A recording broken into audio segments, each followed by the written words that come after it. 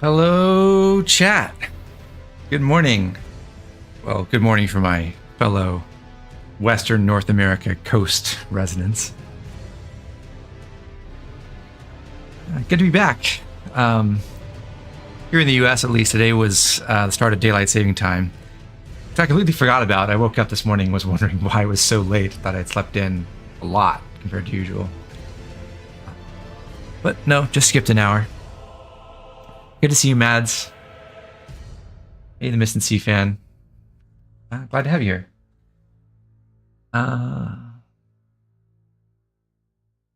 I guess I have a bit of a preamble for this, but I'll go ahead and load in, and then we'll talk about what's going on next in the run.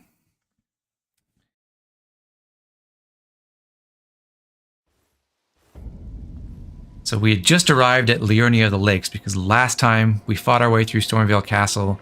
We got our first Great Rune, which we activated. Now we have +5 to all our stats. And we came to this gorgeous view of this new region with the Divine Tower on the right. And looks like there's a church over there. This incredibly prominent building right in the middle of the lake, although I don't know if you can call it a lake when it's, I don't know, a couple square kilometers in area, but only 4 inches deep at every point. That seems strange. And then there's other church way up here on this plateau.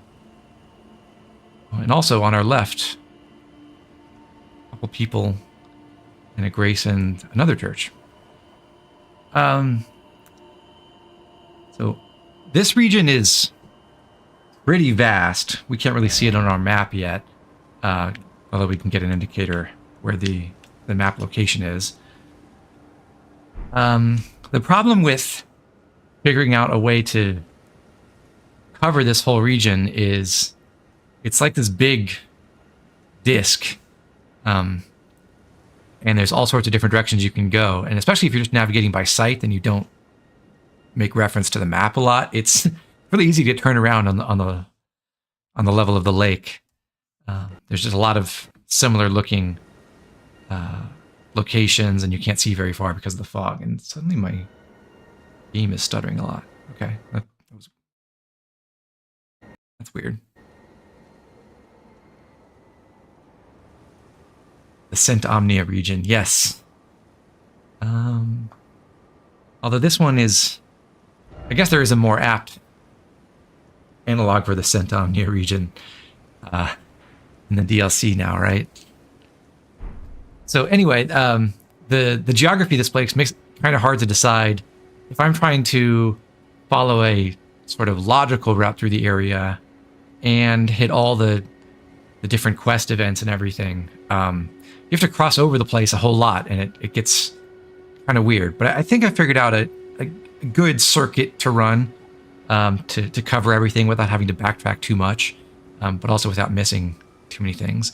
But the really weird part about Liurnia is if you're doing what I'm doing and you're trying to do all the different NPC interactions, and especially the NPC summons in the game, well, obviously the thing that draws your attention when you first come here is the Academy of Raya Lucaria out in the distance.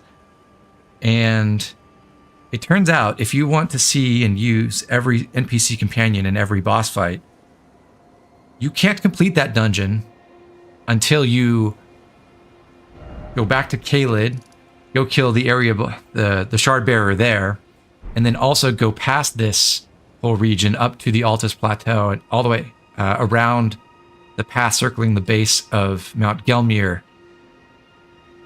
and then come back to Limgrave and advance some quests there, and then clear the dungeon in the northwest of this region, and then you can go do the Academy of Raya Lucaria. So this is like the wildest departure from the obviously intended level progression in the game, just to accommodate one NPC summon. I think it's kind of funny.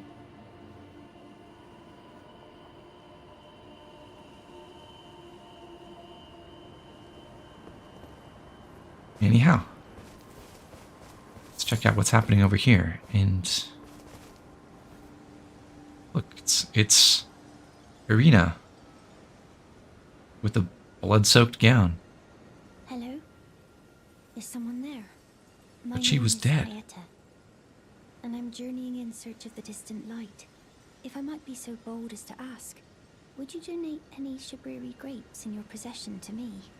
My eyesight has been weak since birth, you see. I can't tell which way I'm supposed to go next, but when I eat one of those grapes, I can feel a distant light in the back of my eyes. It will lead me to my true duty as a finger maiden. Now, we got a Shabriri grape when we came out of Stormveil Castle, and it clearly said they're human eyes, so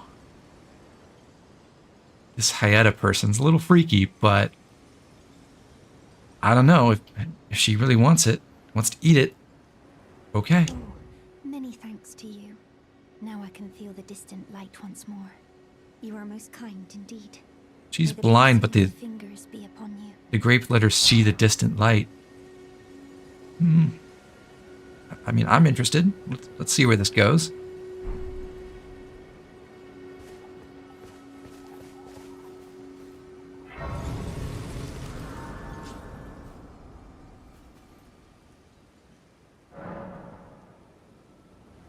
We sit here at the lake-facing cliffs. We summon Buck. Good to see you, Master. Do you remember me? I do. Demi-human. You We helped recovered me your sewing before needle. Yep. And retrieved my sewing needle. Please, Master, allow me to serve you as your seamster. I can't make nothing from scratch, but I'm happy to make adjustments to your garments. Master, I was wondering, do you ever make adjustments to your garb yourself? I would, well, rather you let me do the job when possible, please. I don't ask anything in return, you know, and, well, I am your personal seamster after all. I like that he's a little bit miffed if you don't let him do the alterations. The advantage of using Bach as your seamster is all of his alterations are free, whereas you have to pay a small number of runes to change your clothing you've acquired from the unaltered to the altered forms or vice versa. The alterations feature in this game is a little bit undercooked, honestly. Basically, the main thing it can do is remove a cape or other accessory from something. So, for example, the Commoner Simple Guard has this as a cape, and when you alter it, that goes away. Same with the Commoner's Garb. The Prophet Robe actually removes the shackle around your neck, which is kind of cool. But the Perfumer's Traveling Garb also just removes the cape. It's not just cosmetic, because alterations do change the stats. Usually, in the cases where there are capes or other accessories that are getting removed, what will happen is the weight of the garment will go down, but also most of its stats will go down as well, including the negations and resistances and also the poise value. So you can see all of these, the weight's improving, everything else is getting worse. Sometimes that's a worthwhile trade in terms of the amount of defenses or poise you're getting for the weight. Sometimes it's kind of not.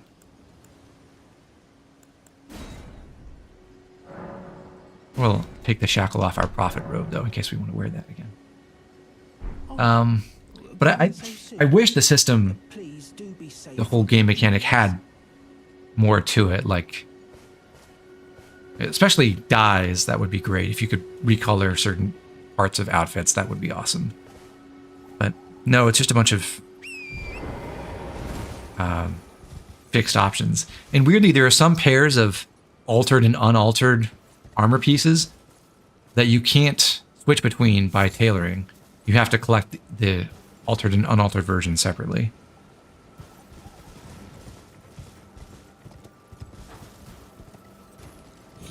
I might check out the end of last stream to see about the end of what I got up to. Okay. Another Church of America, another sacred tier. We can meet this fellow. Don't you? Then perhaps you could spare some runes. Believe it or not, I studied glintstone sorceries at the Academy of Raya Lucaria. For a small donation, I'd be happy to share my knowledge. Well, bless you. I think we can spare bless 10 runes. You're a true saint. My name is Thops. Presuming you're interested, I can teach you sorceries, as promised. Only, none of them are particularly great. Well, I'm not a particularly great sorcerer, but even with my Great Rune from Godric, I still can only use Glintstone Pebble. Apologies, friend. I'm afraid my meager sorceries are no match for your generosity. Oh, right. I can tell you what I know about this place. That should help a bit. You've seen that structure to the north, towering over the water. That's the Academy of Raya Lucaria, where we study glintstone sorceries. Only its doors have been closed for quite some time now. After they declared they wouldn't interfere with the shattering, the Academy cast repelling seals on the east gate leading to the capital, and the south gate leading here. As you might have guessed, the seals are still active, making entry to the Academy impossible without a glintstone key. And so I'm stuck here. A fledgling sorcerer with little chance of acquiring a key. You imagine Cast the seals, I'd just popped out. you're at your boarding school and you And now I'm uprooted from my go outside to run an errand, and they lock you out for thousands of years because you just happen to be gone at the wrong time. It's rough. Why not find yourself a glintstone key? Without one, you can't pass through the Academy, and you'll never reach the Erdtree capital. And if you find an extra glintstone key, perhaps, once you've tied up all your loose ends, and I can be very patient, would you consider donating it to me? I know it. I'm a bluntstone. Nary a hint of talent for sorcery, but still, my place is at the Academy. You've taken an apprenticeship with Selen. Well, that is something. Selen was well known. The most promising sorceress in the history of the Academy. I followed her at school. But there may as well have been an ocean between us. But Selen was expelled from the Academy, accused of unthinkable treatment of certain sorcerers, under the name of the Graven Witch. I still don't believe the accusations. The illustrious Selen would never do such things. An interesting nugget. So we've learned that we can't just go straight to the Academy. We need to get a glintstone key first. And that Selen was a very promising student there, but was expelled for something, supposedly something heinous that she did. Although Thops was a follower of hers, and he doesn't really believe that the allegations are true. Let's get our anti-skeleton bonk stick, because over this way, west of the church, we can encounter some skeletons at some gravestones.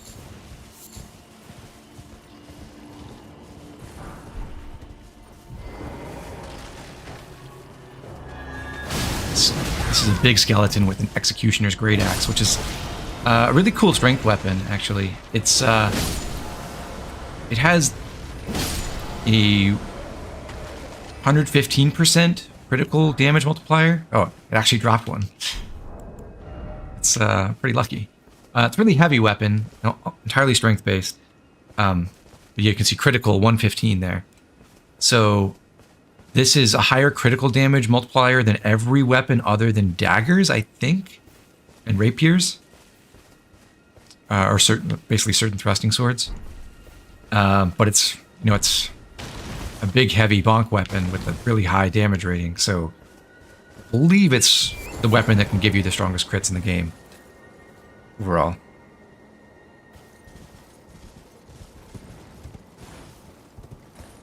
Over this way. More graves. More loot. We might be interested in not the Executioner's Great Axe, but if we can get one of these other skeletons to drop their scythe, we might want to use the Grave Scythe.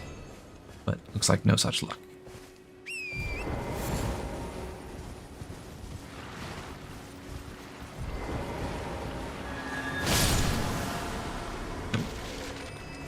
Oh well.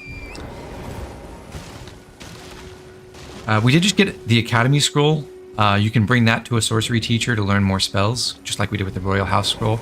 I don't think you can give it to Thops because he's not the greatest sorcerer in the world. No. So you can only bring that to Selen or to another character we'll meet here in Liurnia. I don't really want to backtrack, and I also can't use any of the sorceries I could buy anyway. So we'll hold on to that scroll and take it to the next sorcery teacher.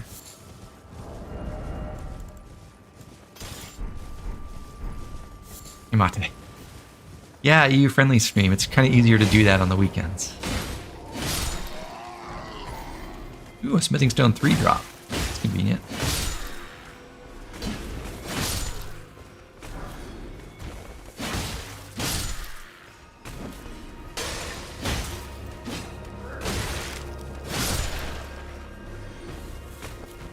We fought the Godric soldiers, obviously, and we encountered some of Radan's soldiers over in Caelid. These are the Raya Lucarian soldiers, and some interesting lore with them, because unlike the other soldiers we met, they are not loyal to their nominal lord anymore.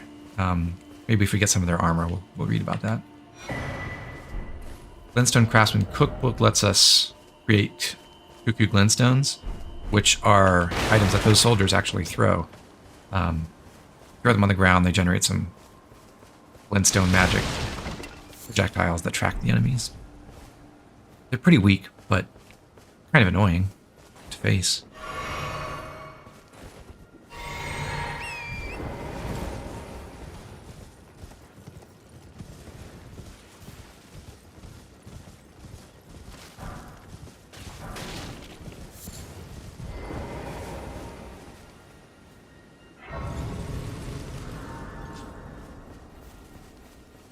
Yes, the Turtle Pope. You're new around here. Surprised you found me in my little nook. No matter, no matter. I don't think I would call this a little nook. It's kind of obvious from the main Take road. a look at my wares. Oh, but don't ask me how I got my hands on them, eh?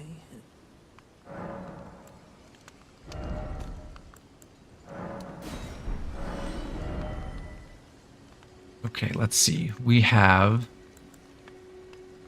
This is the other place where you could buy a lantern if you don't go all the way to the Weeping Peninsula and out the west end there. I think this is the only other merchant who carries one. Very nice tool, but we've already got it. We'll buy out the stones. Buy the cookbook. Spellproof dried liver is an item you can consume to give yourself a body buff that gives you more magic resistance. Might be something worth considering against certain magical enemies.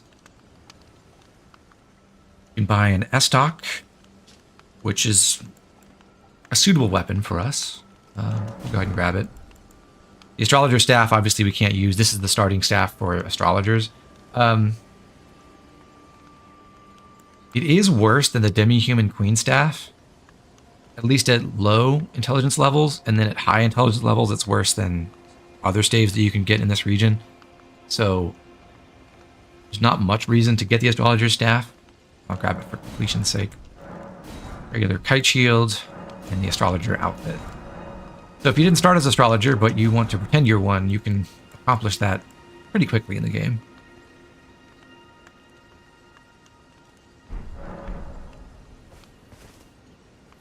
I marked the map where it was showing me the map obelisk thing. Gonna ride straight to that. These enemies here are Wraithcallers, and they were fairly cooperative right there, but what they do is they ring their bells and they summon these kind of golden spirits that track you slowly, but they're kind of hard to avoid. They're a little bit difficult to take on in large groups because they just constantly spam these projectiles at you.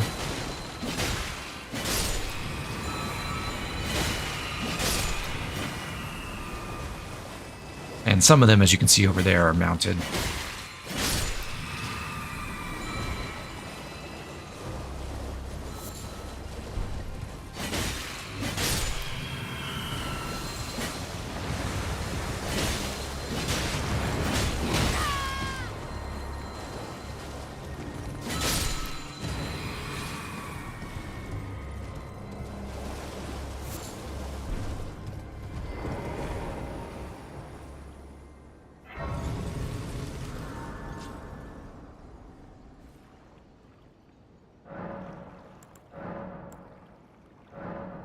go ahead and use our sacred tier we got from the Church of Irith.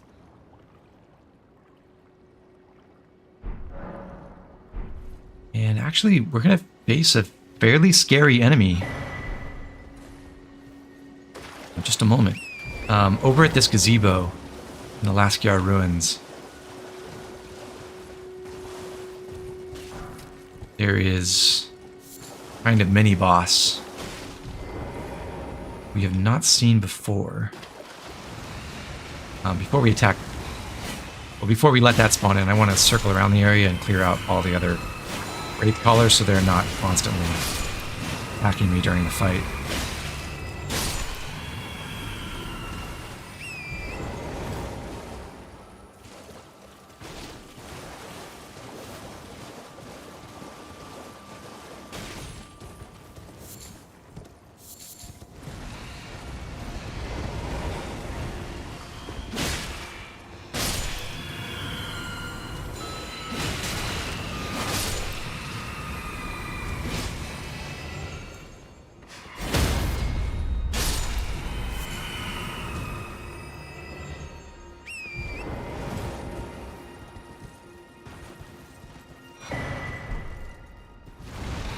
I think that's our first ritual pot. Ritual pots are like cracked pots.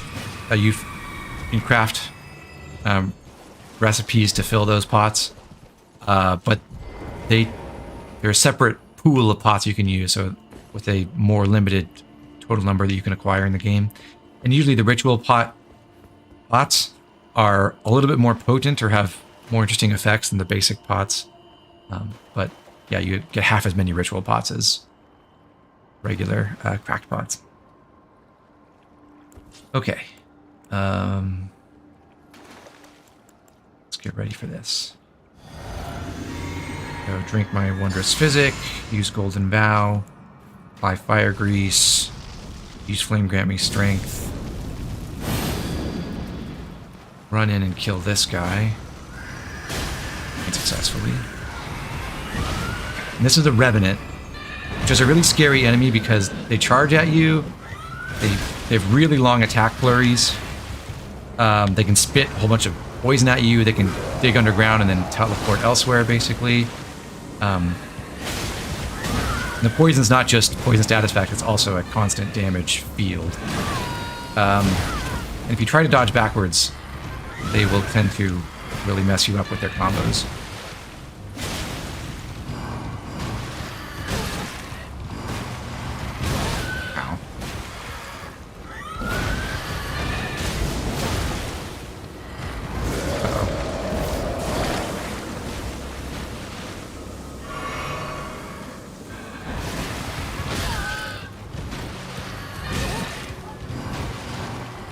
Lucky that this one is pretty weak. It's pretty low level, so I'm not dying. Because I'm not doing this fight especially well.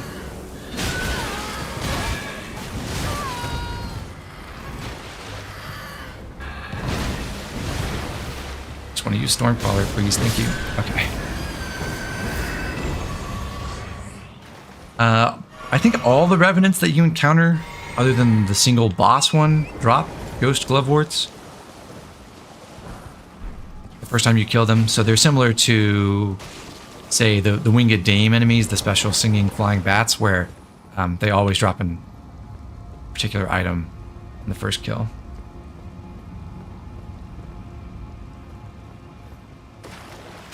Your first playthrough, you had no idea the pots were reusable. Yeah, it makes no sense, but the description does say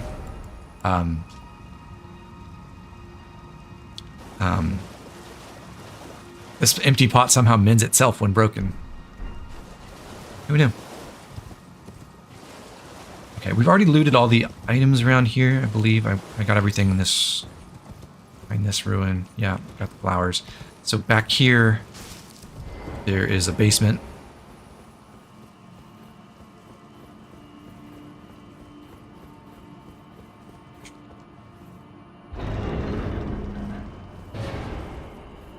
Chest containing the Wraith Calling Bell, which we can use if we want to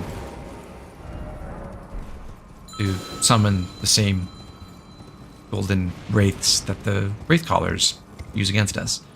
It does cost some FP, and they're not especially strong. I believe that does...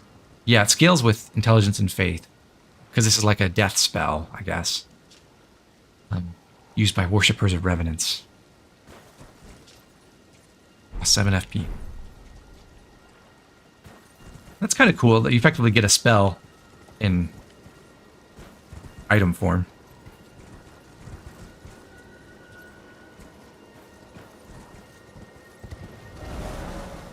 Okay. So we got the map just over here, which reveals this little segment at the south end of the lake and the entire eastern shore, basically. Which I guess is a signal that you're supposed to explore this side of Liurnia before you go out in the lake too much. We're not going to entirely heed that suggestion.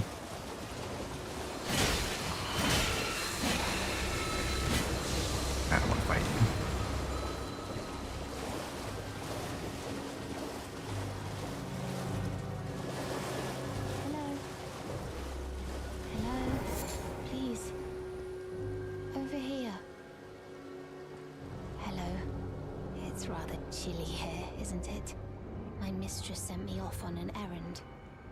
Accosted by a ruffian, and now I'm in a... Are you doing any specific run or build? Doing a dex build with a little bit of faith, and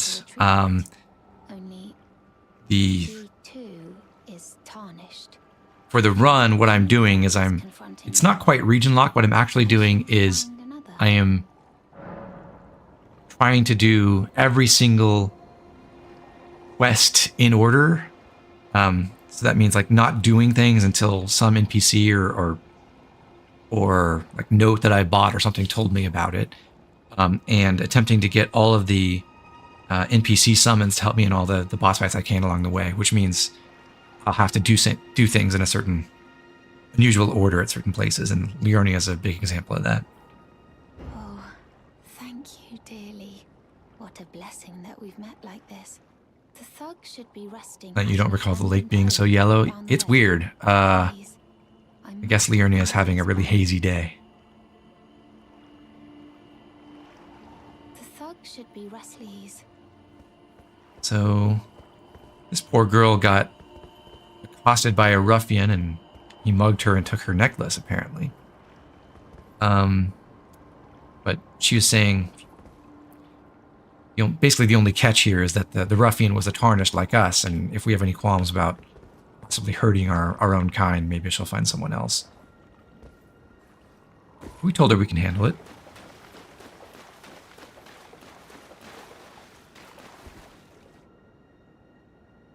From up here, the lake doesn't look so yellow. There's the academy. There's Raya's gazebo right there. We can see a campfire, and if we look close, a figure crouched by said campfire. Not much else to see through the fog. There's some buildings over to the north, and others to the northwest. This big cavern under the plateau over to the west.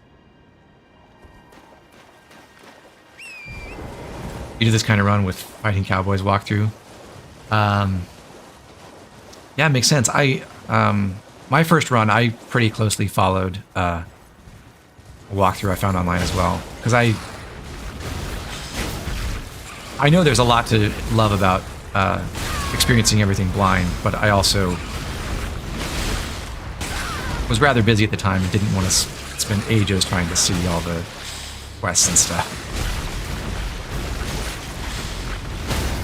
I almost got killed by an octopus.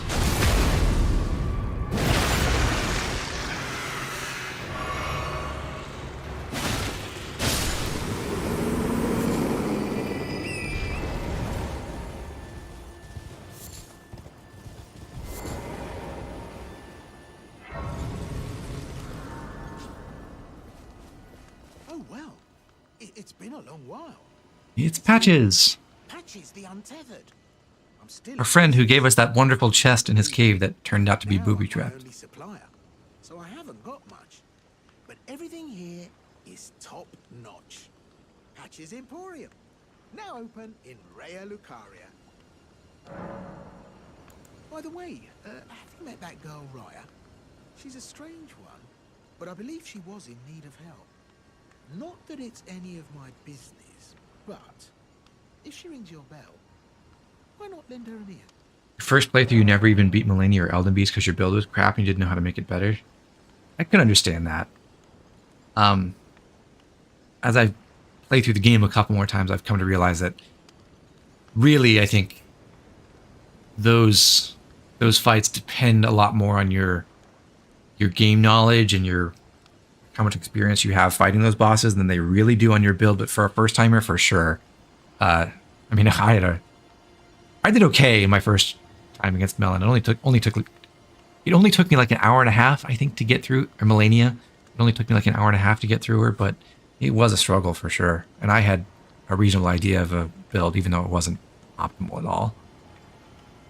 You're making your way to the Erd Tree. Hey, Dinosaur Himpton. Well, I heard something that might help. A special means of reaching your destination. Have you ever seen an Iron Virgin?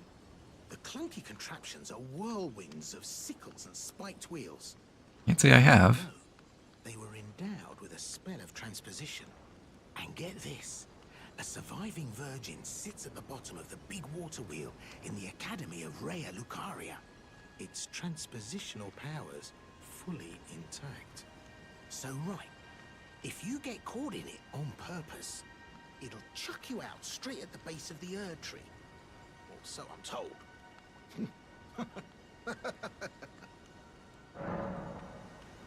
Okay. That sounds great. Straight to the Erd Tree? So go to the Academy, down below the water wheel, get abducted, or get caught by an Iron Virgin. We'll go straight to the Erd Tree. Cool. Also, Patches suggested that we help out Raya, which is a hint here that Patches and Raya are in league with each other.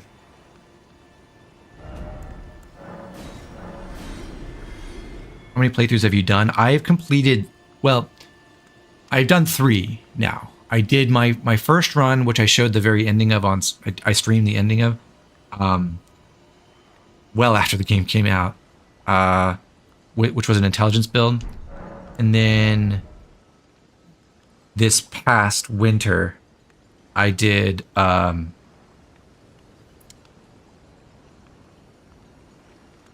strength build, and that's the one I took through the DLC for the first time. And I was like a big completionist on that run, did just about everything I could. And had so much fun with it that I decided to go back and do something completely different. So I completed an Arcane and Faith Dragon Communion spell build, which is also very fun. Right. So that one I went a little bit quicker because I knew everything, including the stuff in the DLC. And now I'm doing this. So I've never done a Dex run, really, where I'm focused on smaller, faster weapons. Anyway, we've seen Patches' inventory before, but there's one new thing that's added, and that's an S-Dock. We already bought one from the merchant at the South Shore, but you can actually buy 2. And if you start as a prisoner, you also start with an S-Dock, so you can get 3 in one run. It's a little bit odd. I don't know why they put these in both merchants' inventories. They did. I'll buy that, and I'll buy a few gold pickled foul feet. Well, we'll leave the stone sword key alone because that's pretty expensive for a stone sword key. Cheers for that. Really don't like the Dragon Communion skills. They're so slow you just get slapped out of them. There's a couple of tricks you can do to make them work well. One is in your other hand in your right hand you have a weapon with Endure. You can use that and then cast your spells so you don't get knocked out of them. And there are a couple of Dragon Communion spells that have hyper armor, most prominently Dragon Maw. You basically can't get knocked out of that, and that also does huge stance damage, so it's your cheat code for knocking down bosses.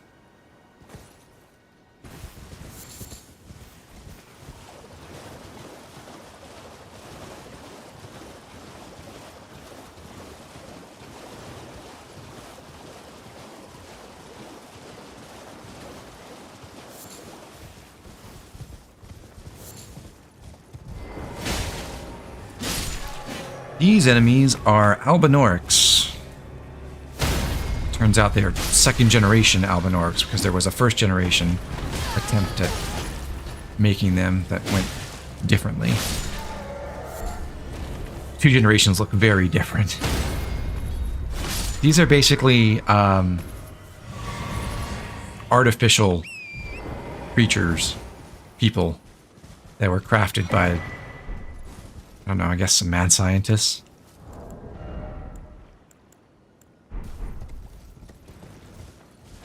We just got the Dex Knot Crystal tier, which we'll want to use to in our flask probably instead of our Strength Knot Crystal tier.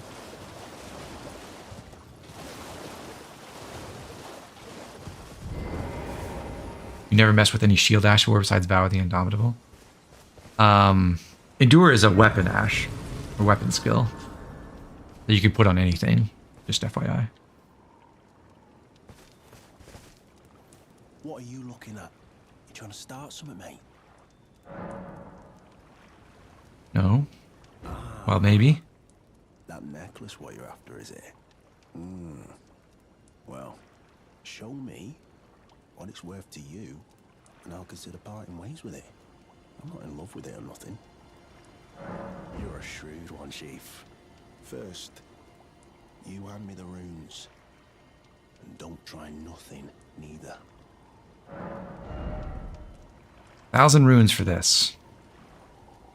Features relief of a dignified-looking woman from a foreign country. It appears to hold great significance for Raya.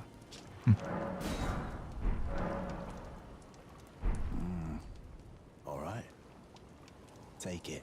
Thing's no damn use to anyone anyway. Your bloody idea, mate. Don't come crying to me later. Oh, piss off.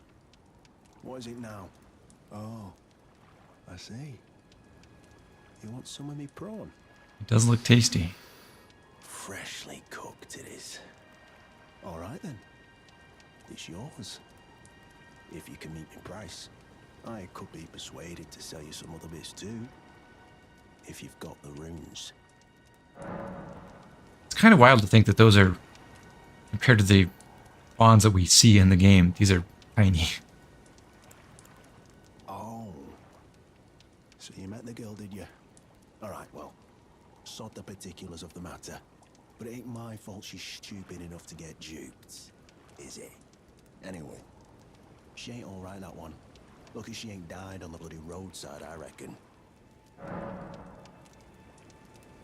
I don't think it's right to blame your victim for being too stupid, buddy. But I do want to try some of that prawn. You're tarnished too, ain't you? Can you see it then? The guidance of grace, I mean. I can't see it at all no more. Makes no bloody sense anyway. Why some no-name shithead like me should get called to the lands between. Cruel bloody joke, you ask me. Maybe something went tits-up with it. Maybe it's been broke for a good long time. The Earth Tree, I'm saying.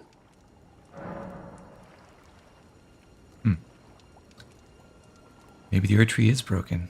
That's what everyone's saying. Never met someone with a taste for brawn I couldn't trust. We'd make good mates, I reckon. I'll be seeing you.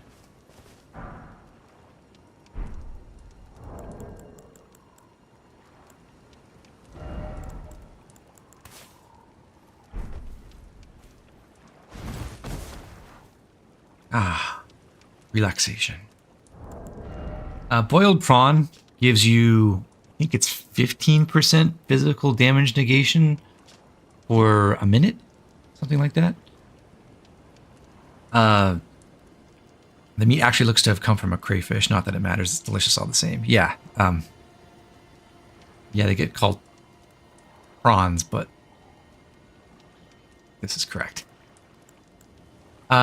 These are really convenient as items to give you a body buff if you don't have enough faith to use any of the incantations that give you body buffs.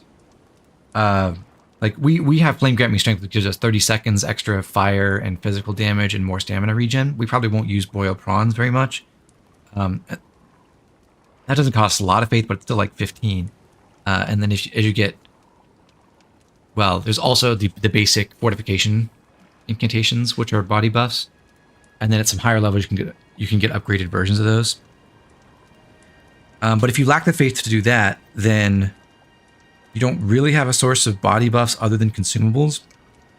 Boiled prawns are great because the physical damage is very widely applicable. Physical damage negation is a very widely applicable effect. And these are not cheap exactly, but very easy to get and very cheap once you get later in the game and you have access to tons more money. Boiled prawn IRL just gives you allergies. I'm sorry. I'm glad I don't have a shellfish allergy. Grab some lilies here and then stop at the Grace real quick because I want to mix my physic. The deck's not tier in it.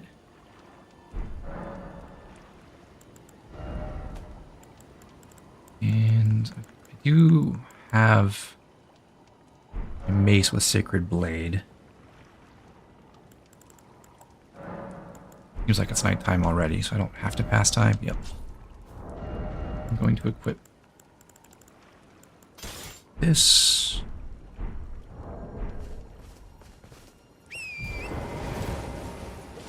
And head off back toward Raya.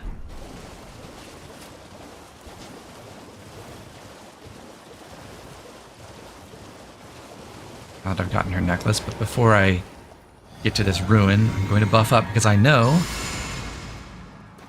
that there is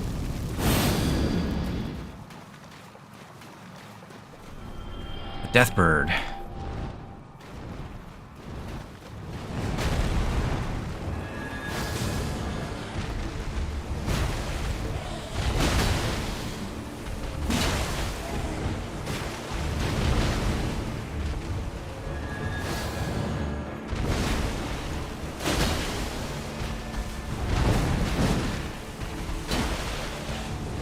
Problem with short weapons.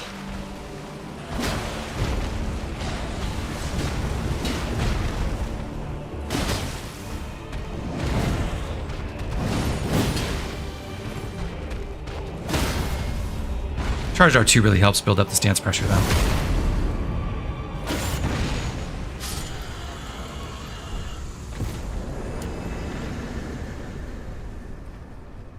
Not a bad rune haul for that with the gold pickled Valfoot. And we get the red feathered branch sword. That's the counterpart to the blue feathered branch sword we got from the first Deathbird. This one makes you stronger. It raises your attack power by, might be 20% when you're below 20% HP or something like that. I don't plan to make use of that, but if you can set that up, it's one of the strongest attack buffs in the game.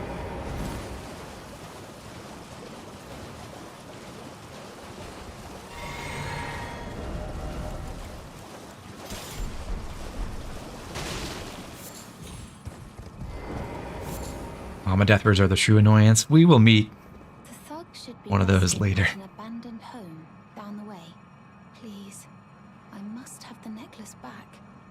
Oh yes, that is my missing necklace. Thank you kindly. I am in your debt. Did I forget to announce myself?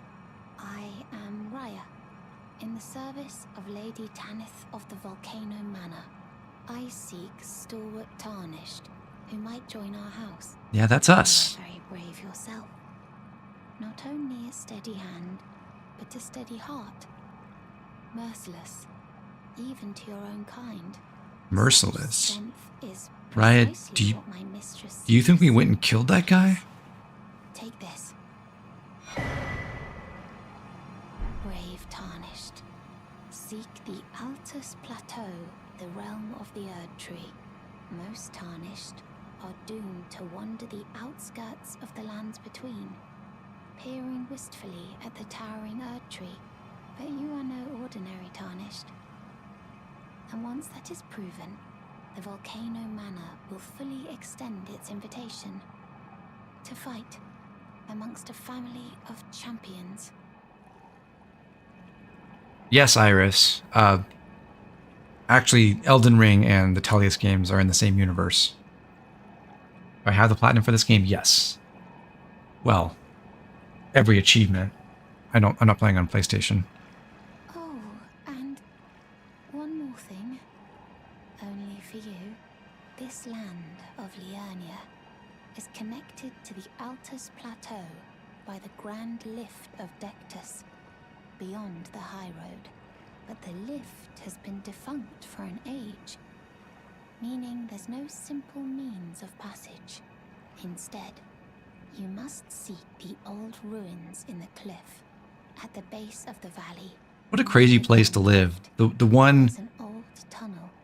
It giant was elevator connected from connecting both ends, 2 entire from regions Liurnia just to the breaks Altus down and Plateau. everyone just shrugs their shoulders and goes, Faith in eh, you.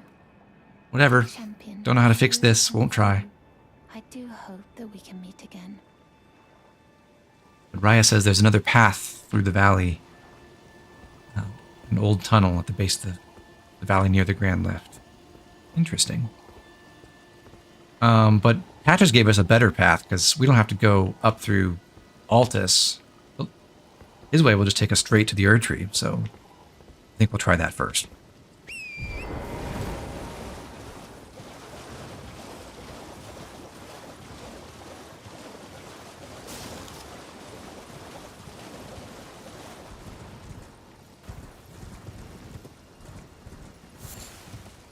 Hi, Patches. Just stopping by to refill my flasks, and then we'll check out this pathway down here.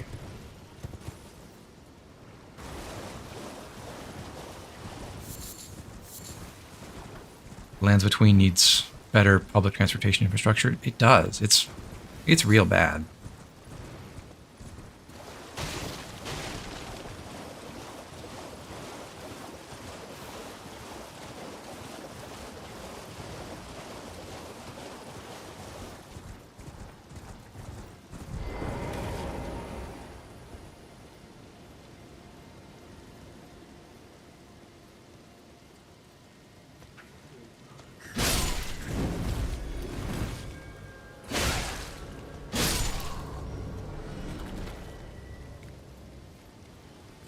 So funny when it's nighttime and the enemies don't realize you're circling around them.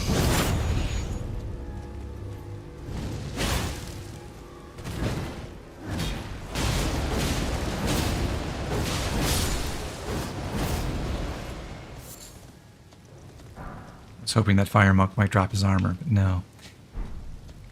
New gesture. Find these little boards. We can get dappled cured meat, which I think increases, like, yeah, all of your soft resistances for a little limited time.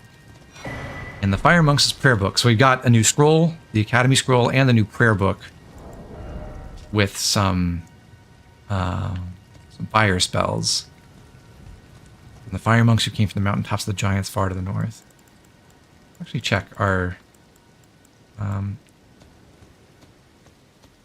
Academy scroll gives you a pretty obvious description here. It came from the Raya Lucaria Academy.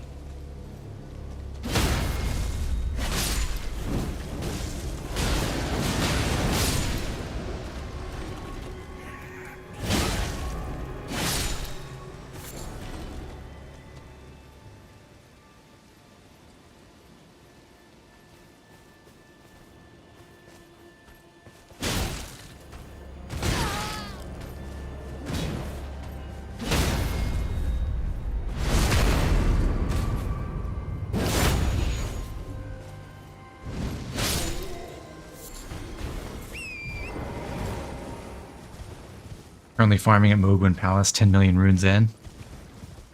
That's quite a haul.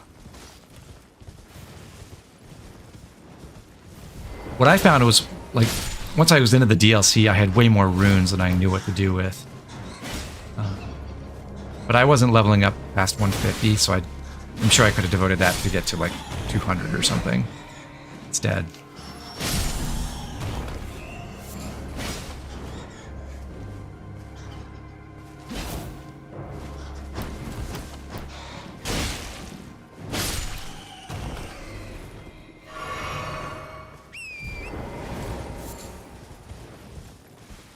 Those bats just guard an Arteria leaf. They're called the lands between because we're actually between two bus stops, but the knowledge of how to ride buses has been lost for an age. That really is a prepare to cry moment, Mads and Zero. They forgot how to bus. Well, these are new enemies. Vulgar militiamen. They set funny traps and ambushes, like this one, where you go to this cart and there's an item there, and you go and pick it up, and then they jump out at you and throw smoke bombs. It's all very stealthy.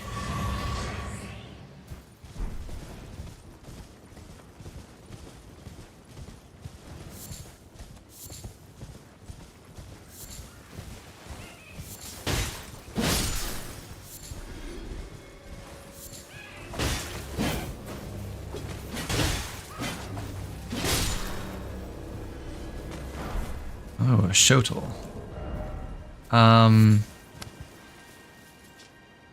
These kinds of halberds can penetrate enemy shields. I don't think the vulgar Shotels in general, I don't think are supposed to be very good. But it's an interesting special effect. I'd rather get the Vulgar Malicious Saw, which is a halberd that has a built-in bleed status.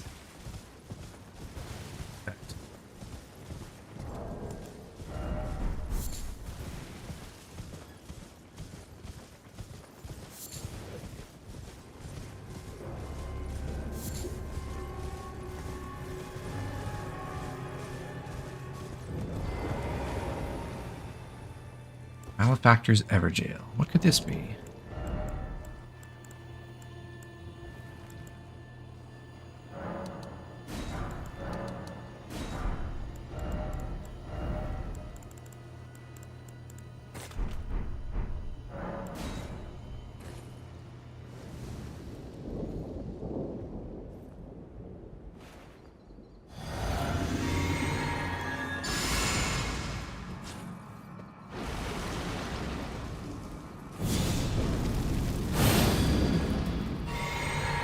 See how well Stormcaller works against NPCs.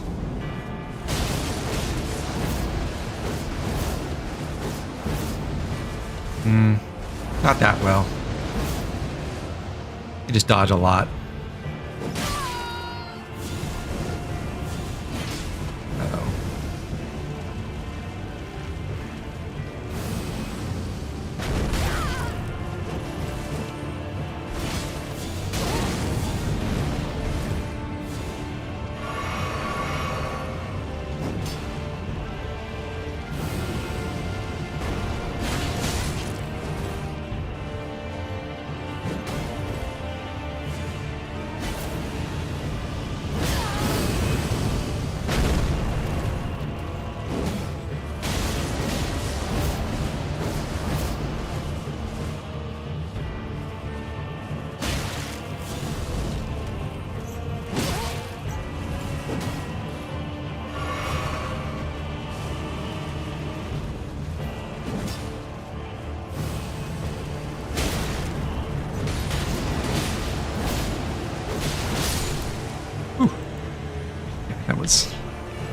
A little tougher than I'd hoped. Yeah, I don't think Stormcaller is all that good against NPC enemies. They just don't get sucked into it, and it knocks them out, and then they just roll around a bit. That's actually our first Fire Monk spell, Flame of the Fell God, and our first legendary spell, I think, as well. Requires 41 faith, which is pretty steep at this point in the game. Legendary incantation, one of several that draws directly from the power of the fire giants. And we saw Adan, Adan, whatever it is, use that against us. Arganti, the chief guardian of the flame, had kept this incantation a well-kept secret until it was stolen by Adan. The fell god still lurks within the fire giants. So he stole that and then got imprisoned way down here in Liurnia. I guess he got caught by the fire monks who were encamped down the road. I guess that's the only thing that really makes sense. Drop down this ledge. Find a corpse on this gravestone. And we're back at the nomadic merchant at the southern shores.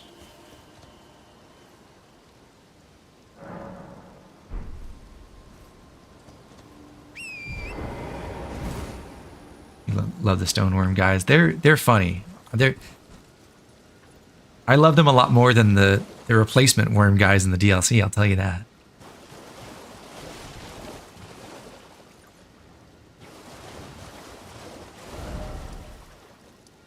Okay, next destination, we're going to go to these ruins to the northeast.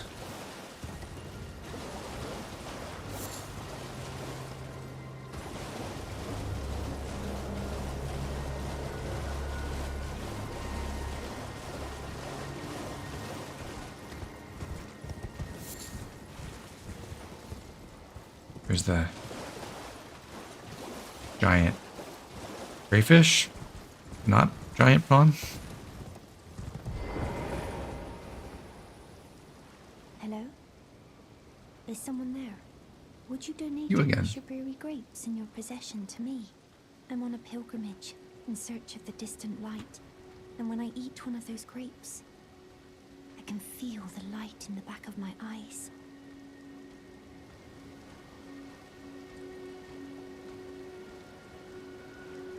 I don't have any more right now, but if you really want some, okay, we'll go looking.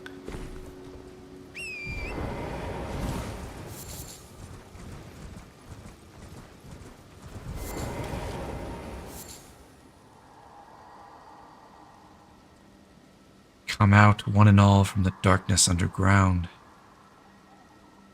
and let us offer unto the Maiden our eyes. Well, that's lovely.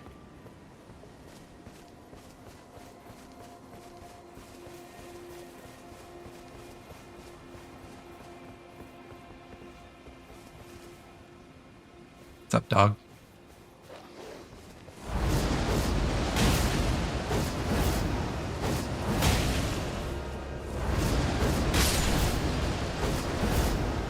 Stormcaller makes a great anti-dog weapon, that's for sure.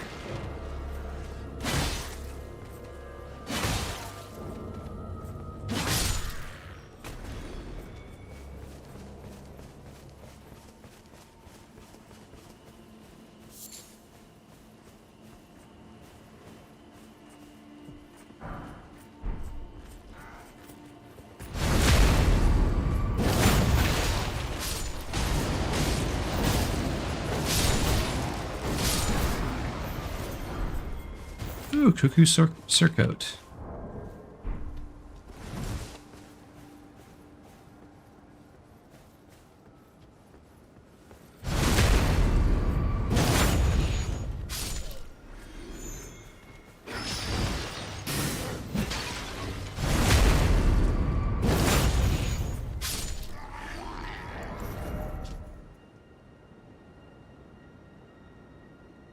Armor worn by Raya Lucaria Academy soldiers. The glintstone sorcerer, the body is a transient thing. The cuckoo alone knows its insignificance, yet watches over it all the same. I guess we have to get the knight's armor to really get low down on the cuckoo forces.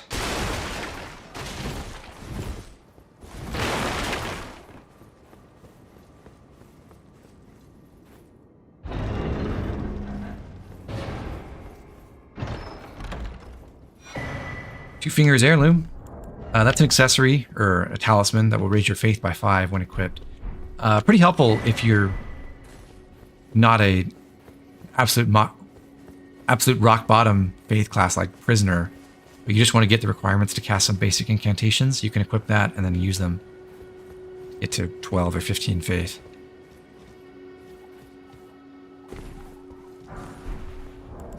And we got another Shabriri Grape as well. So let's see what Hyetta does with it this time.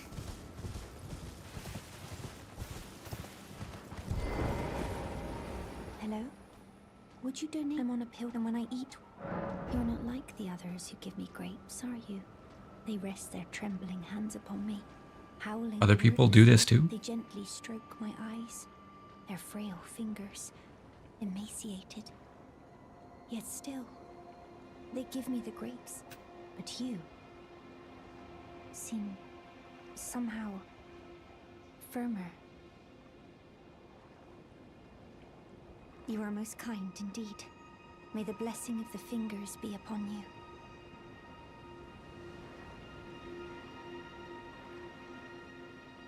you. Okay. Well, let us know how it goes this time. Maybe you'll get that eyesight back. And if you do, tell me about it.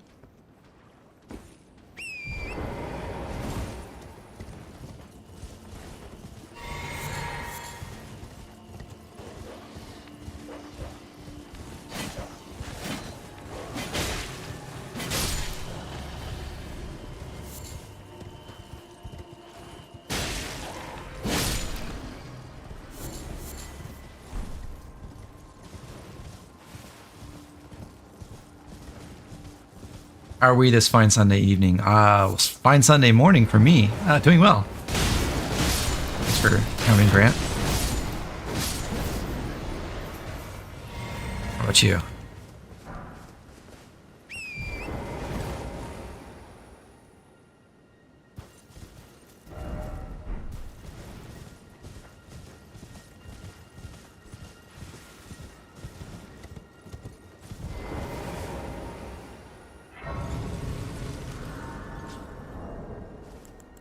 I can level up. Let's do it.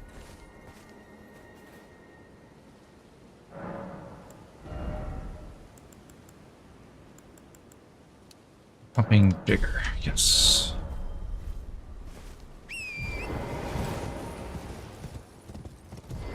Just finished work and you're not back in till Friday? That sounds awesome.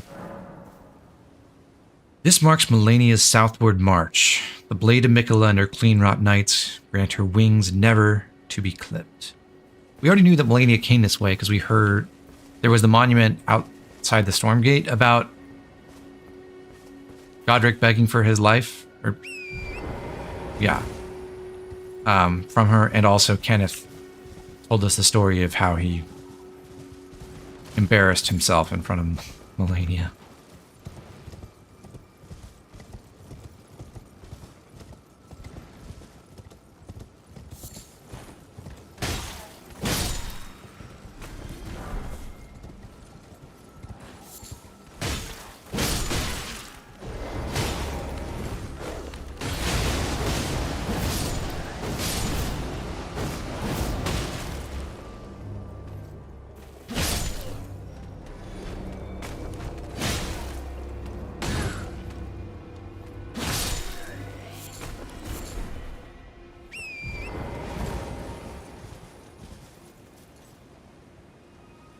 Marionette soldiers. These things can be a handful. I wonder if I can get in tight and just use Stormcaller. Nice. They don't even get knocked away, which is great for collecting a lot of hits with that.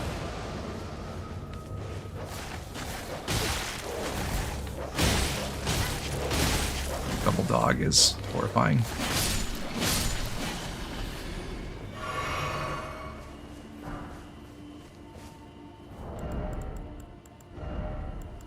If we pop these balloons, then they give us some nice golden runes.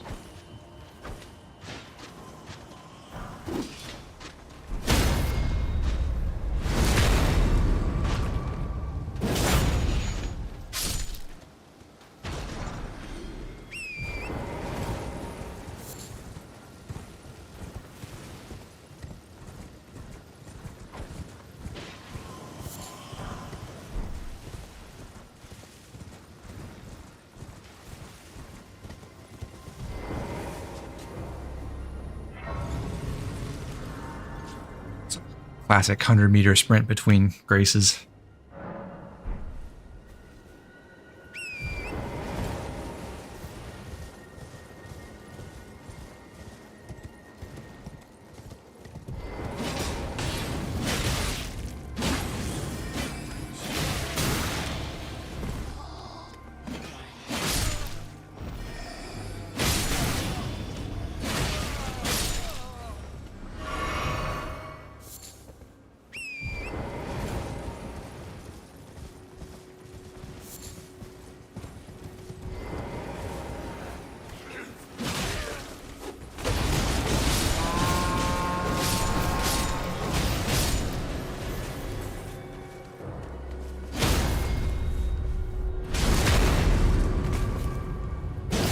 So yeah, Stormcaller is great for groups of regular enemies at least. Maybe not for NPC bosses, but otherwise it works very nicely.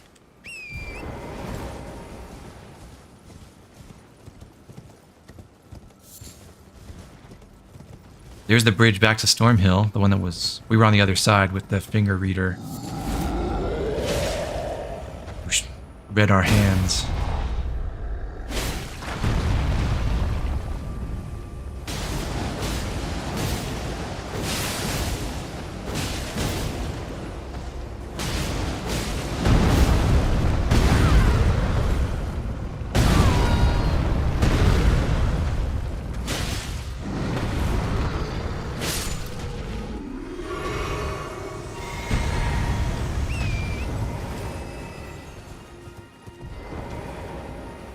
Finally reached the carriage on the other side, which has the tree spear. The tree spear is a great spear with fairly unique property. I think this actually upgrades with smithing stones, but it has a fixed skill, Sacred Order. It's a pretty useful skill, actually, especially against those who live in death. But the neat thing about this is that it's a weapon that scales with faith innately and can have weapon buffs put on it. So you could apply, especially the Order's Blade incantation, to apply a lot more holy damage to it and really stack up that the total damage by maxing out on holy. Holy tends to be a worse damage type against the final bosses in the base game, but the DLC made it a lot more useful for a bunch of bosses there.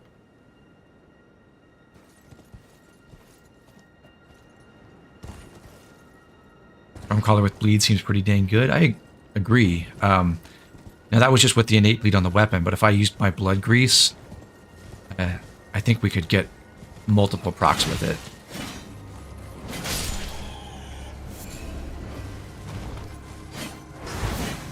I don't want to fight you. Just give me the plant here and I'll leave.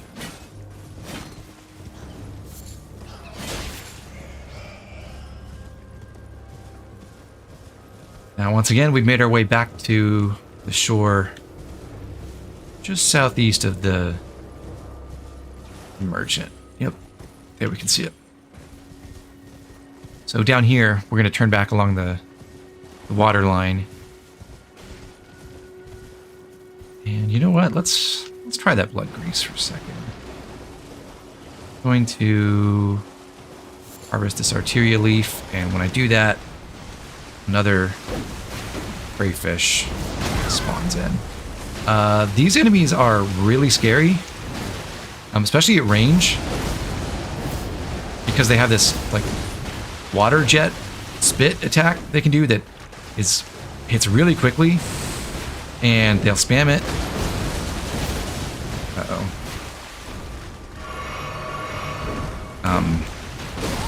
It's really hard to avoid, does a lot of damage.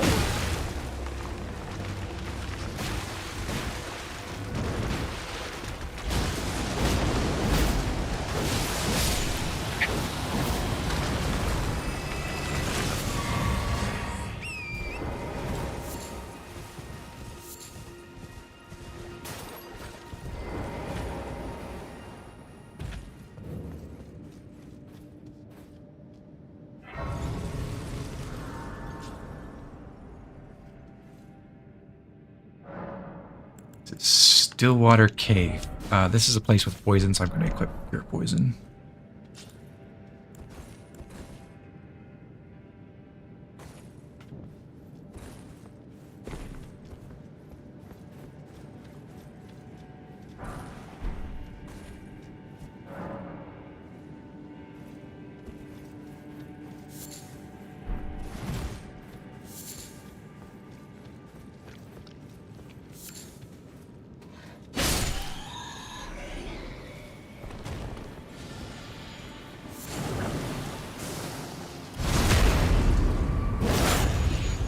Don't really want to go down there if we can avoid it, but there is a corpse in the middle of that poison swamp, so I want to check it out at some point.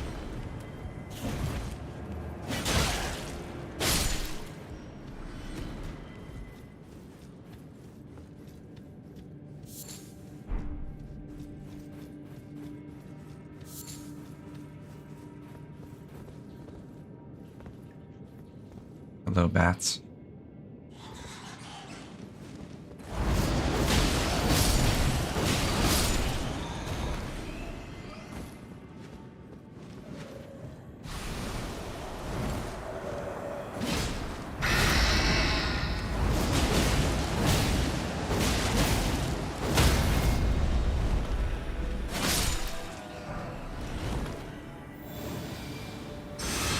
Another Winged Dame, another Golden Rune 6. Nice. Serpent arrows are poison arrows. And we get the Sage set, which is interesting. Has a, not much description to it. Attire of the wise sages who are deemed heretical, but we'll meet someone who wears this set, who has a connection to the servants of Rot around here. God, the enemy design in this game is too good. For the most part, yeah, I agree. There's some that I think are stinkers, but you can't bat 1,000. Okay, so we want to... Where am I going?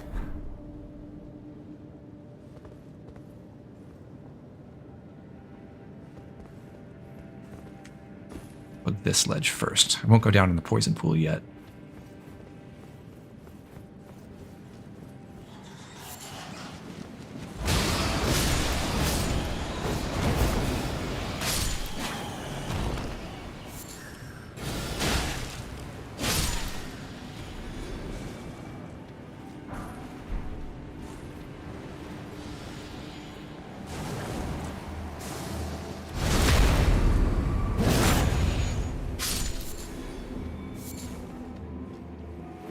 Okay.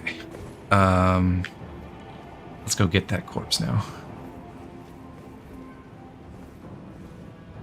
We want to go south out of here. Of course, the giant Miranda sprays poison everywhere.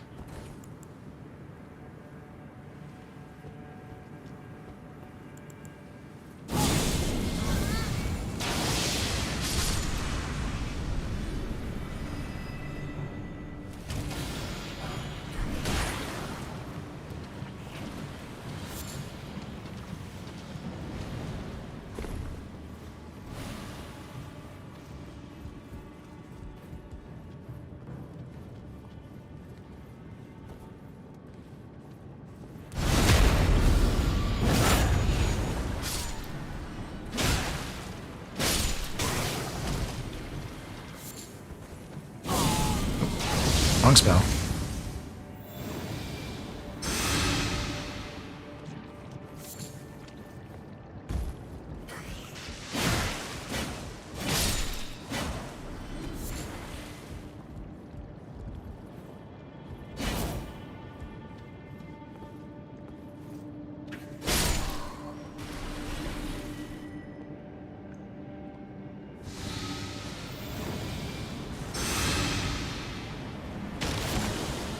Interesting note there. You see, when I got poisoned, the servants of Rot got a buff.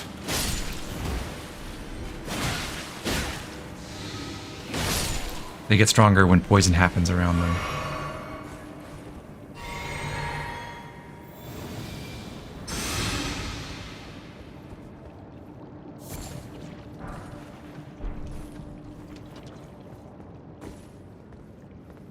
Okay, at the boss.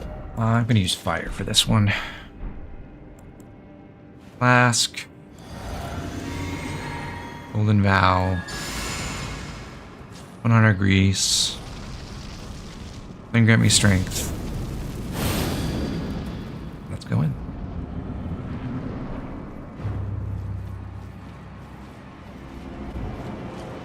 Do not want to fight in the poison if I can avoid it, but I did roll straight into the spear.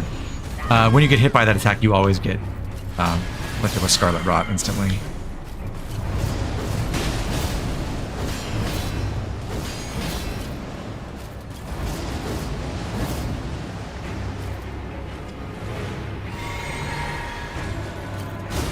Oh my god, I swear I pressed B.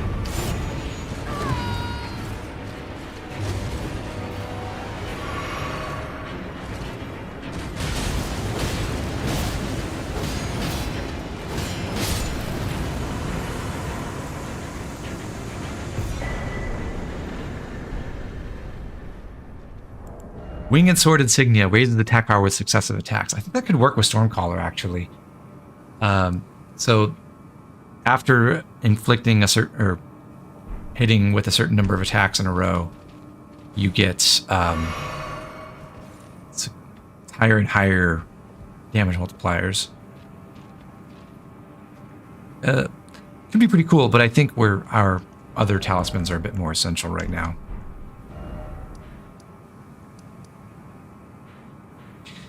And that basically does it for these southern reaches of the lake. We just circled all the way around here. Now what we're going to do is check out the eastern shoreline.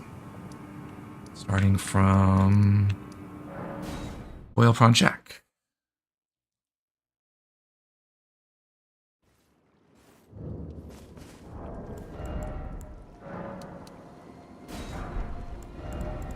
Grab a few fetid pots as well.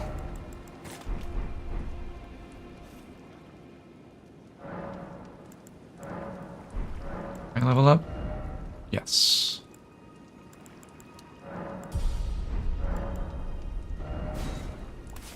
I'll drop a cure poison.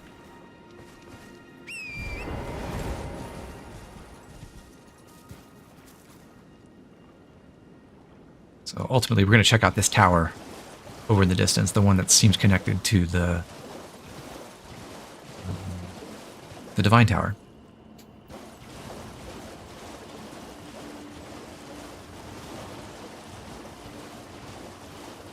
There's a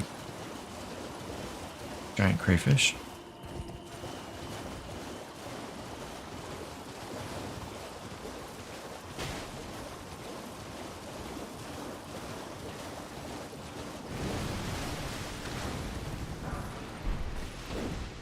Uh-oh, it's an ambush.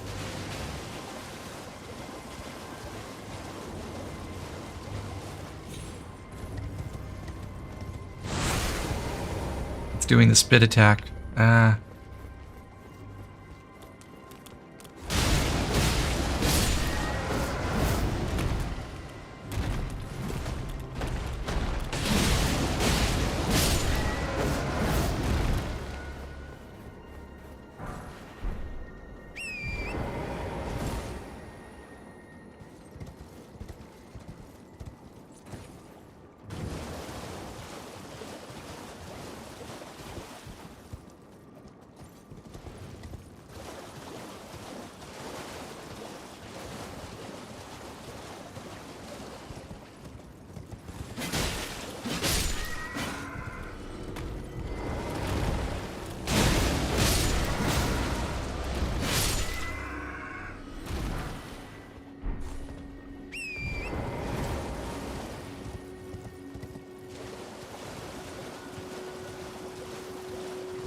Isn't the Erd Tree pretty?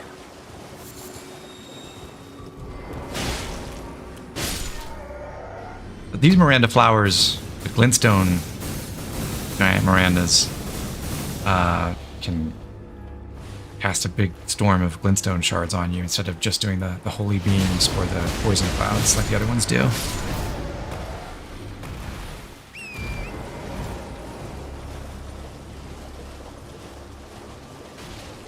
Another bloom with marionette soldiers. We don't have to kill the soldiers. We just pop that, run away.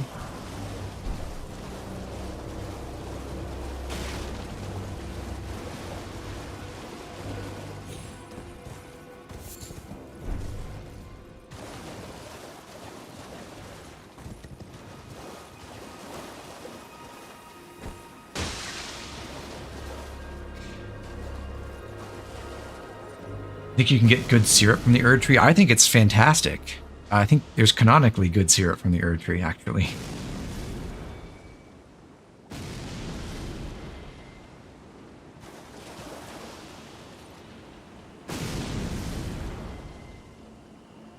It's fun to set off the chain reactions from these land squirts, but I wish it went a little bit faster.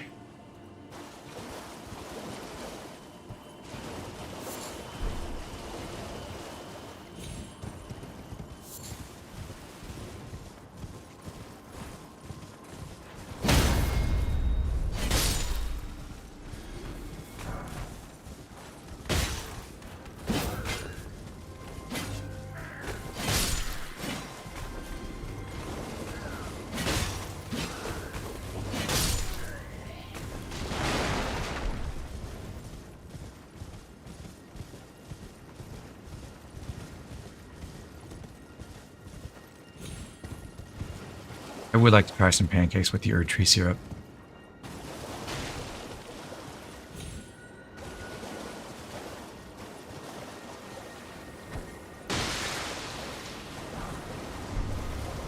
Let's see how many of those actually get killed, or if they despawn before, when I run away.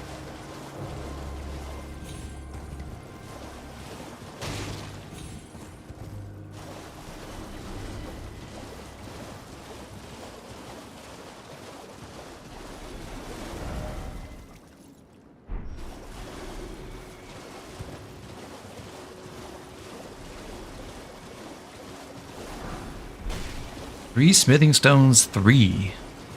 That's pretty nice. We've got our cross naginata up to +7.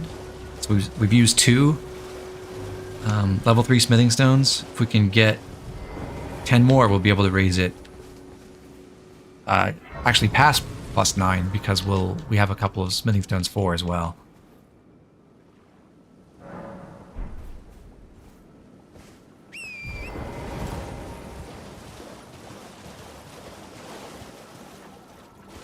Come back to this area, but before then, I can keep going up the shoreline.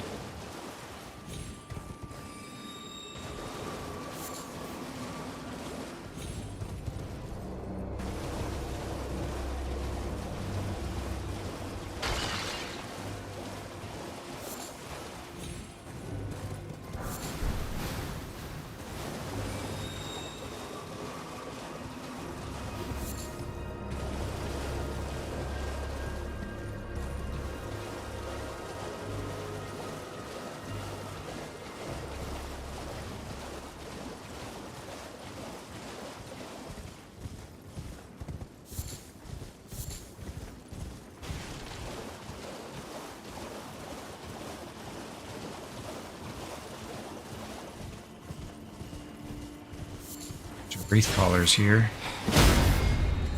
Goodbye.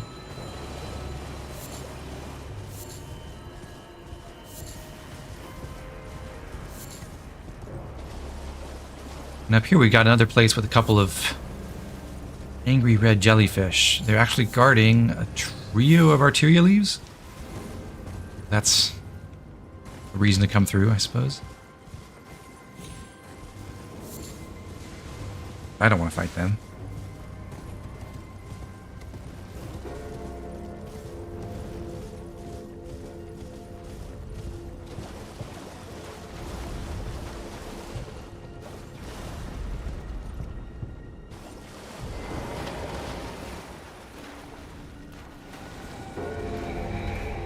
Another candelabra, another spirit to guide us to a dungeon.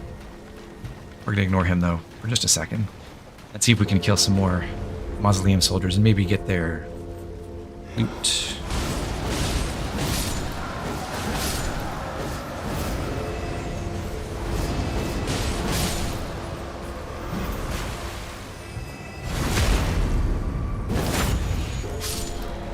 Another brass shield and a couple smithing stones 3. Nice. That's very helpful. We can even fight a mausoleum knight over there.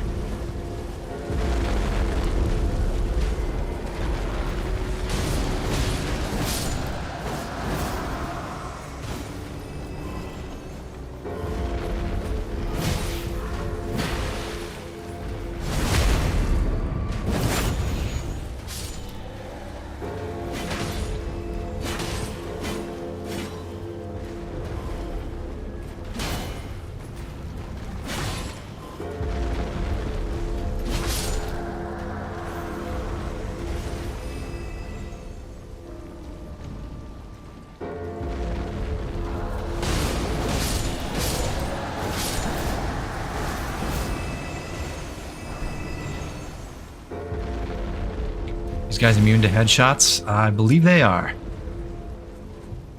For reasons that should be obvious.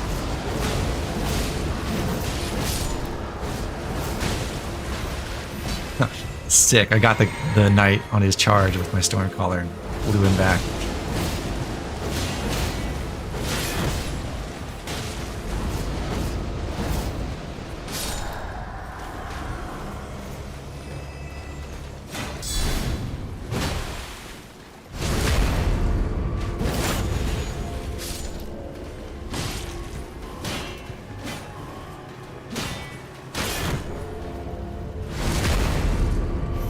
be funny if you could still do headshot damage to them. Yes, it would be. If you shot down like vertically and it went through their neck hole, maybe.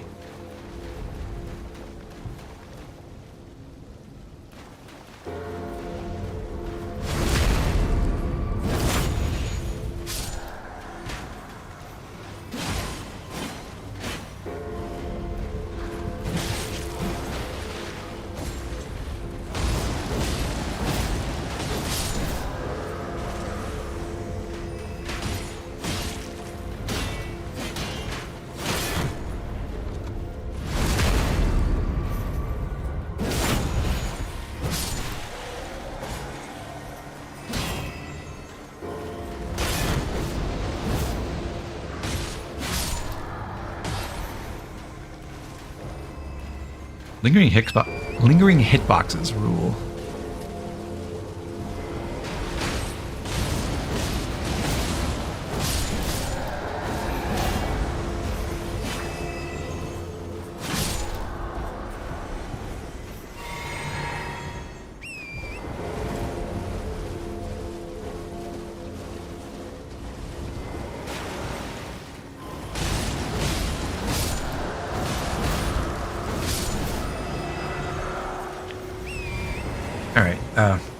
We've had our fun for now. We'll come back to the other stuff around here. That was a bit of a detour, but we got some extra smithing stones out of it and some new pants, which are really good pants for especially for the weight. 6.6 weight, but 14 poise. It's incredible.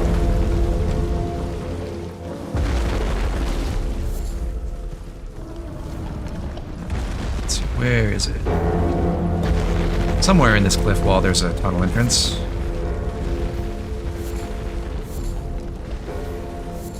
Back here.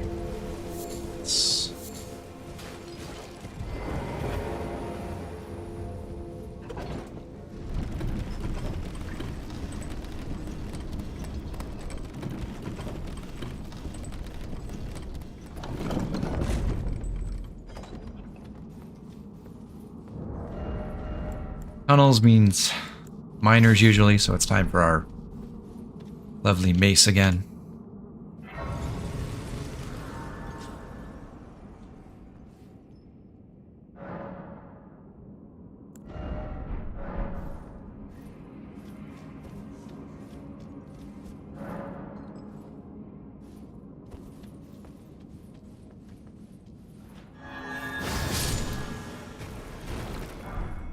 Somber 3.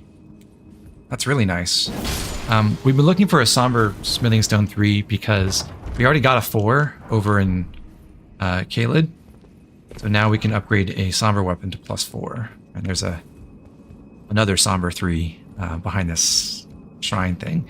I did not know that was there until I watched someone else play this game. And they knew about it. Thank you, whoever I was watching. I don't remember.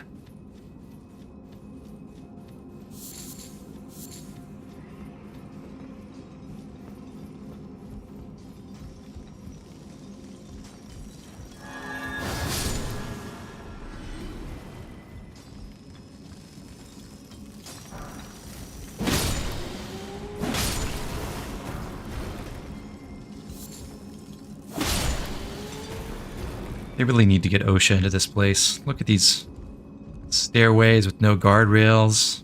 Right over a pit of, I don't know, 100 meters deep. Yikes.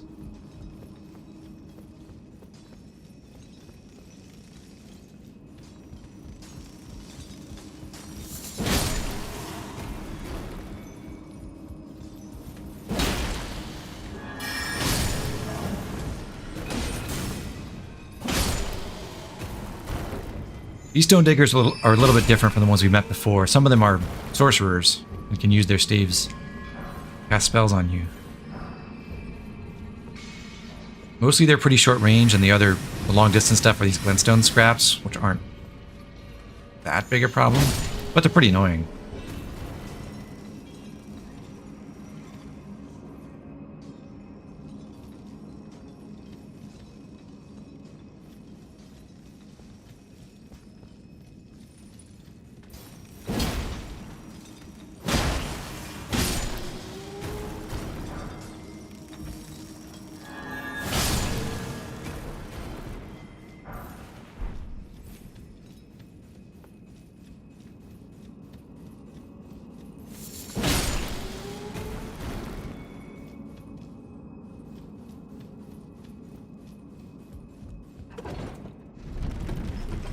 First elevator didn't really have anything important on the side ledges like they usually do, but this one does. Instead of going all the way down, we can go out to this, out along this side path and get to more goodies.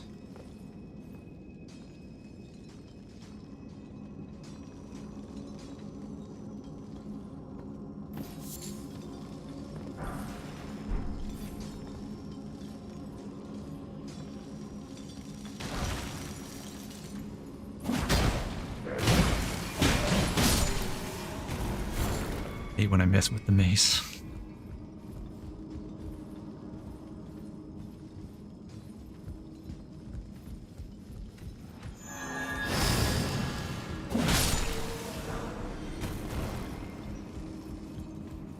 What are you looking at?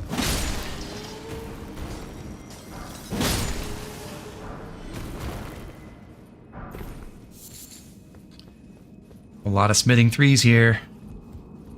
Pretty exciting for our weapon upgrades. And we take this elevator, it creates a shortcut back up to the other previous chamber with all the miners.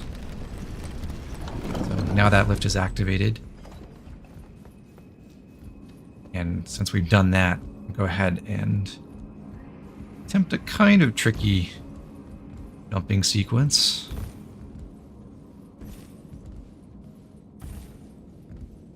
Big jump, so I'm going to buffer the run input here.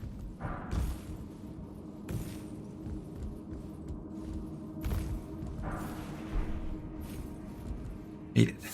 All right.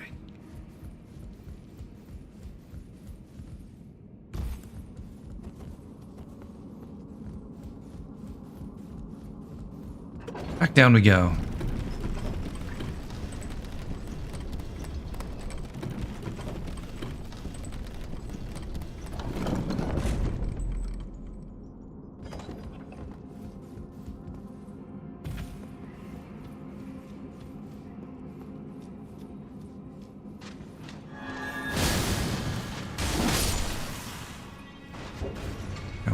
We managed to kill it before that became a problem, but the marionettes go haywire when they get low on HP.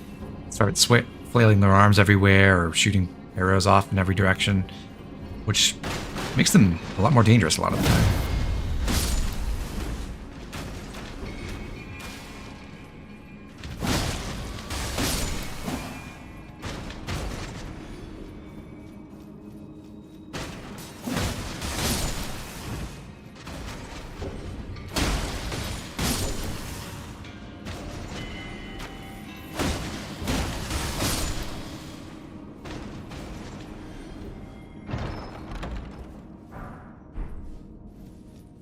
Crystal Knife is a Dexant weapon. I don't think it really has anything particularly notable about it.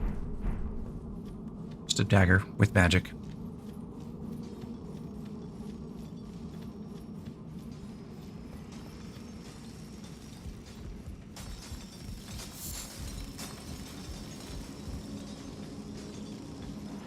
One really big stone digger here was extra scary, but we've managed to take him out, no problem.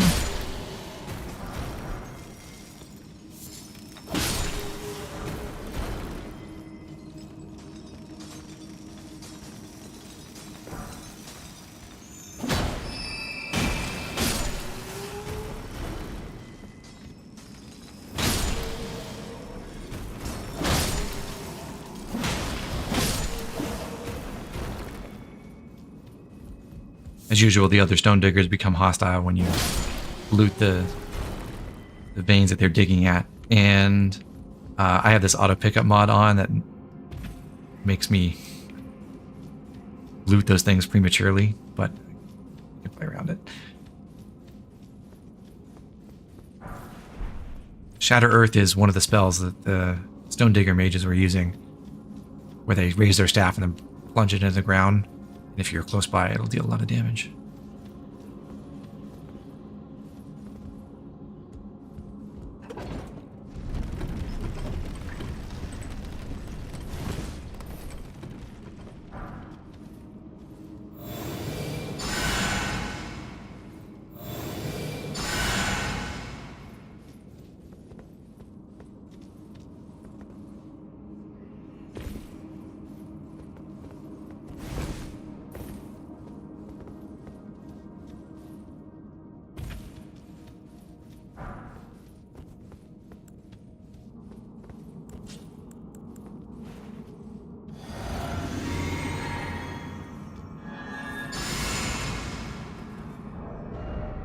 Instead of my holy weapon, I'm going to go pure strike.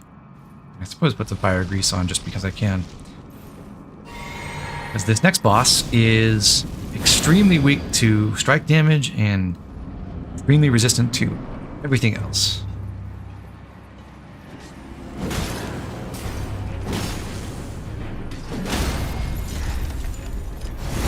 But once you break their stance the first time, they become a lot more vulnerable to everything. So all you gotta do is get a quick stance break, and that's pretty easy. That gives us the Smithing Stone Miner's Bell Bearing, which we can take back to the Round Table Hold and turn in so that we can buy unlimited numbers of level 1 and level 2 smithing stones. Basically, we could, any of our regular non-unique weapons, we could now raise to +6 if we buy enough of those.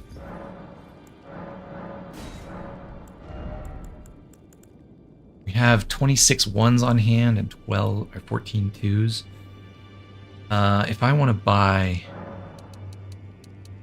10 of these, it's 4,000 runes. Let's do that. So that'll be 24 is enough to upgrade 2 weapons to +6.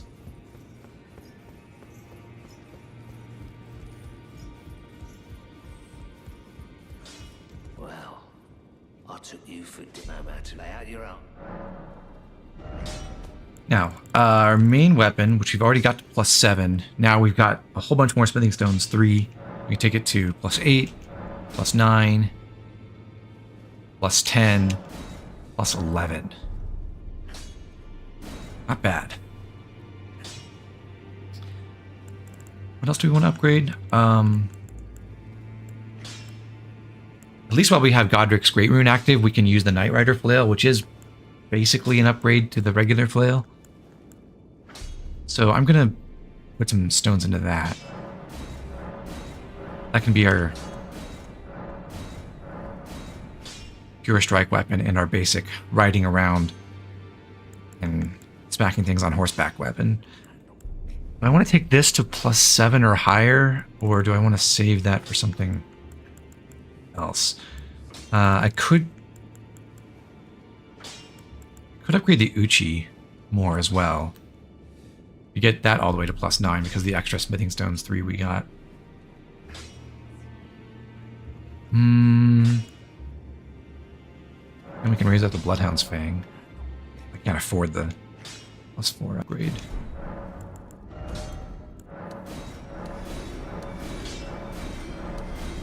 Now I can. So, Bloodhound's Fang. It's really the only unique weapon we've gotten so far that we can make proper use of.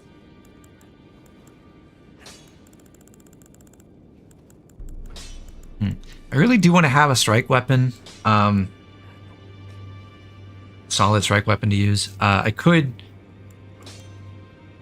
stick with the Mace or the Morning Star, which in a lot of ways would be easier to use, but I'd like to use flails some more, so I'll upgrade the Knight Rider Flail.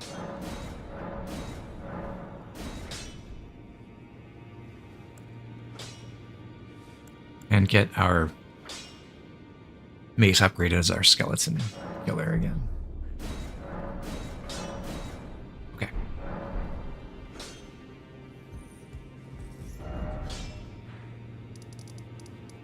Now back to the lakeshore. So we went up all this way along the shoreline all the way to the tunnel. Now we're going to check out this tower.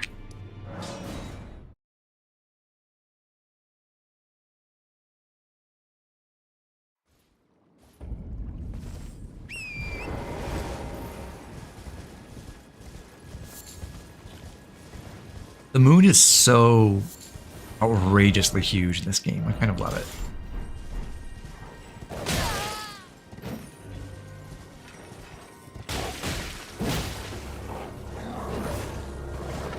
I don't want to fight 4 white wolves at once.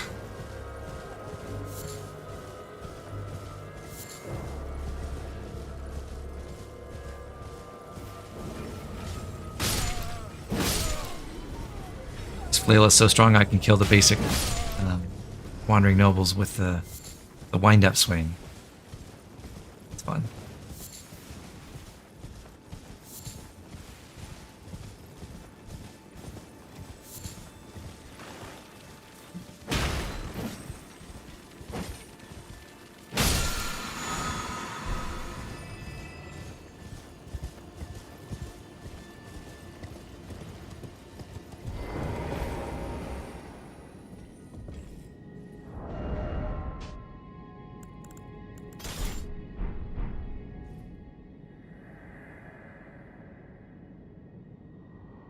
O celestial globe, transmit to posterity the wisdom of the moon and stars, and obscure forever the transgressions of the princess. That is a hint. It's not something we can act on now.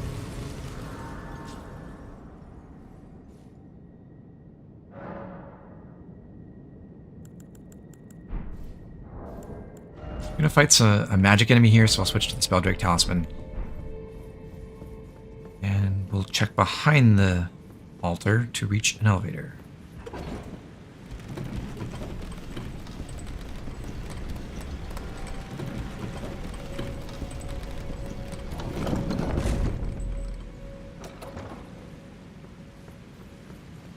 Fancy place.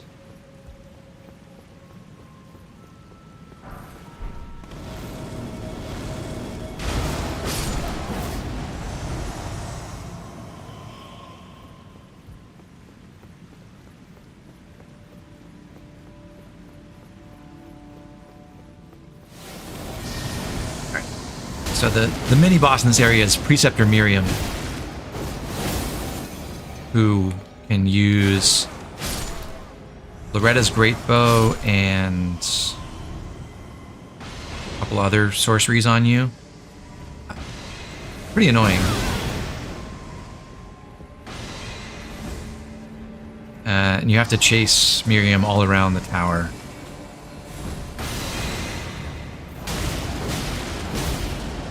While a bunch of wandering noble enemies get summoned around you.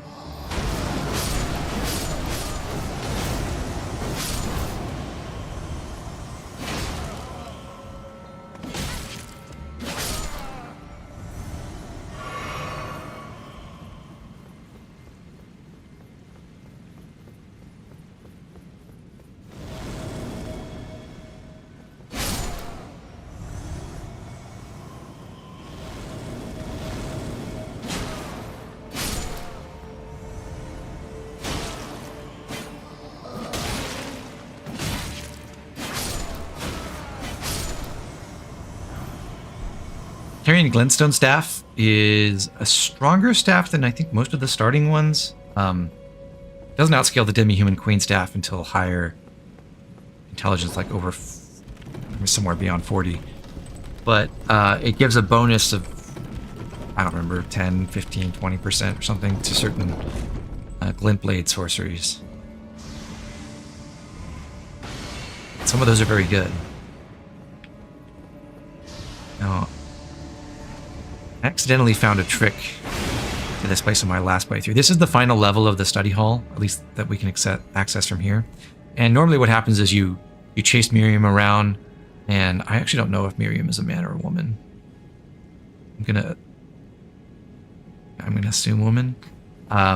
You chase her around, and she teleports away from you all the time, and you have to, again, run past hordes of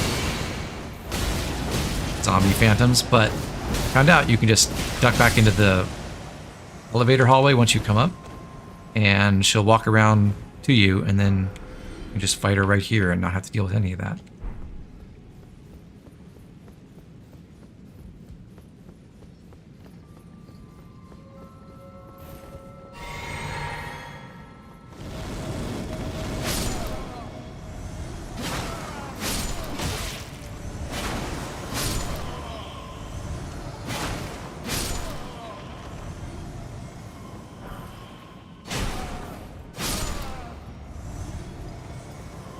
We're not quite done exploring because we had that one corpse there, and then there's another one up in the rafters. You can see some ladders on them. It is possible to climb up.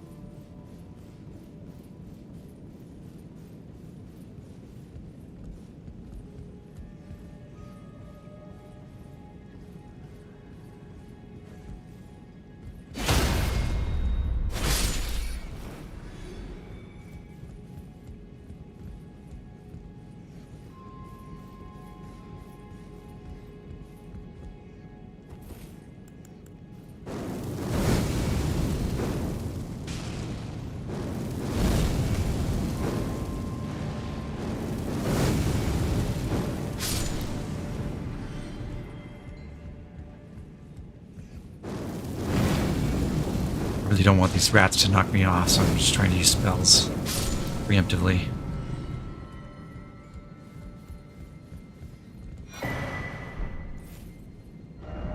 Cerulean Seed Talisman makes your blue flasks restore more FP. My experience has always been that, well, I never pump mine so high that I can't instantly refill my entire FP bar in one flask. So that's always seemed pretty useless to me.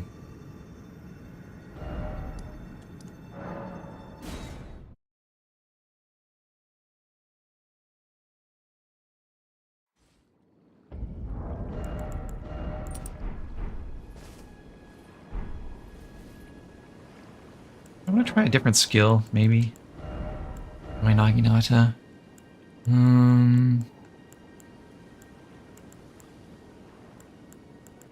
See how Storm Assault does.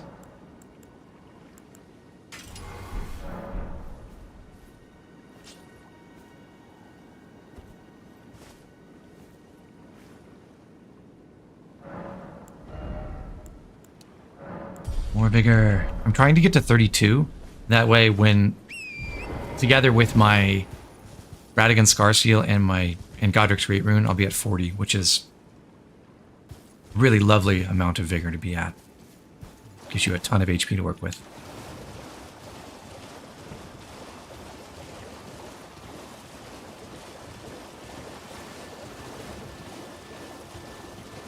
Now we're going to go through the ruins of the town in front of the Raya Lucaria Academy.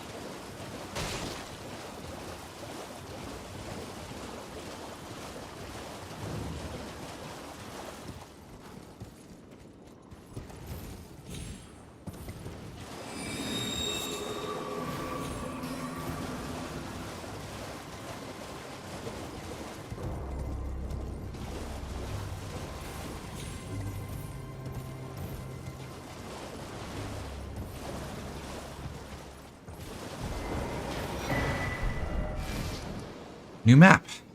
So we're gonna clear out this area and then check out some of the stuff south of the Gatetown ruins and head up to this section and then cross over and get to the northern part of Gatetown.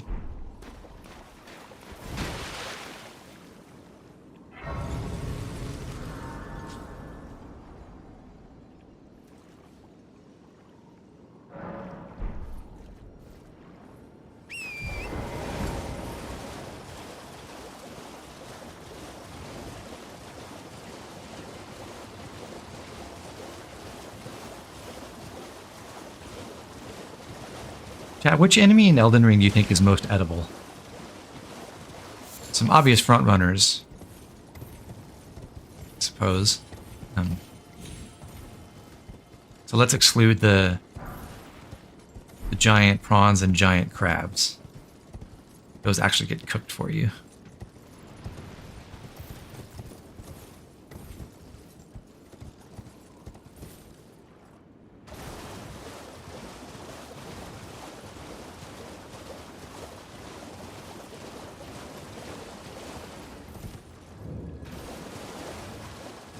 I suppose there are some other relatively normal animals to eat for their meat. There's the sheep.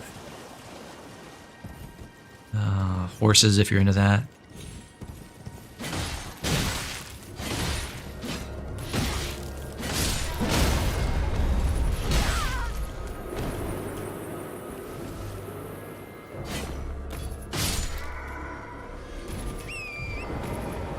Torrent.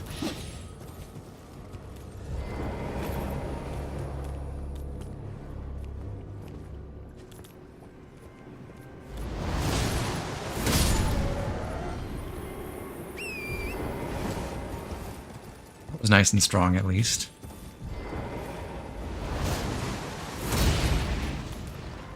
Oh, terrible range, though.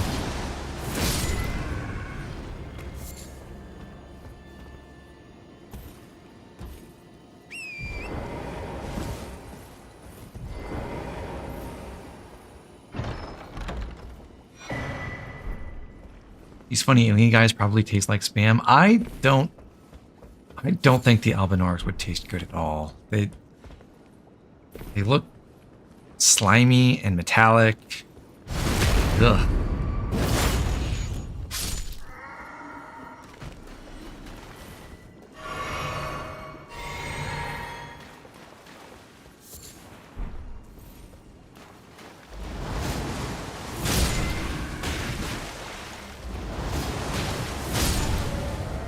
Storm Assault can interrupt these rolling charges at least. That's nice.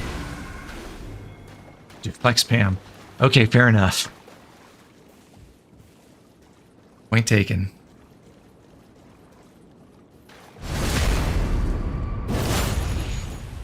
I'm not a fan of spam either.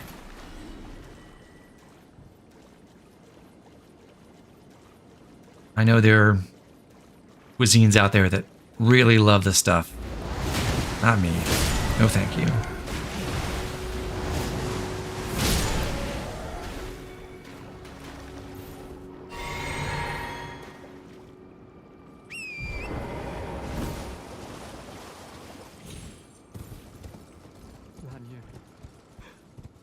Uh-oh. It's me, Dialos. Answer me, would you? I think she's dead. Hello, friend. Tell me if you know, would you? The whereabouts of the hidden house of those despicable fiends. The recusants who hunt their fellow tarnished. They laid The dragons probably taste like chicken.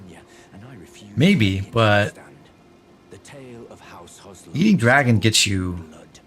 I mean, maybe it's an indication that they really do taste delicious, that eating dragon or dragon hearts gets you cursed.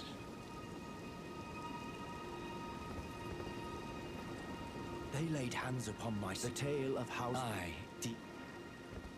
Oh, sorry, Dialos. Yeah, we'll see if we hear anything about Tarnished who hunt other Tarnished, and we'll let you know.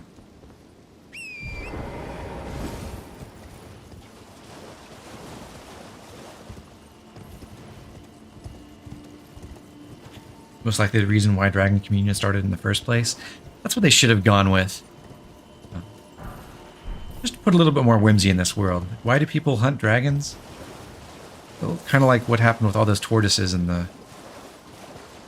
the explorers were in the Age of Exploration, when it was European sailors were discovering random islands with tortoises, and they didn't get described scientifically for years and years because they tried to bring back specimens and ended up eating them all on the way back because they were too delicious.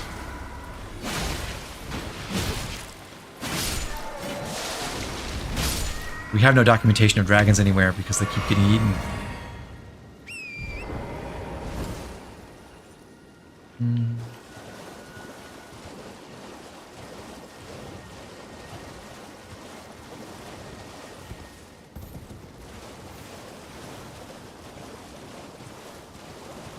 Turtle Pope disapproves.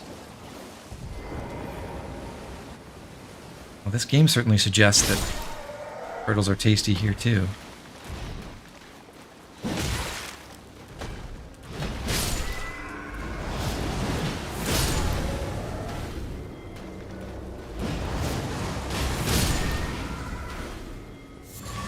Okay, Storm Assault works okay, but I'm not really a fan.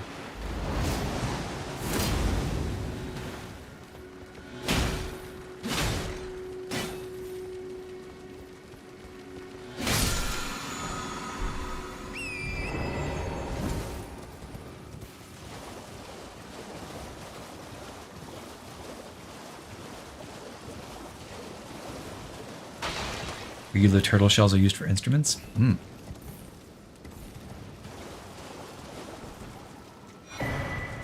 Percussion or something else?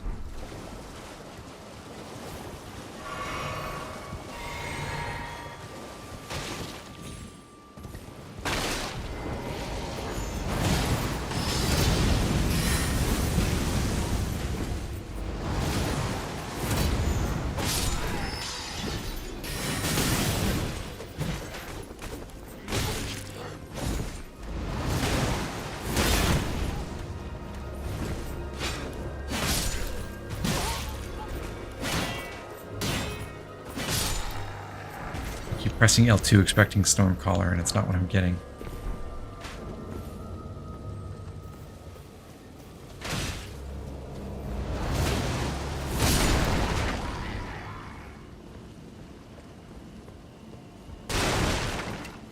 Should I make it my gimmick to be the one person who plays this game who refers to the shoulder buttons as R, ZR, L, and ZL? Yeah, I'm using a Nintendo Switch controller.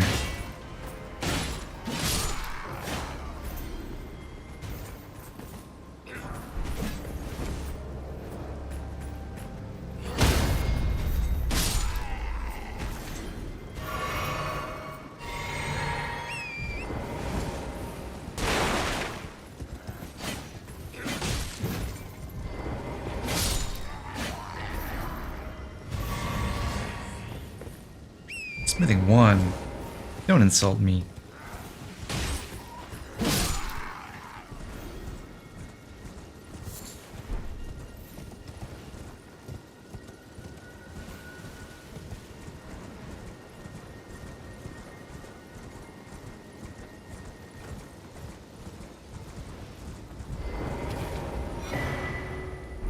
Meeting place map.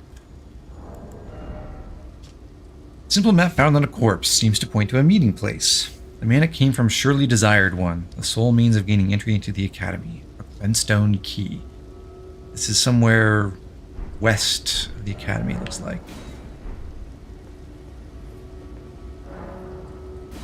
And alas, we cannot get through without a key.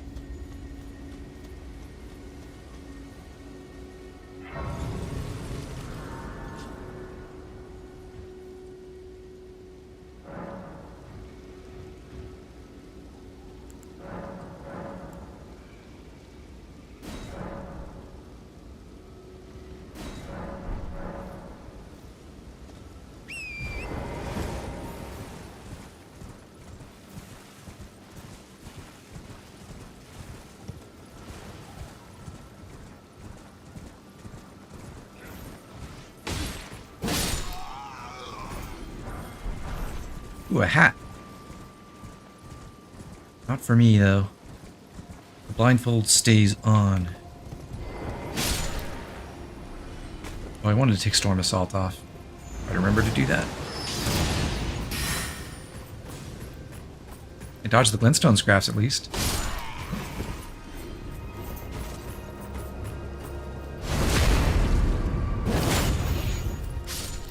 Since I don't want to alert the fire chariot, I'm going to throw some daggers at these soldiers.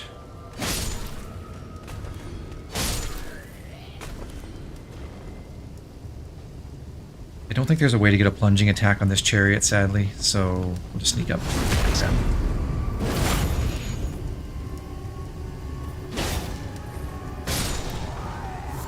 Do we have a reason why our prophet is blind?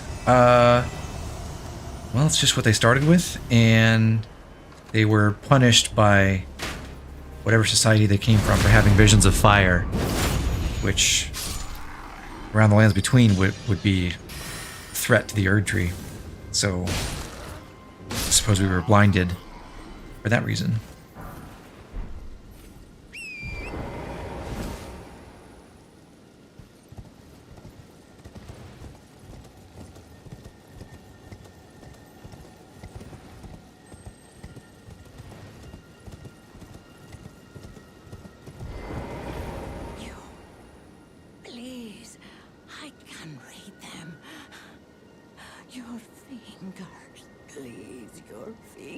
Sorry, lady, I'm standing too close. Oh, bless you. Oh. Mikola's favor can be yours. Mikola? Who's that? Slaughter.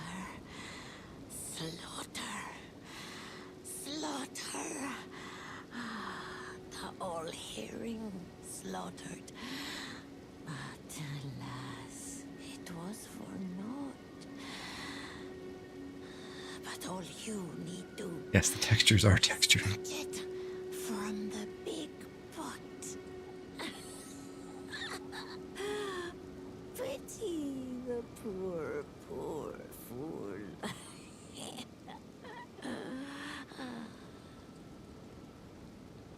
This is our direction toward the village of the Albinaurics. Finger Reader's telling us that the all-hearing one, perhaps that's Gideon,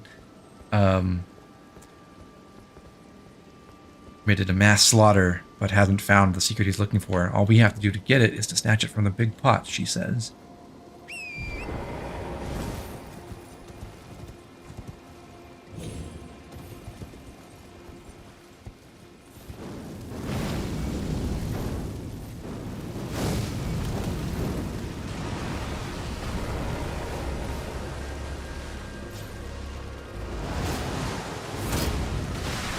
Oh, that didn't even work? Boo.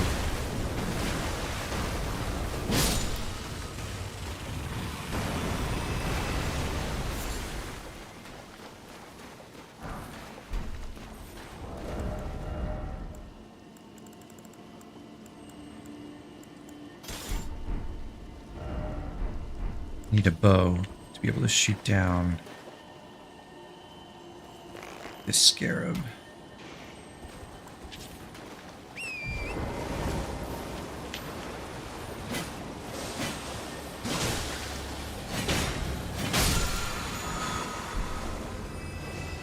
Charge forth, that's something new to try.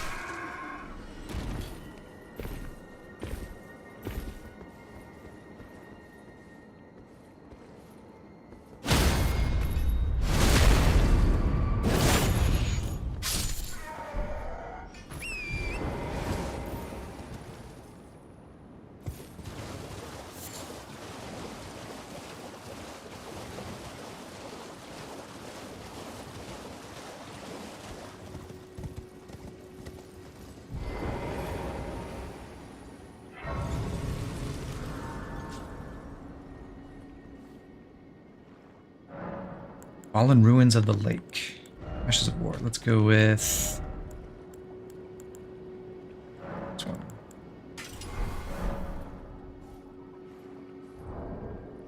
Also want to carry several sleep pots.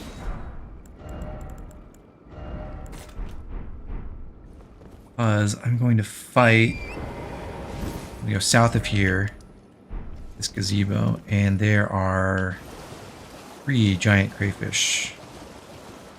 Currently just sleeping around it. I could just ride through and ignore them, but I want to clear them, and then I also want to fight this other one off west.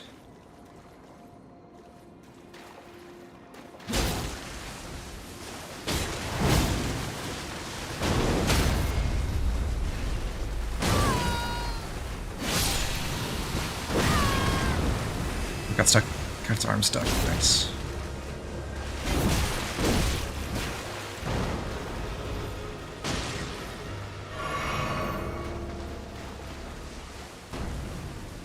These enemies are very weak to sleep pots, so makes this work nicely.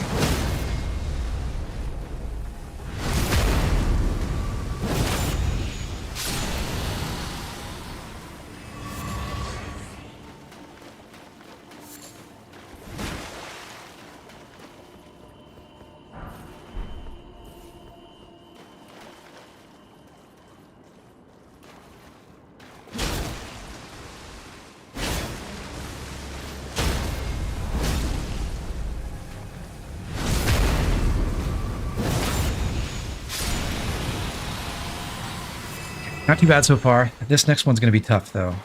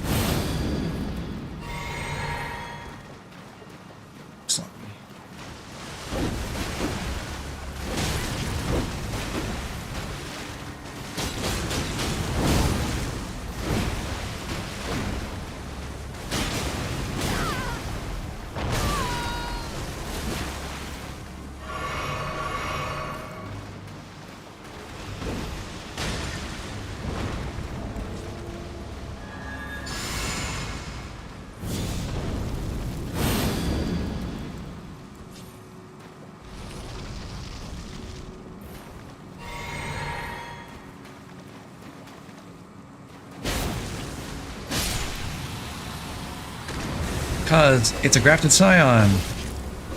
And glowing eyes. Wow.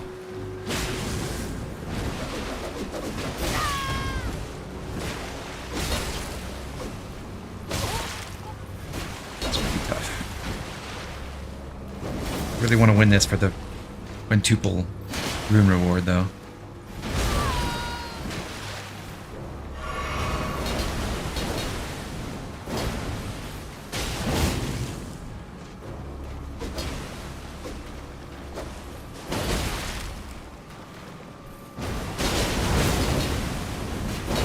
Rushworth works nice for spacing. It's good.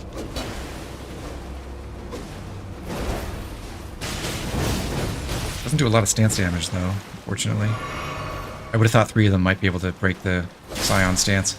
Got it, though. Oh, too late. 6,400 runes for that kill. Not bad. And that gives us another larval tier. That's our second kind of mimic enemy. After that Rune Bear and Southern Limgrave.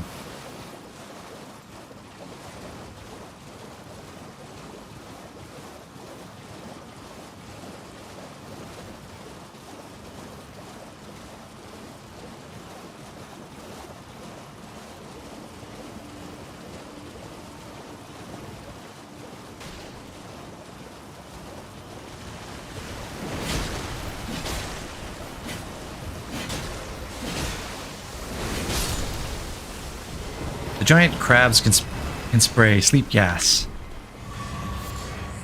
Makes them a bit more threatening than some of the ones we found previously. Although there's one in Liurnia that has a different status effect that's even more scary.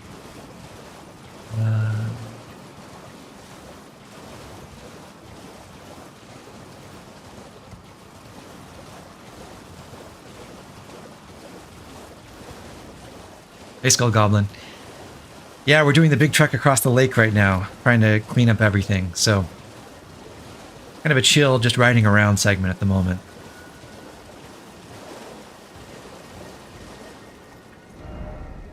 Hey.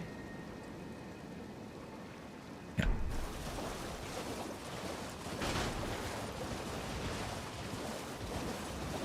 Pop that.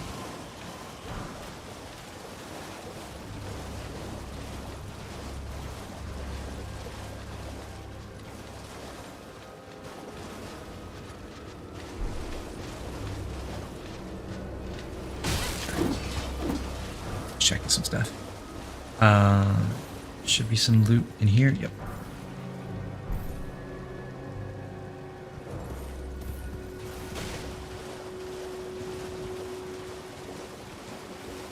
Time to go to Harry Potter Land.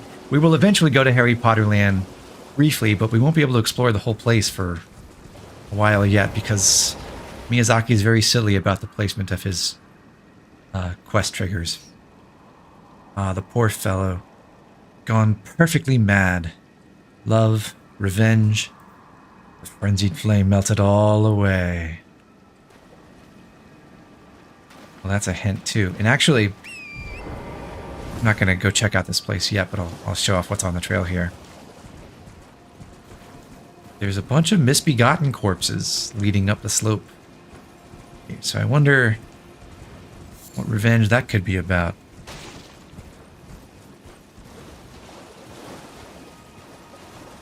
But we're not done exploring the lake.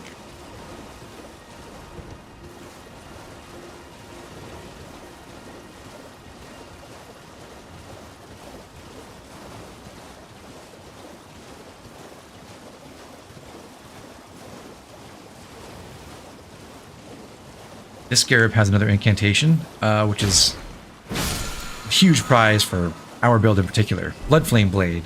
It's a weapon buff that gives your weapon a little bit of extra fire damage for, I believe, 60 seconds. It's 40% of your incantation scaling, which is worse than most other incantation-based weapon buffs. But it also gives 40 bleed buildup that applies over 2 seconds to your weapon, and those procs can stack as well. Oh, this looks fun for NPC-type enemies. So on a weapon that already has an 8 bleed, we're getting additional fire damage and more blood loss buildup. We'll want to learn that spell as soon as we can.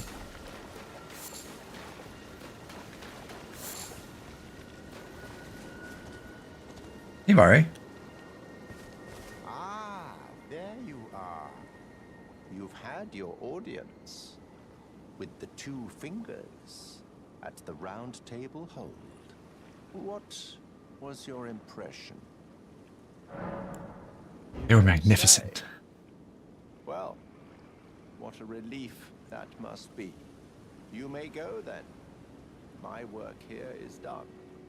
May the wisdom of the two fingers guide you. I was just kidding, buddy. I know you're not a big fan of the two fingers. Aha, your intuition serves you well. My doubts had been piling up, you see. The words of the two fingers cannot be trusted. Truly, naught but rambling, senile delusions. I believe that when the Elden Ring was shattered, the two fingers were corrupted, their guidance skewed.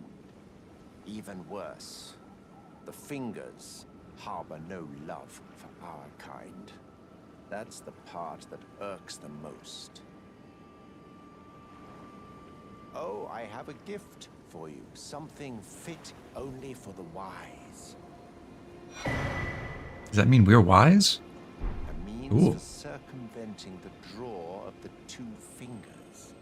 Give it a try, won't you? And if it please you, may we meet again. I've high hopes for you, my lambkin. Be sure to try that finger I gave you. There's no reason to dither.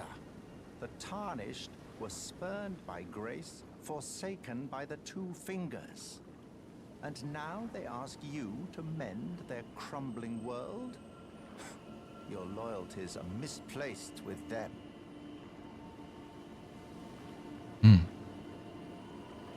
Guess we'll have to decide who we want to follow. What we got was a bunch of festering bloody fingers. Those are used for invasions. I don't have multiplayer active, so can't do that. We'll have to find another way to fulfill Varre's request.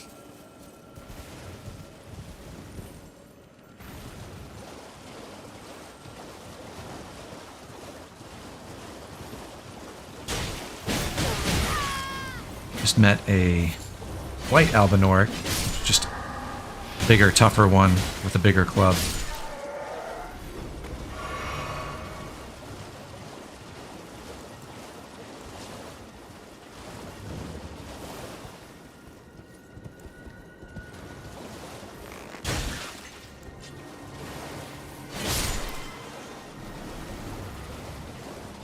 This area can get tricky if you just rush in and loot the item in the middle, because a whole bunch of Albinauric, like basically every enemy in this area will aggro on you as soon as you grab that. And there's a group of Albinaurics that are submerged around that item that'll jump out at you as well. So if you're not prepared to fight off a whole group, that can be really dangerous. I am not particularly well prepared to fight off a whole group of them, so I'm going to circle around and take out all the white Albinaurics, at least individually.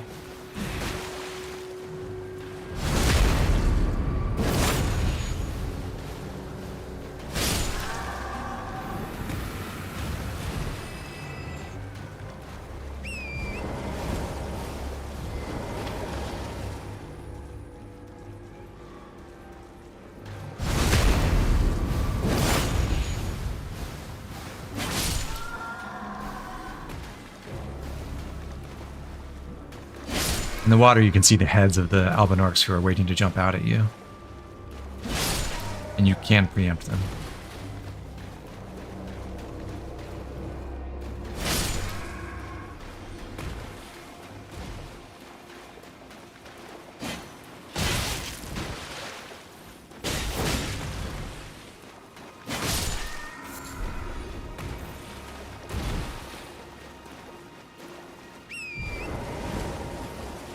Okay.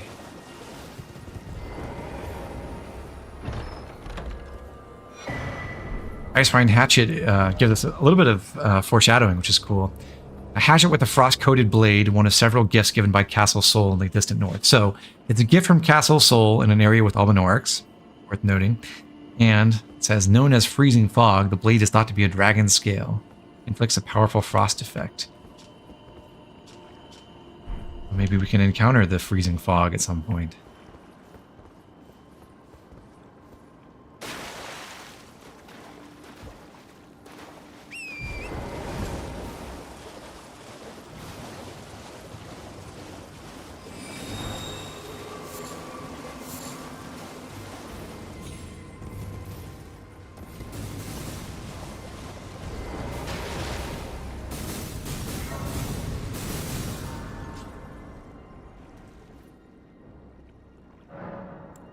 Level up, we got our 32 vigor, so now at this point we'll pump dexterity a little bit.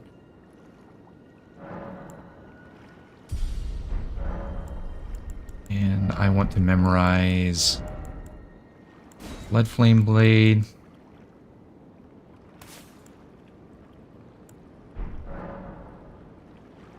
Hey Patrick. What's up? I also want to change my skill.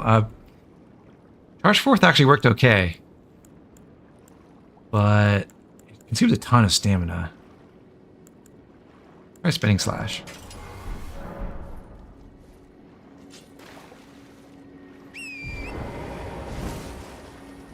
Time is it? Late day? Just to be safe. I'm gonna make it morning.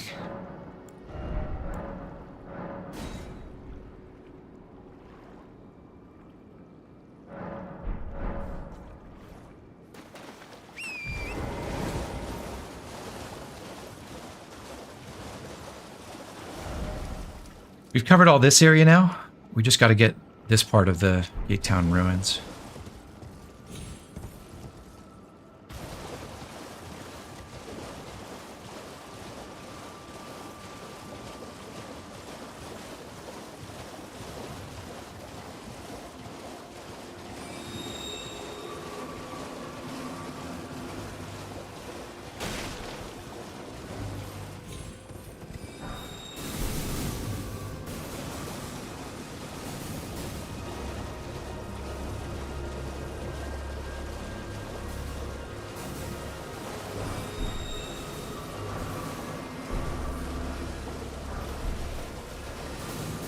The Albinauric frog, the Albinauric mask headpiece, like the frog head, is such a legendary piece of equipment for making really funny looking characters. It's not really my style to get goofy with the character creator and the outfits, but it's incredibly funny to see sometimes.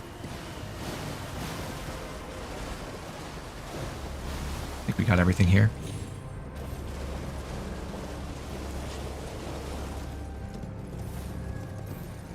Spy a rune bear nearby. It spies me too.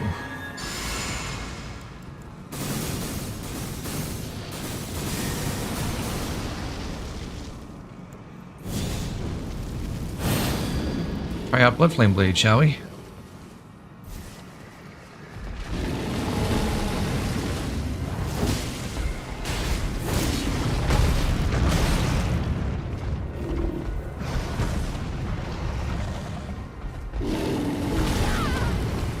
I thought I dodged through that.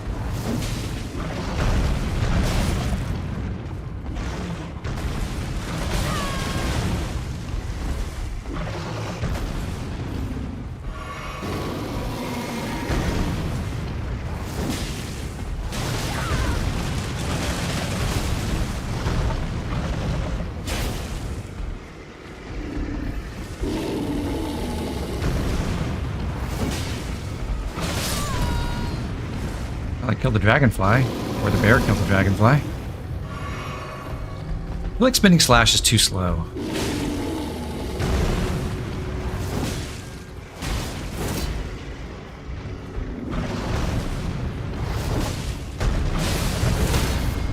Finally, there's a bleed and a stance break. Charge attack should kill. Yeah. grinded 3 levels while trying to get the pumpkin head and never got it. That's a shame. Honestly, I think on PC, you should just whip out Cheat Engine and get it that way.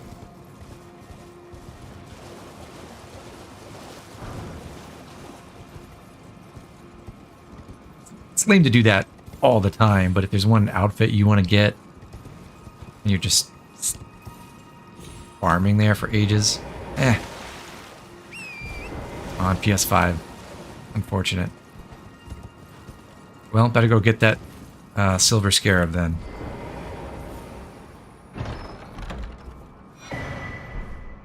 Way late in the game.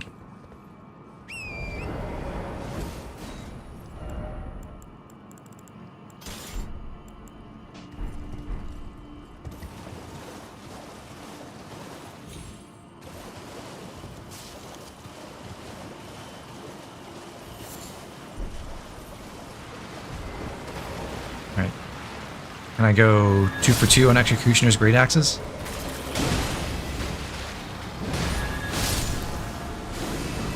Oh, I did. Wow. It's like a 4% drop, maybe? Something like that.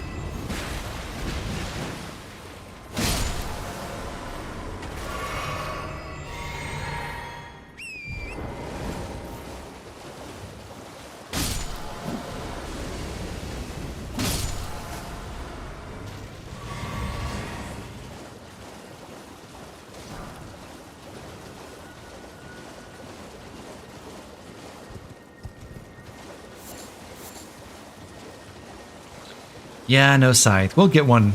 Maybe not a grave scythe, but we'll get a scythe of some description, guaranteed. I'm not worried about it.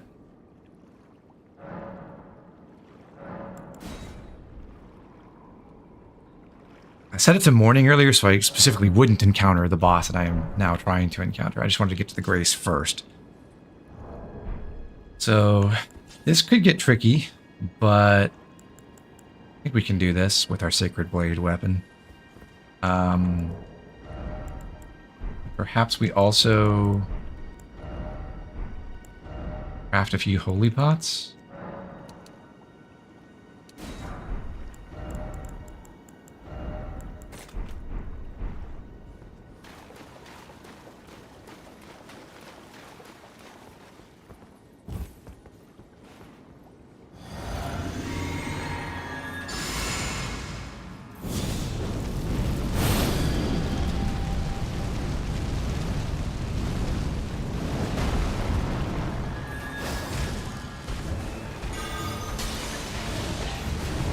Oh yeah, look at that damage.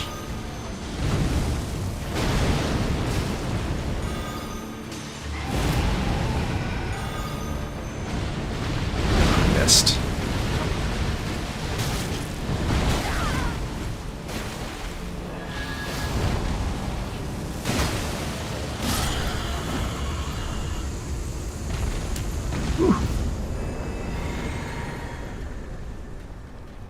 That was a Deathrite bird, the upgraded version of the Deathbird, and what makes them upgraded is they can cast all these death sorceries, which are really, really lethal. They deal a lot of damage, and some of them spread this ghost flame on the ground that can stun lock you and keep damaging you repeatedly, especially if you're on Torrent, because Torrent gets flinched by basically any kind of damage. It can kill you real fast. But the holy pots are incredible. Especially if you got even a modest amount of faith.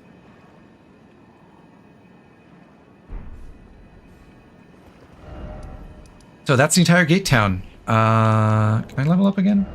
Yes, I should do that.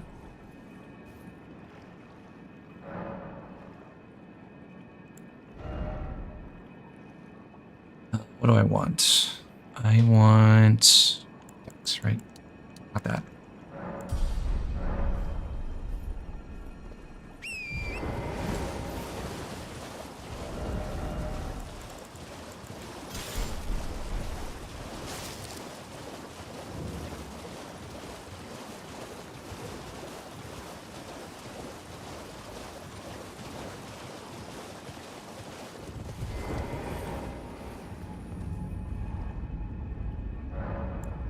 It's Ascending Gate. This one takes us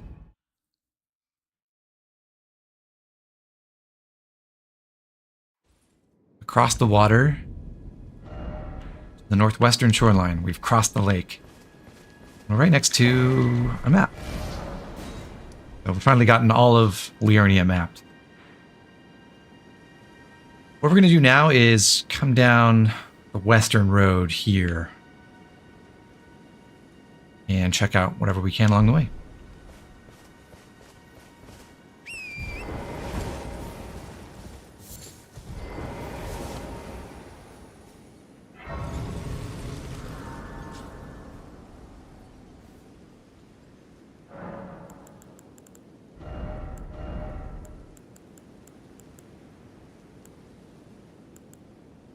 I think repeating thrust could be really good with Bloodflame Blade.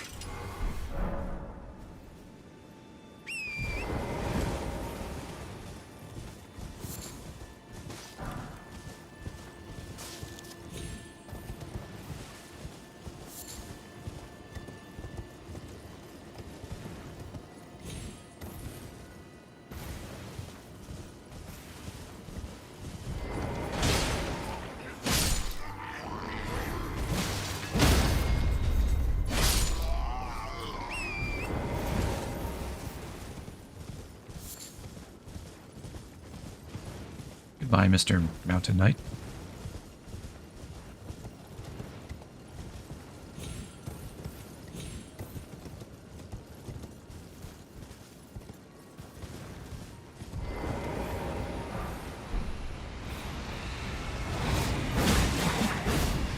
Frankly, this looks like a situation where we'd rather have Stormcaller, though.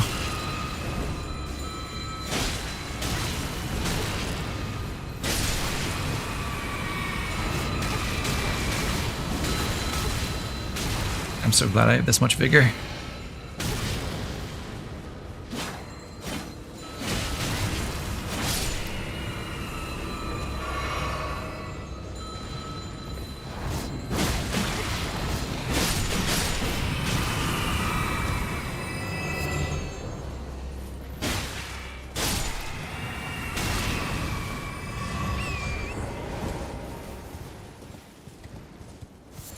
That was a lovely ambush.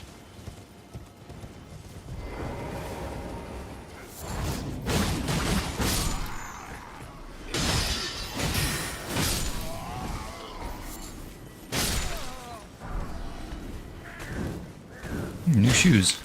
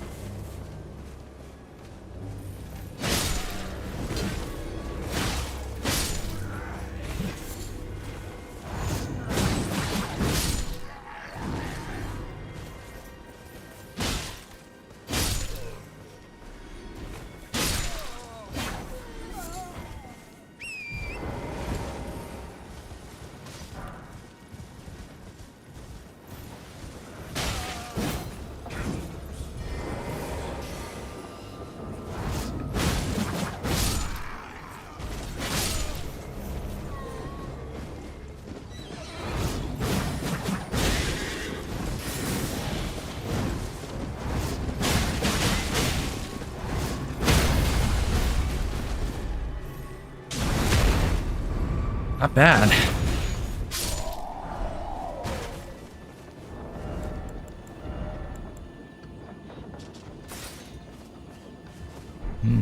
Shiny gauntlets. Let's try this out.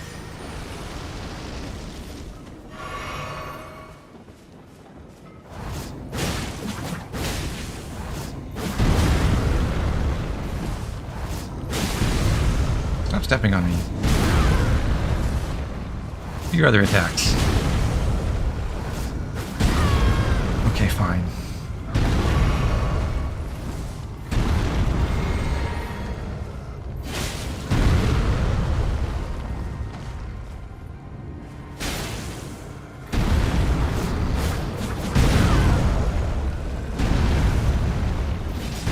This may not have been the best demonstration. I gotta bleed.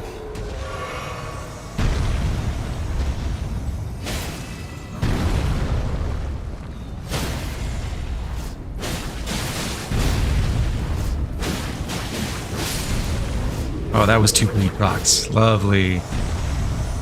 Okay. Cool.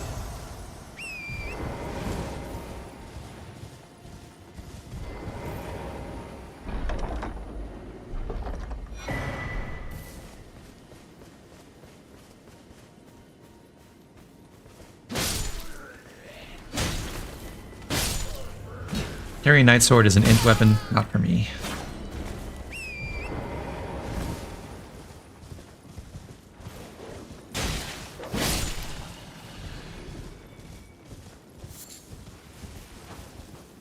Love the look of the Cross Naginata. I love it too. It looks awesome.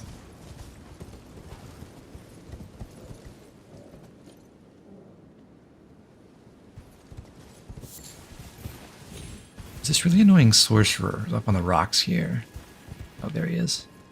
Let me kill him first.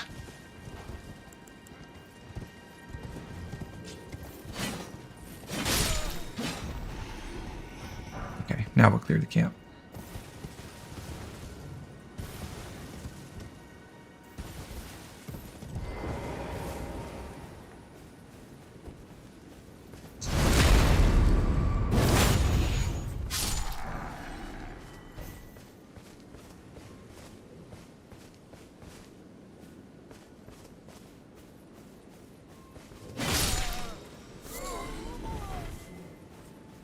They're so blind at night, it's funny.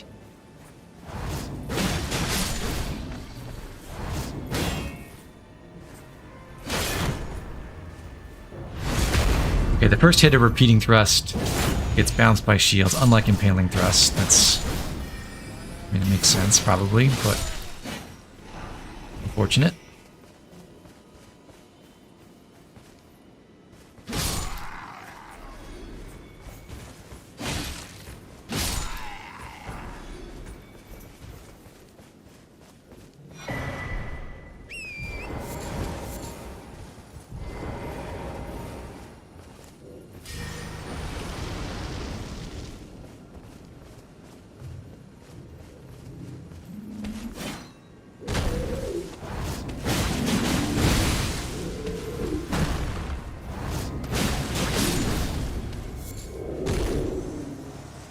Not bad at all.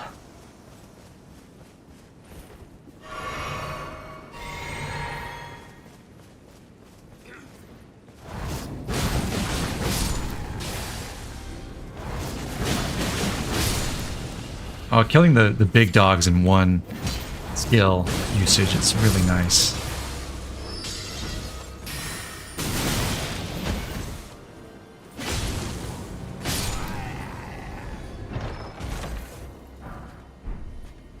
Their smithing stone 4.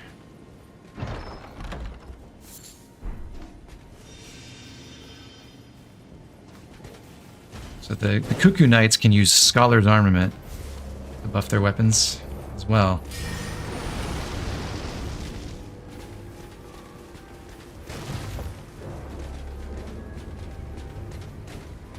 But how did you know I went this way?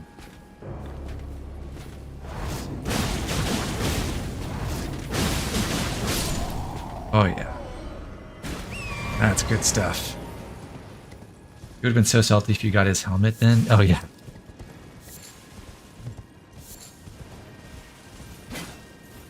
I should just turn on streamer luck.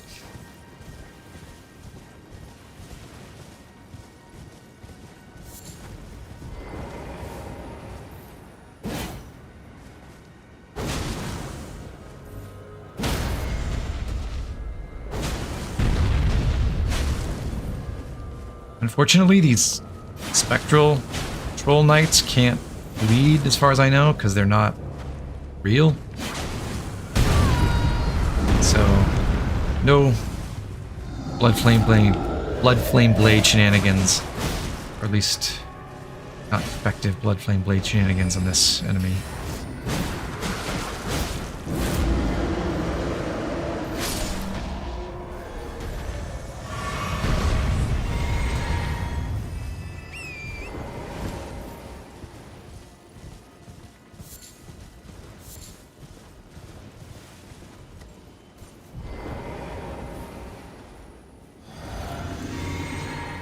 technically no enemy in this game is real. So true, Iris.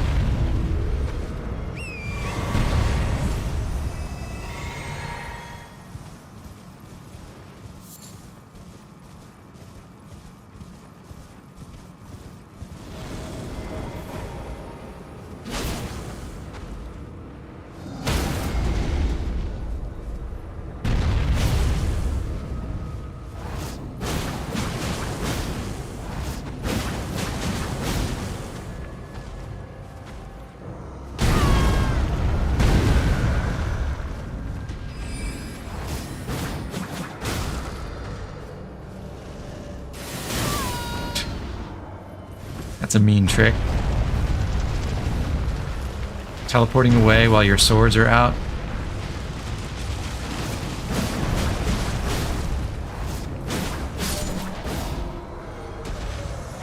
If you ever do a dex build, you're picking up the Naginata. It looks really fun to use.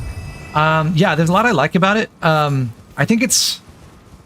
Certainly, I feel like the Uchigatana is easier in close quarters, because I think generally having sweeping and slashing attacks is easier in most battles than having thrusting attacks. It's more forgiving in terms of your hitboxes and everything. But yeah, there's lots of... I'm having a great time with it so far.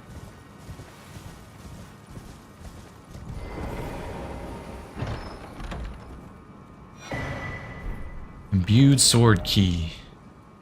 Stone key shaped like a sword, a special item imbued with rich blue magic. Breaks the seal on the imp statues guarding the sending gates enshrined in each belfry, but remains embedded in the statue after use, meaning it can only be used once as an item. Think well before using one. Those are unique stone sword keys that can only be applied to the sending gates here at these belfry towers. You use Moonveil for Int, so you've already used a katana in that sense. Yeah. I used it for a little while too in my first run, but then I switched to some other stuff, and then my permanent weapon was the Darkmoon Greatsword when I got it. So if we go down to these other towers, we can check the messages at each one, and they'll give us a hint about which destination each sending gate goes to. Night Sky Unceasing takes you to an area of Nokron, where you can get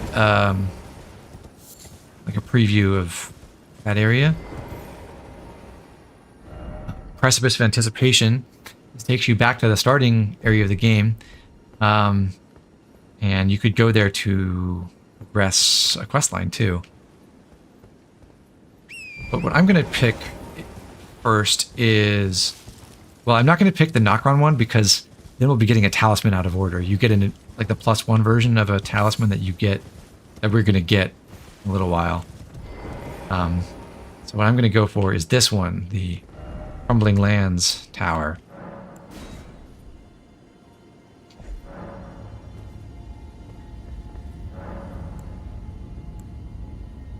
And travel through to that location.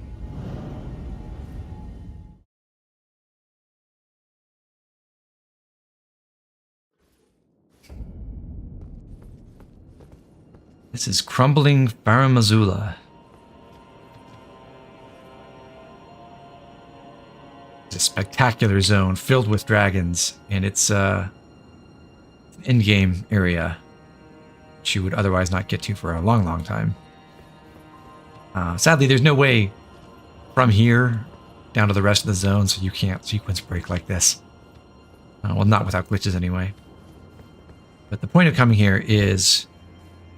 Well, you get this view of this area, and you also get to access a couple things earlier than you otherwise would.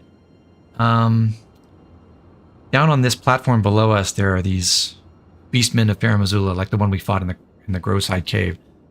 And The one on the left, I believe, uses a Beastman's Cleaver, which is a curved greatsword that you otherwise could not get until you reach the rest of Farum Azula proper. So this gives you an opportunity to farm it early if you really want to have that weapon. I'm gonna not fight these guys. They're kind of tough. I don't think really worth the effort. I don't really want the weapon, and well, they do wake up. Dang, I was hoping I could just sneak by. They make things more complicated here. I might have to fight them after all. But maybe I can knock them off the platform. Yep. Cool. They're worth a good amount of runes, at least. Now our map is expanded even more. This is like the farthest east area in the whole game.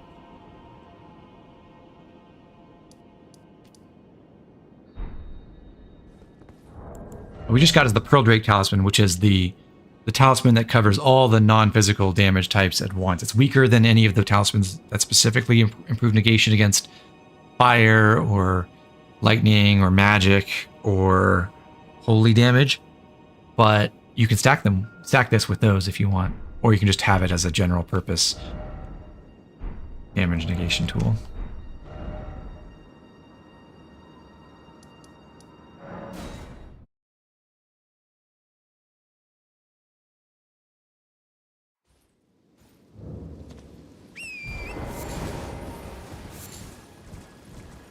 How do you think the lake in Liurnia stays the way it is?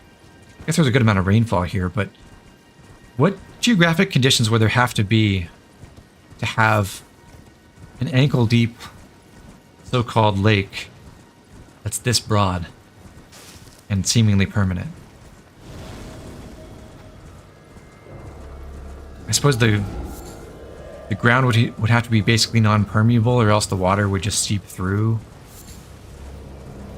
It would have to be relatively shady so you wouldn't evaporate with the sun on it all the time.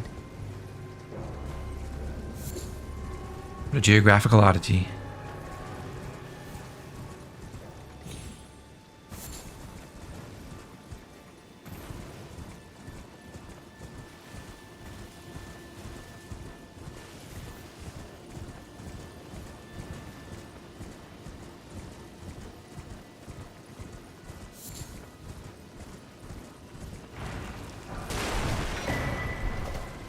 Jellyfish Shield has a skill you can use where it, as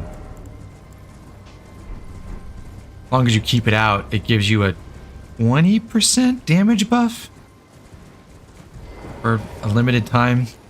I know it's one of those things that people use to stack damage for one-shot kills, if they have the room for it and they don't need both hands.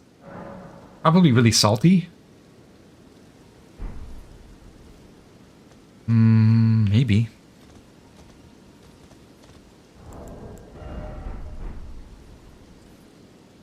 Like the salt flats in California, but wet.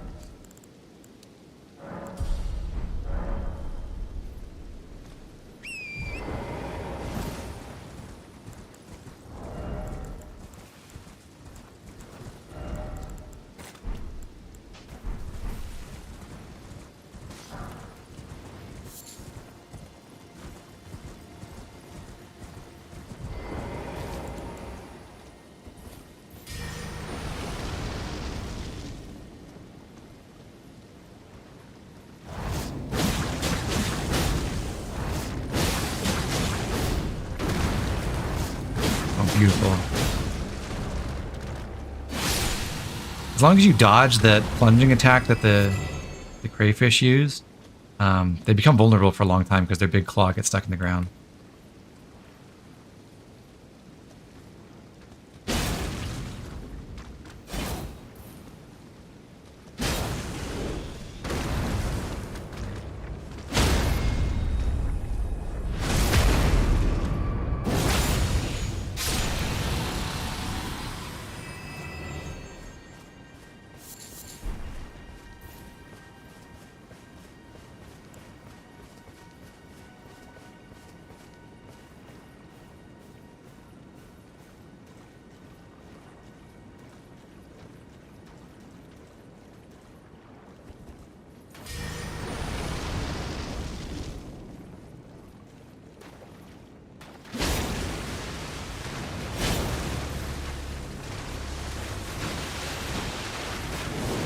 gonna try to get these to friendly fire each other, but maybe not.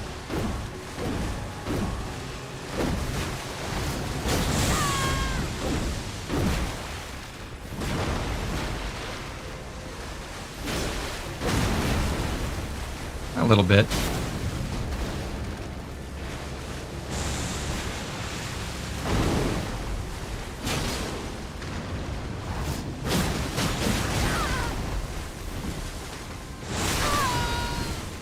Uh-oh, I'm in sniper mode now.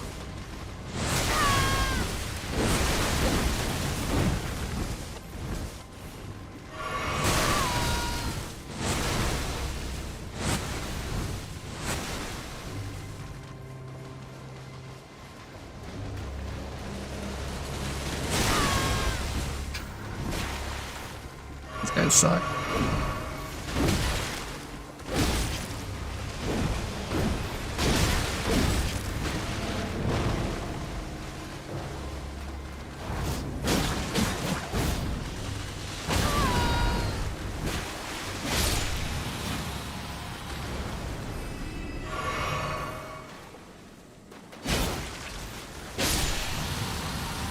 I should have just gone with a sleep pot from the start.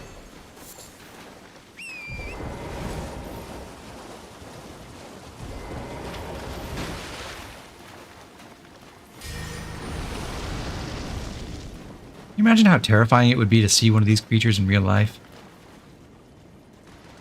Stuff of nightmares, man.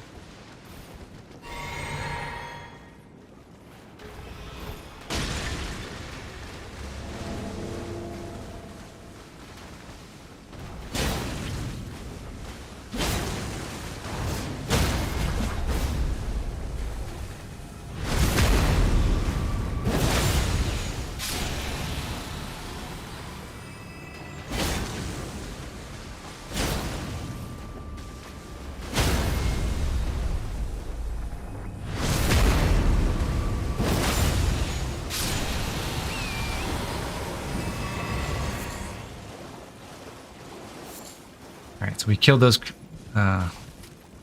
things, got a bunch of strips of white flesh, and the only reason to come out here was to loot a corpse that also had a strip of white flesh.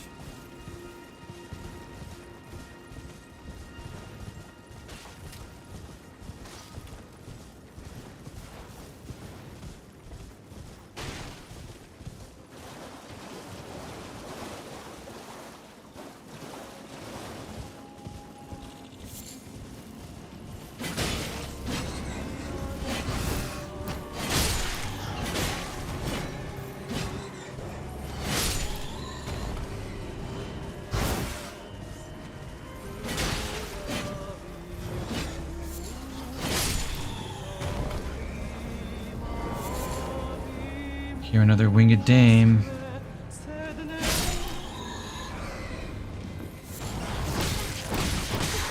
Ow.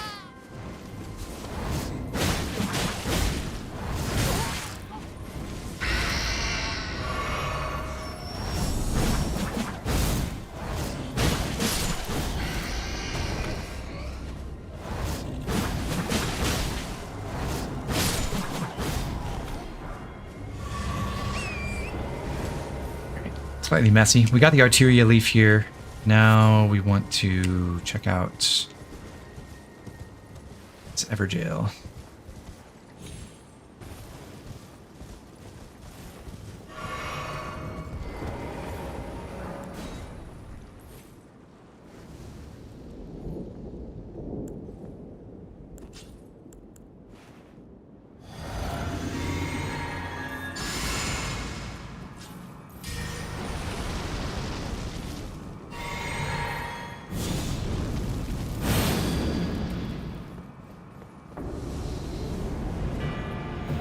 Bulls, Carian Knight.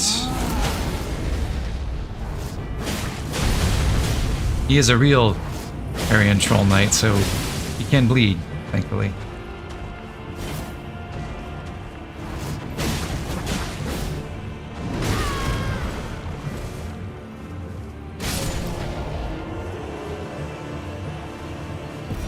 Alright, bud, don't know what your crime was, but thanks for the sorcery that I'll never use.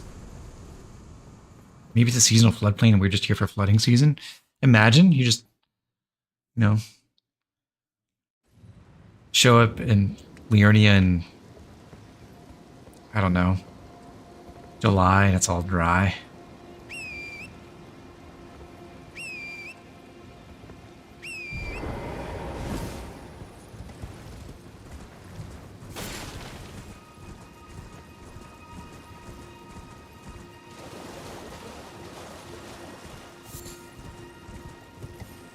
So close to a no-hit. Yeah, we'll get a few. It'll happen.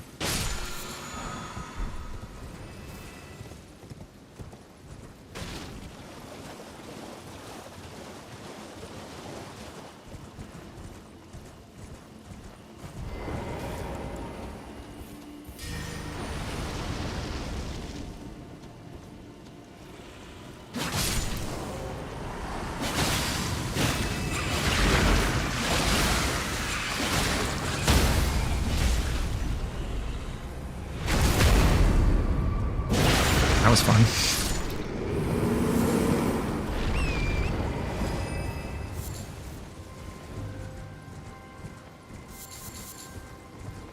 Okay, we circled back. Let's see what's up with those misbegotten corpses up here.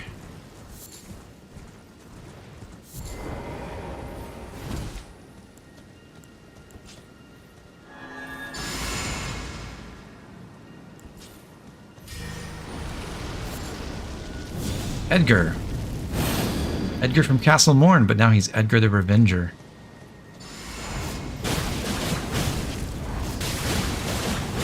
Oh yeah. Blood Flame Blade with repeating thrust. Oh, beautiful. Yeah, he apparently killed a lot of people. He killed some Misbegotten, which we otherwise don't see in Liurnia. And maybe these corpses too. And he dropped a Shabriri Grape. Another one for Hyetta. And his Banished Knight's Halberd, which is already +8. Very convenient. That's basically going to be our halberd to use. I think it scales better with Dex than Strength by default, so it's the Dex halberd. And it's upgraded for free. Very nice.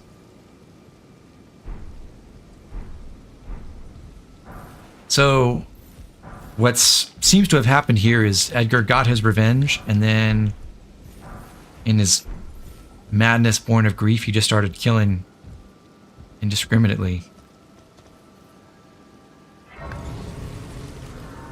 That's no good.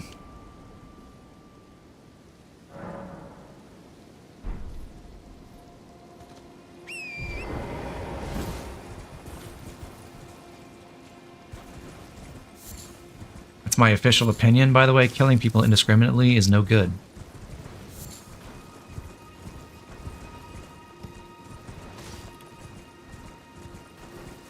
This trail splits. If we follow it to cliffside, there's another guide and gatekeeper statue. A little surprised Edgar wasn't worked into the Volcano Manor plotline, but it still works fine. Why do you think he would work into the Volcano Manor plotline? Like he would have become a recusant?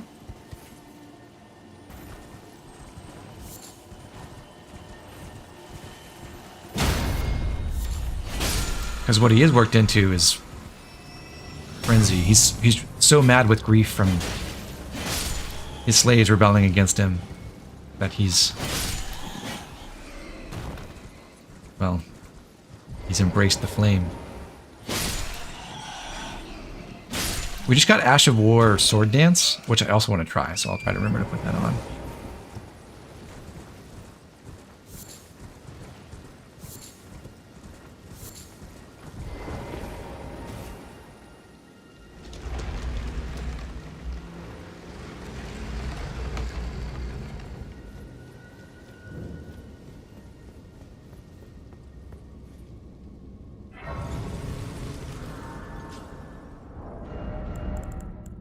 I know this place has imps, so I'm going to use my +9 flail.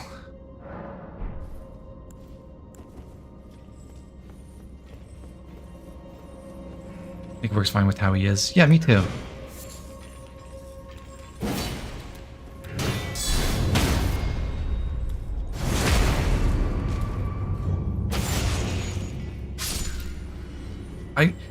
It is a situation where I wish he had some actual lines to remind us who he is and show how he's been driven absolutely insane, as opposed to just showing up as a random invader. But I guess they're being economical with the voice acting budget.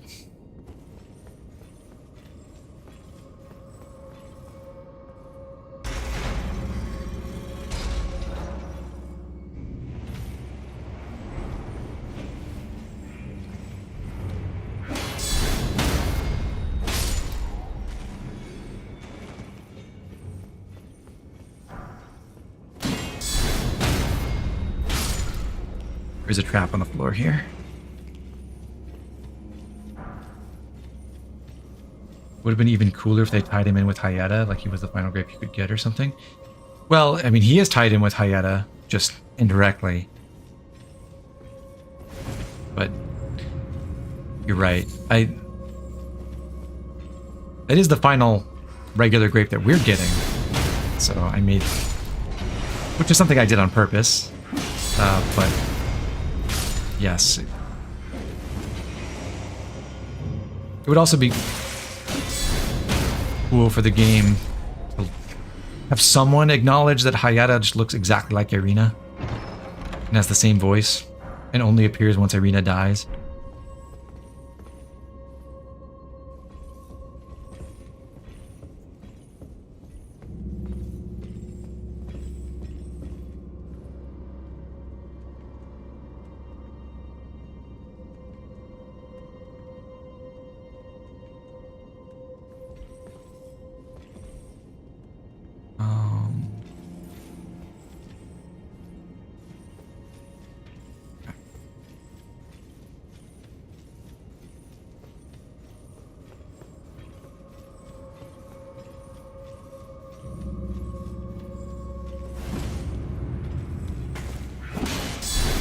Basically, yes.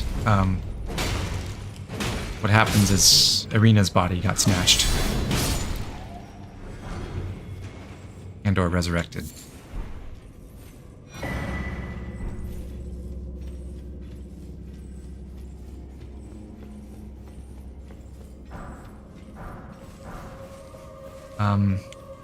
But strangely, unlike the other example of that happening in this game, Irina's corpse is still there. If you go to the Weeping Peninsula, it's just at the same spot. Hey, Jimmy. Good to have you here.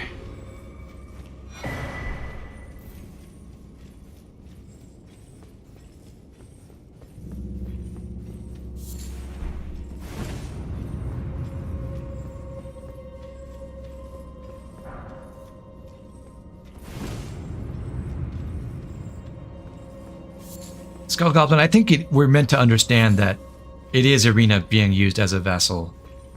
Just they didn't remove her corpse for whatever reason. So happy being 5'10" at 13. Okay.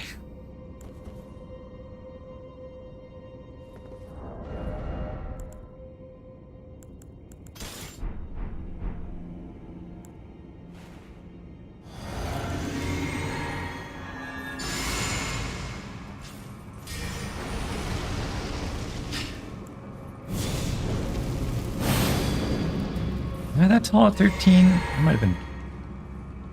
Not have been to the 14.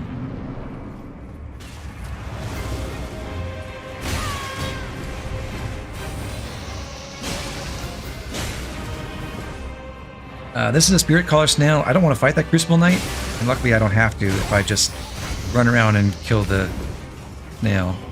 It teleports to different places, but you can see where it is because there's a faint glow spots.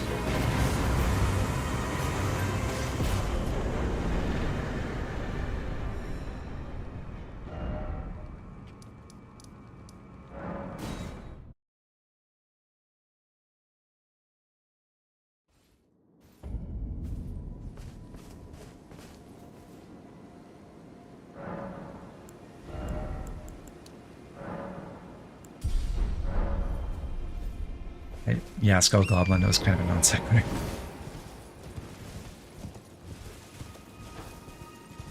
Oh, you fought him thinking he was mandatory? There is another Spirit Collar Snail boss where the summons are mandatory, so you're not dumb.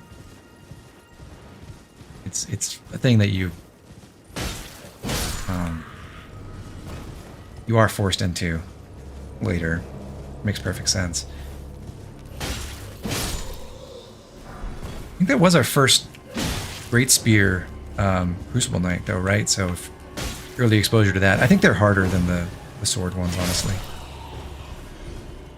Yes, the Godskin duo spirits. I just got the Guardian Guard twice.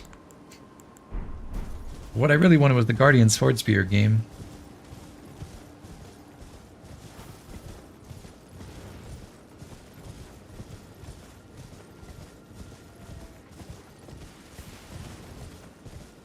Crucible Knight wields Siluria's tree, which is found far later in the game. That's a unique knight, otherwise, as far as I know. I think there are 3 knights, counting that spirit one. I think there are 3 that use Siluria's tree.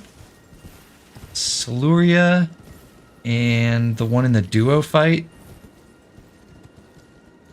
And that one.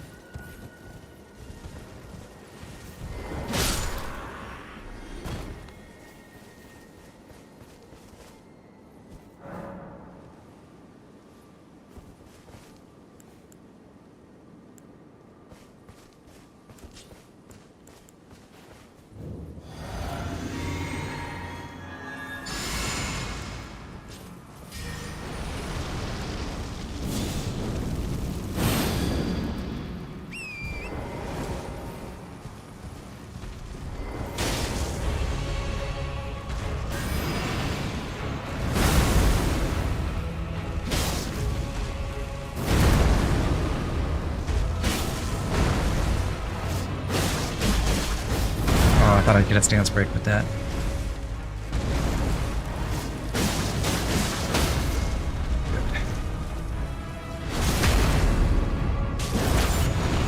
Come on, no Elden Stars? Yeah! Got him.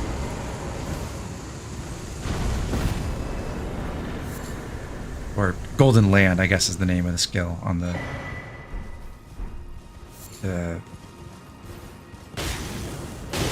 Tree avatars. I was wanted to say Tree Spirit.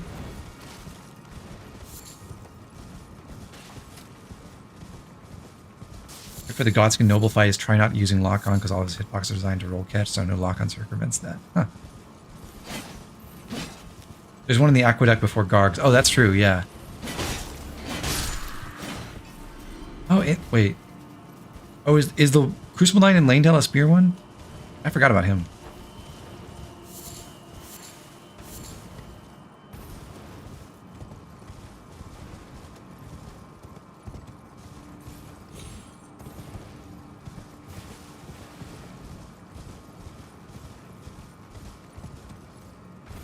One thing I like about this southwestern side of Liurnia thematically is you've got the Revenger's shack and Edgar having being driven to madness in a quest for revenge.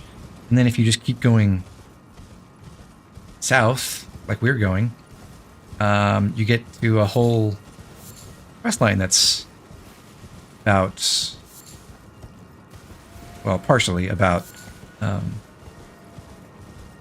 seeking vengeance for an unspeakable act of murder.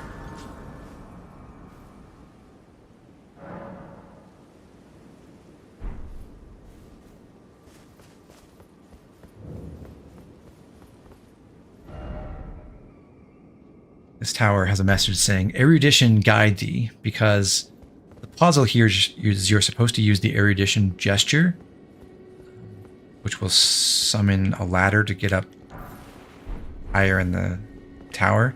I think for the sake of the run, I'm going to respect the gimmick, but you can also just hop on Torrent, climb up the outer wall, and jump to the balcony outside and climb up that way. And you get a memory stone early.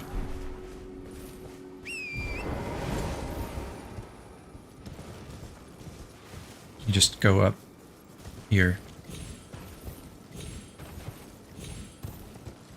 and jump Here, and there you go. You're in.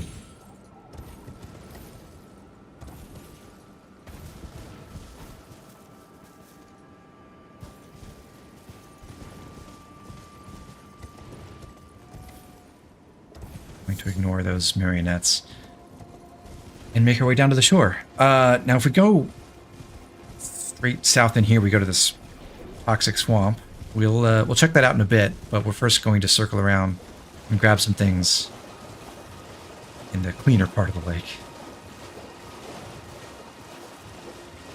There's another tower in the far northeast. Yes, I'm aware of that one.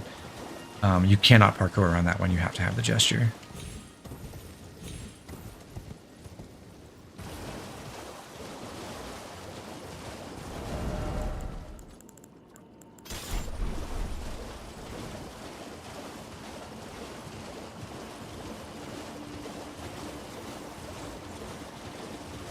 Nestled in here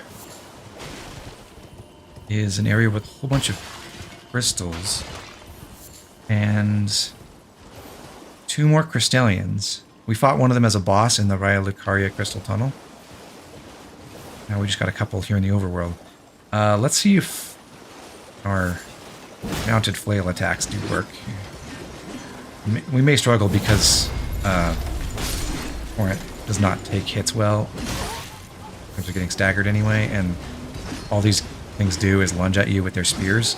But if we can get in past their guard, yeah, tons and tons of damage with our strike weapon. Not bad.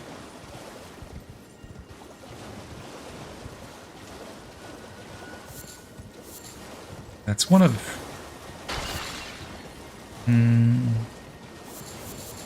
I think that's one of 2 places where you can fight Crystallians as regular enemies. And then there are also putrid ones that show up as regular non-boss enemies later.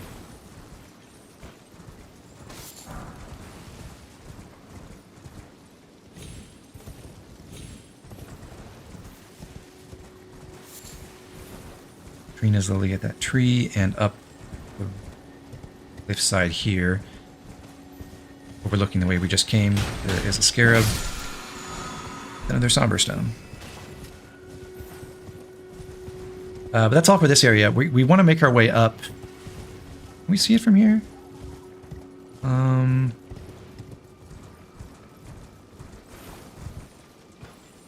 maybe not. Well, we'll head east, around to the north side of the poison swamp and come in from that direction.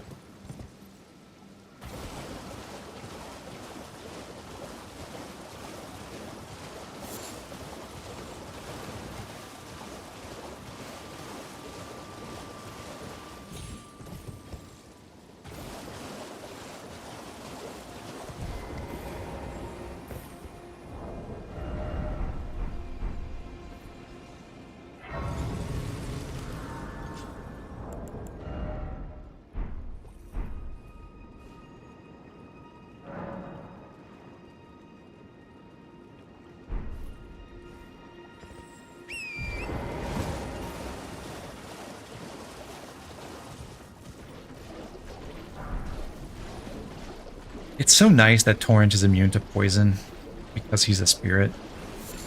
Makes navigating these swamps way easier than it otherwise could have been.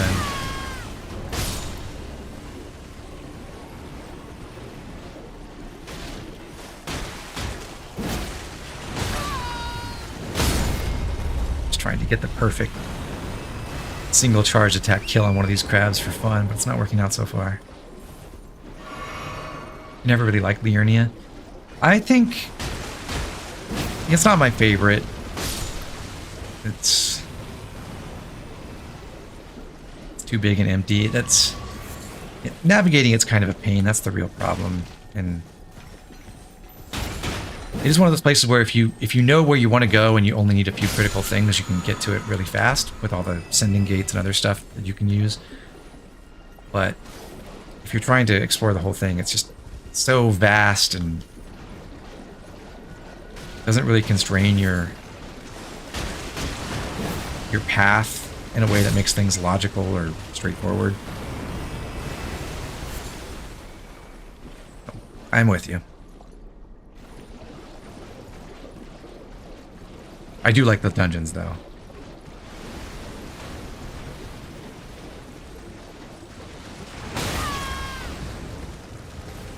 I wanted to go this way first.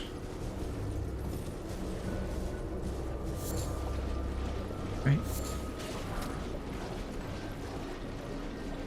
No, perhaps not. Liurnia is essentially a donut for content. Most of the good stuff is on the borders. Yeah, that's true.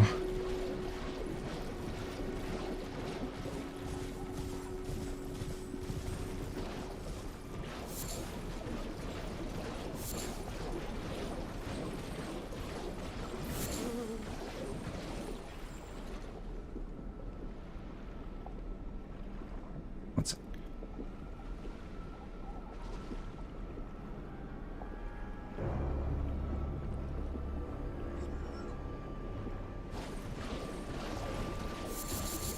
This is one of the biggest sources of Trina's lilies in the game,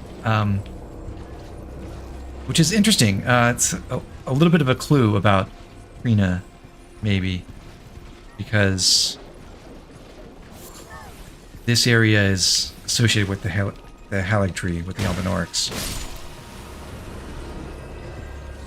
And these are a couple of first-generation Albinaurics, but they've been poisoned. And now they're spewing poison themselves. We'll meet some other non-poison ones very soon.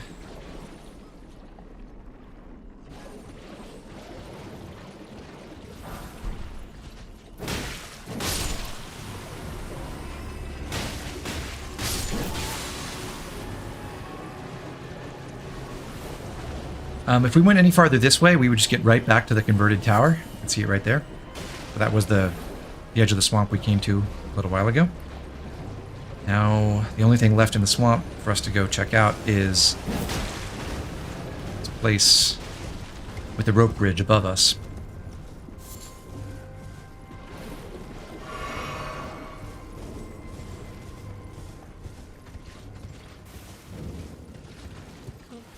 Village of the Albinaurics. There's an Albinauric who's not poisoned, but he's still been driven mad and is unfortunately hostile. Oh, it's you. Well, what do you make of it? What's happened to this village? I witnessed a sight much the same in my infancy. The oppression of the weak. Murder and pillage unchecked. A waking nightmare. Made by men. Easy mistake. But this time, I'm a woman grown. And though the suffering cannot be undone, I can still mete out justice. Justice to the oppressors. Let the scars I carve remind them.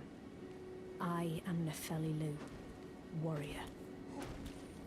Nepheli, I really respect that. I gotta kill this guy though. So what I like about this, with this quest line, and coming here right after the going down the west side of Liurnia, is Nepheli's sort of a counterpart to Edgar.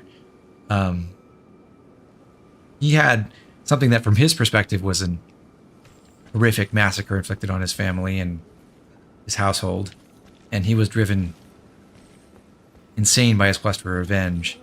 Nepheli also seeks revenge for those who were slaughtered here, but they're the weak and the oppressed, and she's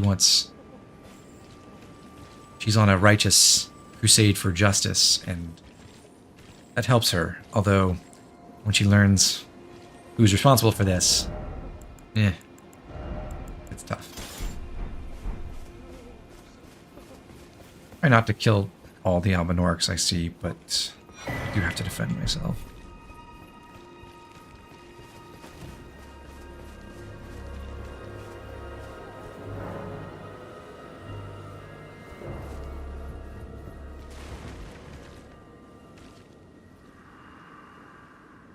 There's a commoner at the well. This village is done for. Please, even if it's just you, old Albus, hide well and still your breath. I think this was maybe meant to be an Albinauric and model and not a commoner model, but this guy clearly has legs.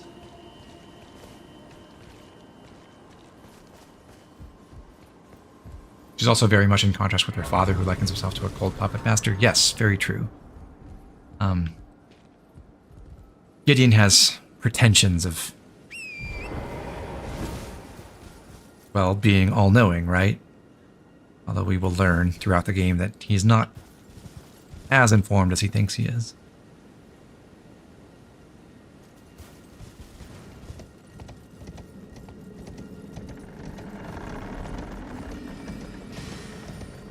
Some of the Albinaurics are mages, like this one. So they have connections to two factions in the game, really. There's Mikola and the Halig Tree, as we're about to find out, and also with the Carians, who have sort of sheltered the Albinaurics here in Liurnia. But the Carians no longer control most of the institutions here, and that's not gone well for the poor Albinaurics.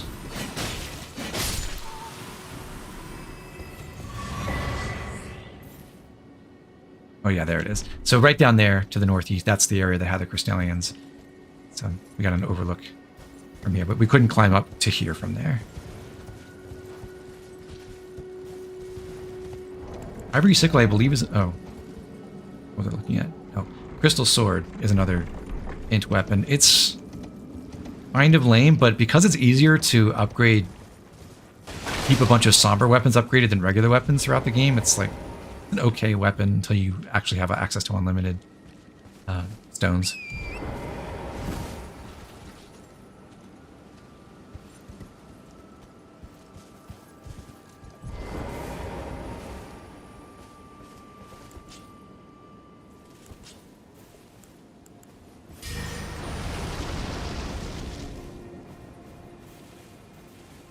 There's an enemy up here, a depraved perfumer, who is presumably an accessory to what's happened in this village.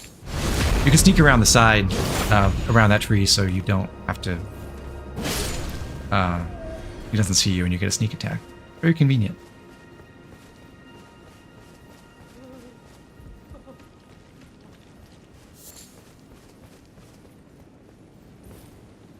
So the finger reader told us about the big pot we had to find, and here's one that's mysteriously glowing of its own accord.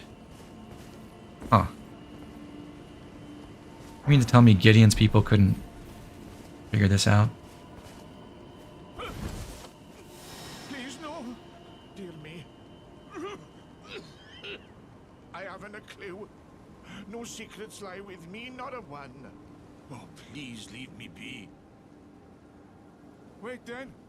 You're not one of them? Well, what a relief. Oh, goodness me. I am Albus, an Albinauric. As you can see, we're finished. The whole village is finished. The cursemongers have destroyed everything. No one that remains has their wits about them. I beg you. Would you look after this medallion? You must keep it out of the cursemonger's hands. And if you should meet the young Albinauric Latena, then please give it to her. All right, Albus, we can do that.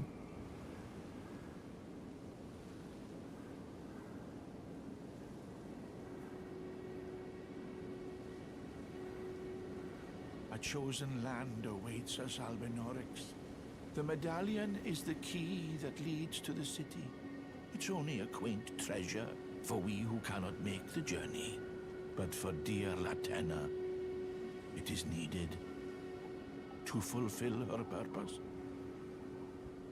My legs will soon fade, and with them my life. Alas, this is the immovable fate of all Albinaurics.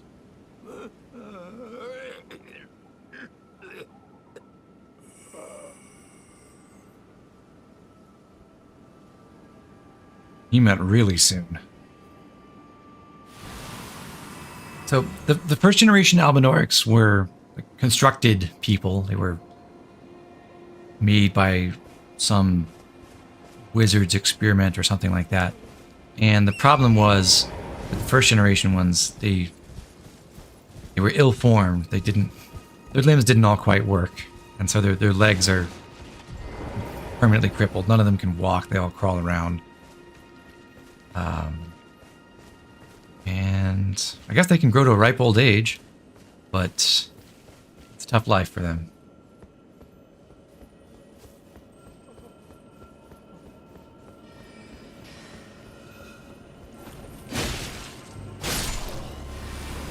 So after the first generation failed, that's when the second generation was created, and that's the frogmen. Who are mobile, but also very strange.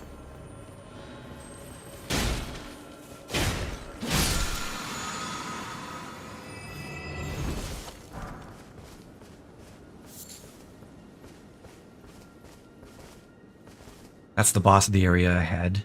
We can summon Nepheli for him.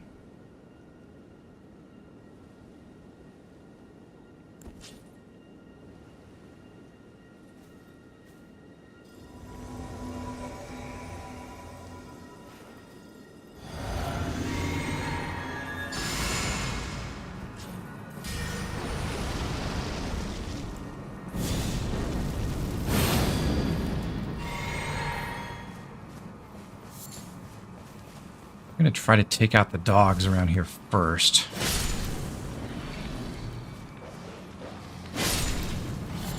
And then go in on the boss.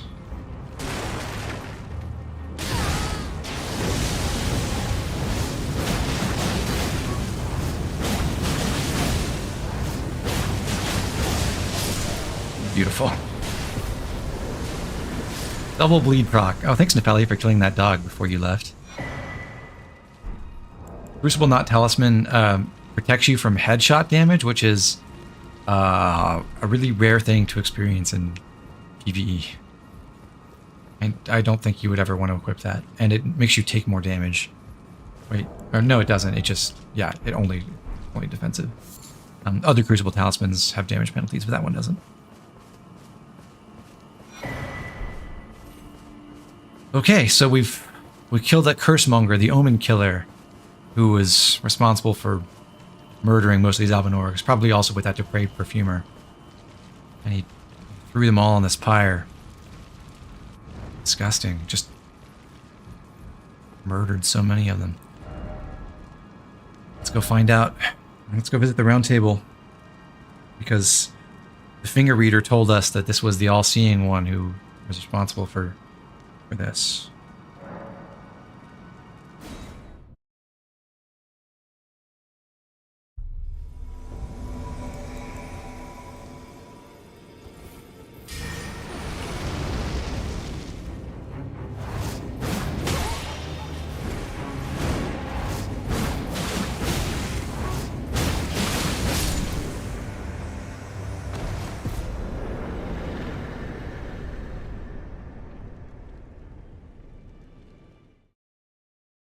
It was Insha, the lackey who was posted up outside Gideon's room.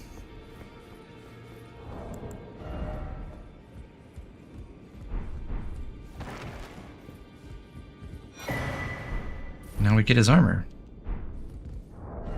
The bonus from this set is while you're low on HP, it's I think it's kind of odd threshold, but it's about 20%. You will regenerate health until you get back to that threshold. I don't really love the look. It is an upgrade on most other armor you can get to this point, unless you buy the Knight set from the Twin Maiden Husks. And it obviously has its own utility, but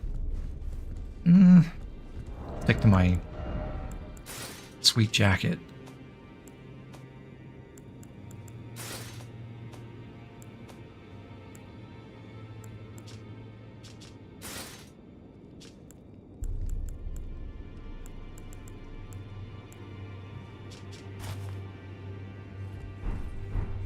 What triggers this event? Because I've had runs where this guy doesn't ambush until snowfields.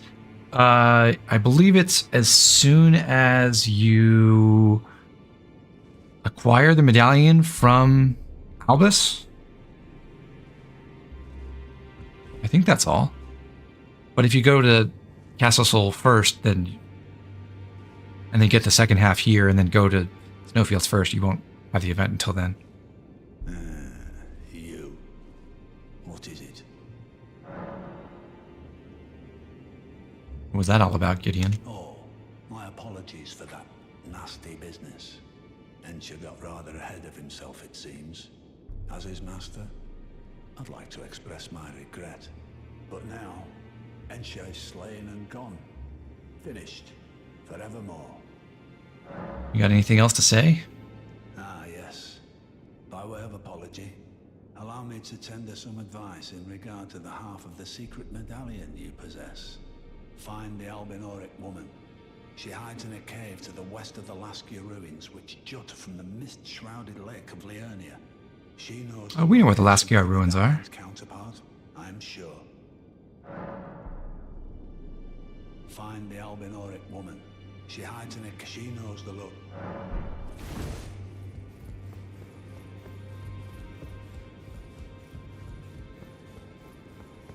We also ran into Dialos and found Lanya's body. You again. What's he up to? The recusants sent a lackey.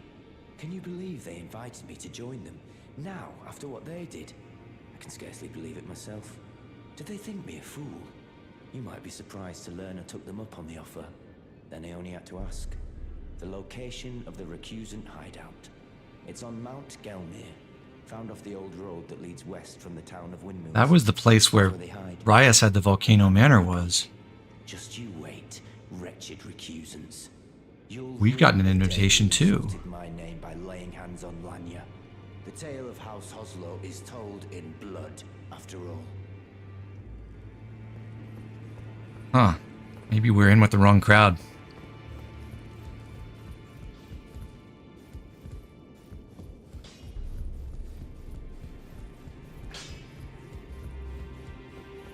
We find Nepheli down here. Ah, you. Please, leave me be. It's pathetic, I know, but I need to think. Ah, you. Please. It's pathetic, I know. She's found out who was responsible. She's not taking it too well.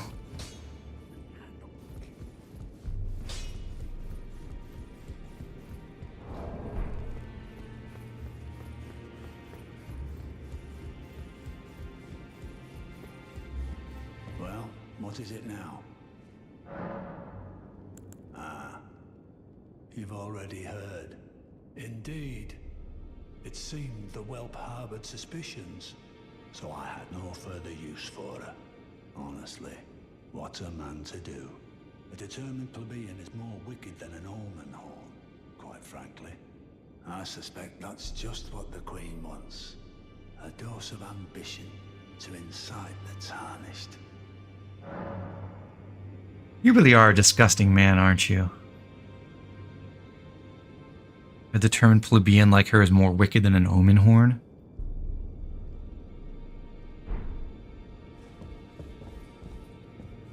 He wants to set things right. Yeah. Gross. But he has given us that lead on the location of the Albinauric woman. Let's follow it up.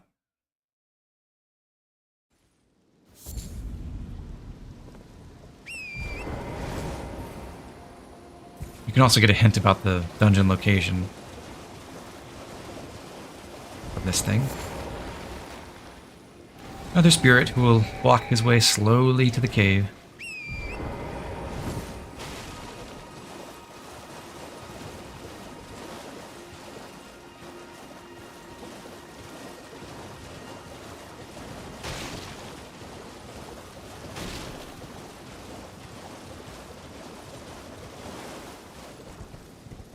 Here there are some demi-humans.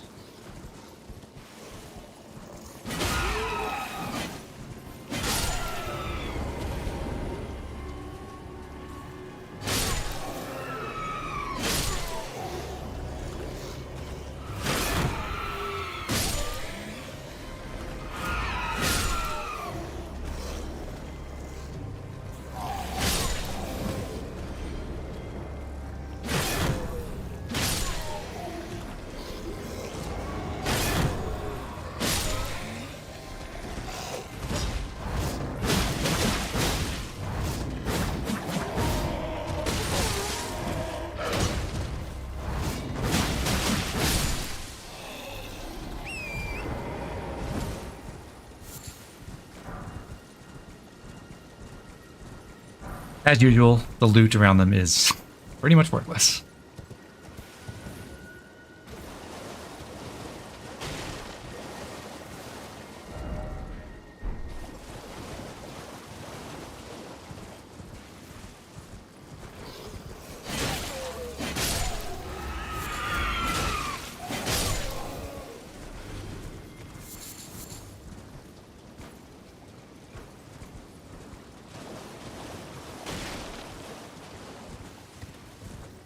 Here's our cave.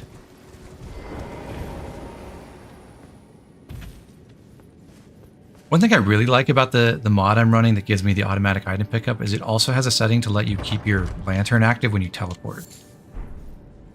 Which is such an inconvenience without it.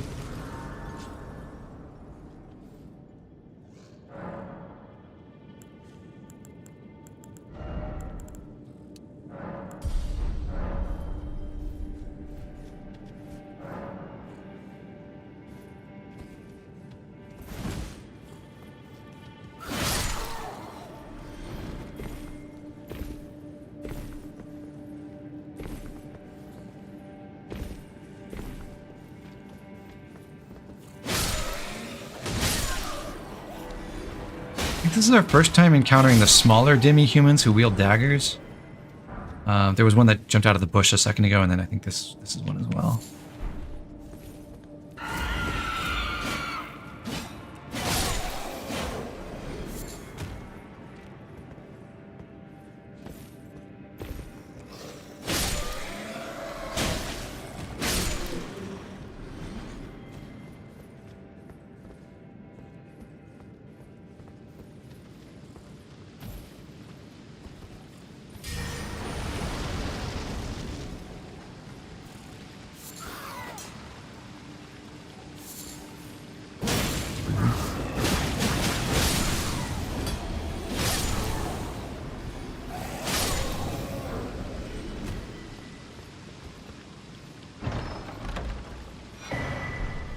Spear Talisman increases the damage bonus you get for using piercing attacks when enemies are attacking you.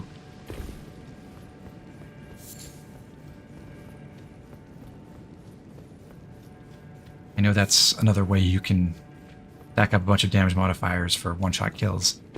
Although the timing on those counterattacks is obviously trickier because the enemy's in the middle of an attack animation when you get that bonus.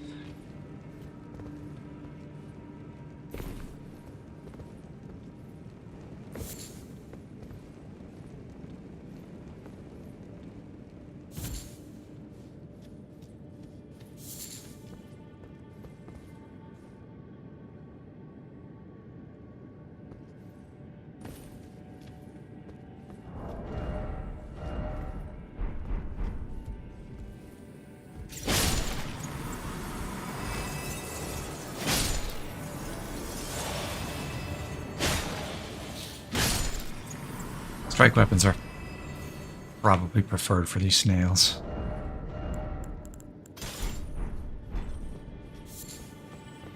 Being made of crystals and all.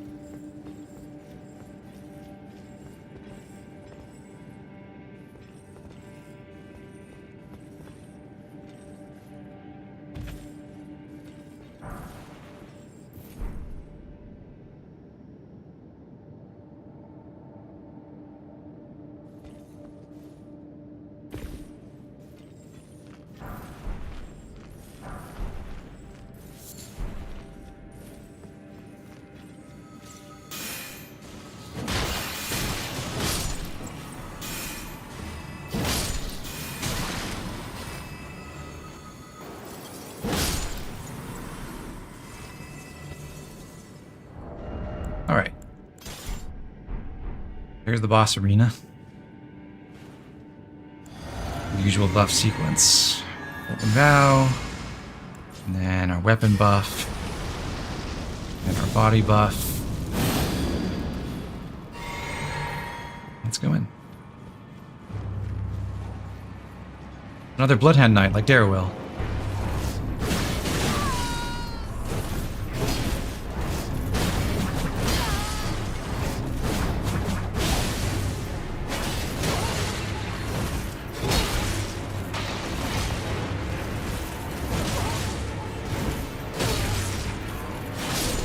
That was unclean.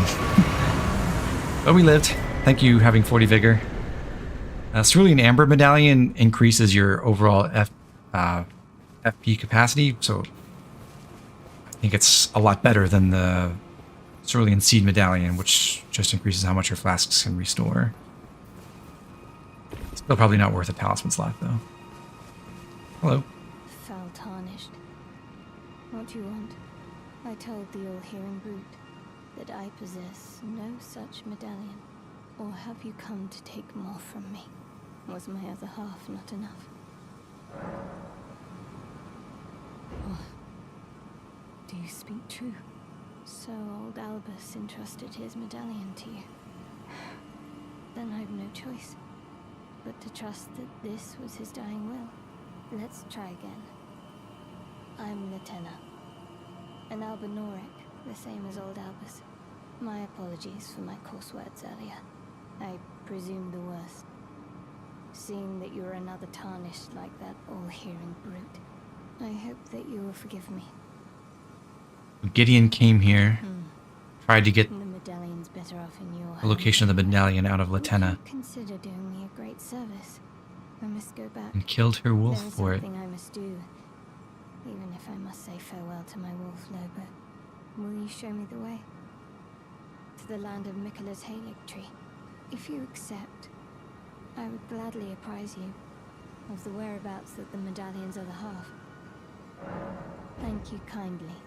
They say the other half of the medallion is beyond the Forbidden Lands, north of the Erdtree, in Castle Sol, on the mountain tops of the Giants, accessible by the Grand Lift of Rold. Then I suppose it's time. Farewell, Lobo. My faithful wolf. My better half. I will go with the Tarnished, so that our journey will not have been in vain. Forgive me, Lobo.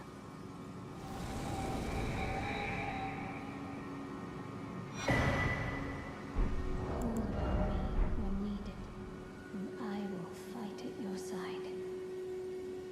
Latena's really cool. I'm not even sure if she's meant to be, like, actually dead. Her spirit ash says, a rare case of one who chose to become a spirit voluntarily. She wants to travel with you, and she doesn't want to be a burden, I guess, so she's transformed into spirit form. Like all Albinaurics, she can't walk. And she's, in fact, totally stationary. She doesn't even crawl. But she's an archer, so you can basically summon her and set up a turret that shoots at incredibly long ranges. And that can be really, really useful in certain boss fights. Also, she talks to you in certain places through the game in her spirit form. So, she's an actual character still. The description says, but having lost her beloved wolf companion Lobo, she cannot move from the place where she was summoned. If you find her, another direwolf to ride in the area where you summon her, she will become mounted. Which I wish was more broadly applicable than it is, but when you do it, it's very fun.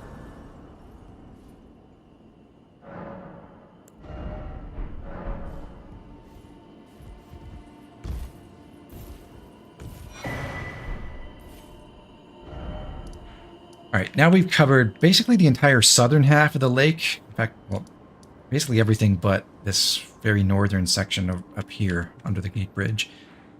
What we'll do now is we'll head up the east side of Liurnia.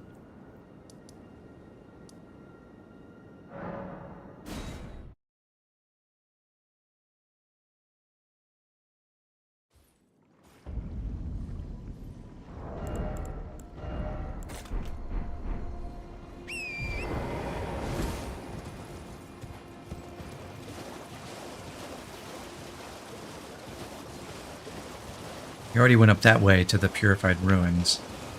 Now we'll go in from the Gate Town bridge side. Up the slope here.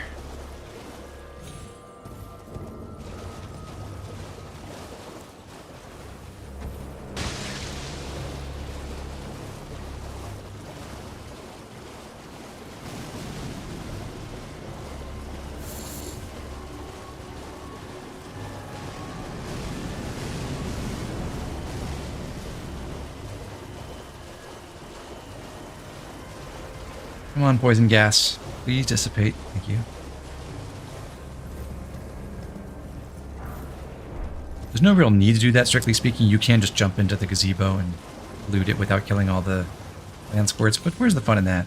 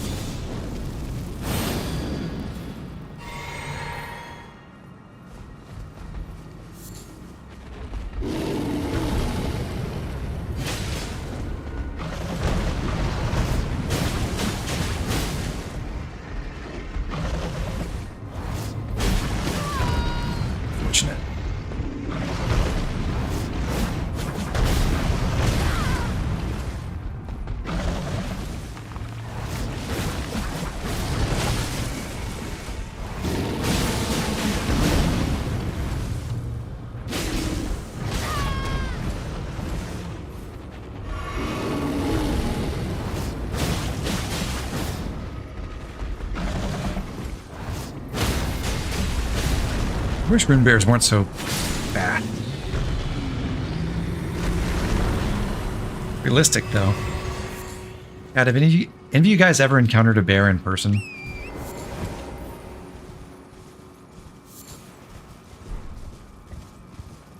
I've seen a grizzly bear at some distance while I was on a hiking trail, who was with her cub, and that was terrifying.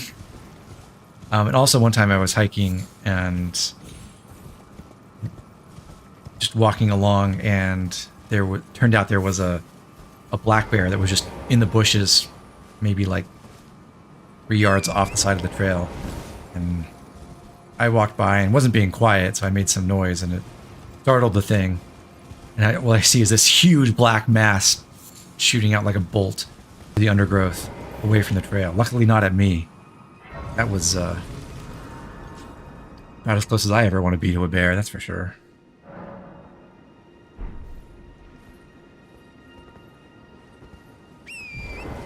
And probably never that close again.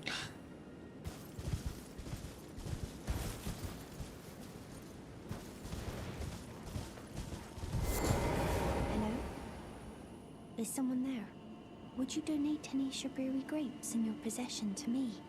I'm on a pilgrimage in search of the distant Yes, light. yes, we know. And when I eat one of those grapes, I can feel the light in the back of my eyes.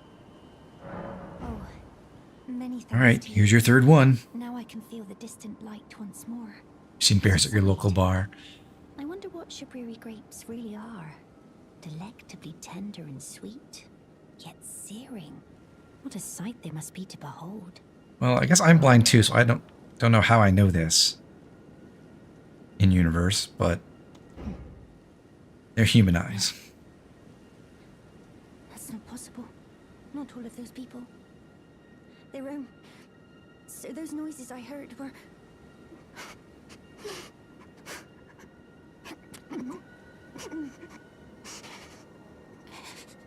Sorry.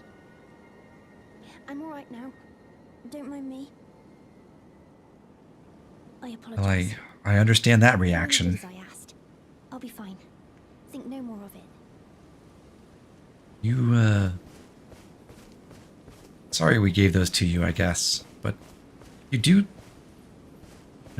keep seeing that light. Let me know.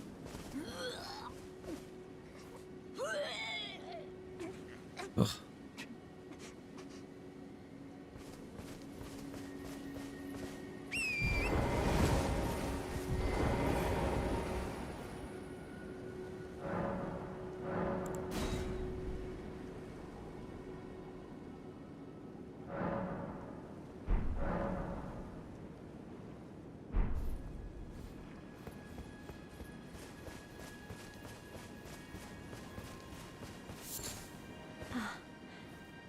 Is that you over there?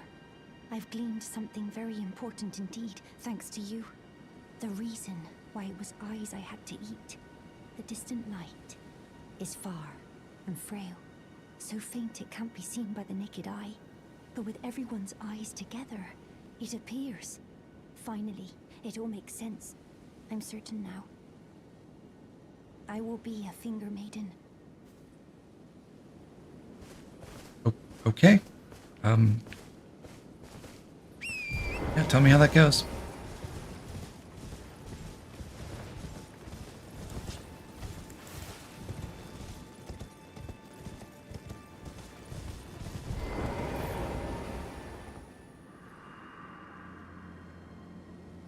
Alright, Lucaria, hallowed hall dedicated to the study of magic. Ah!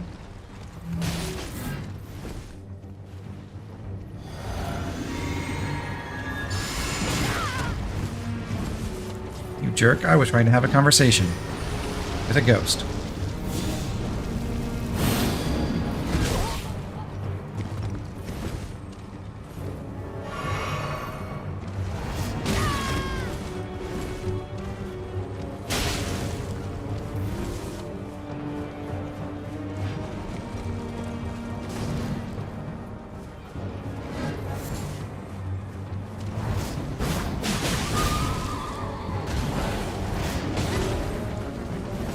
Bear too. Great.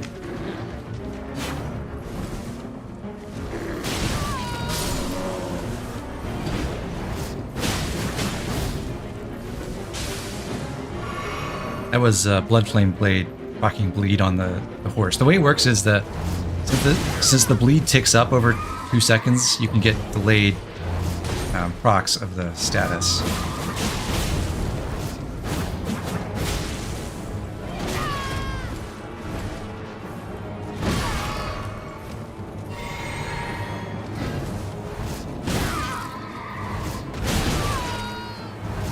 Like Impaling Thrust was better for this kind of boss fight, though.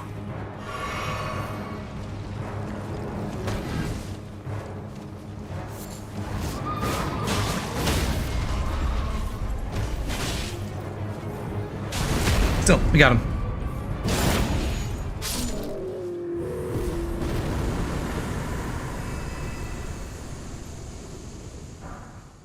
Ice Spear is a really awesome skill.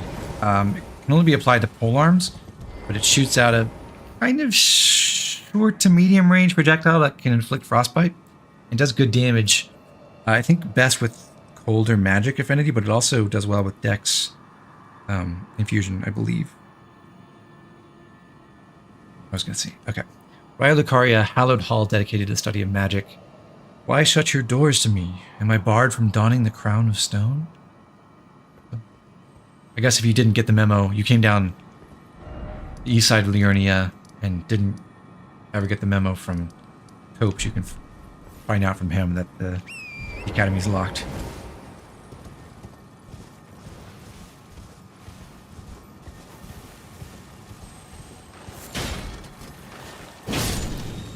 Or, you know, you can just go there and find out for yourself.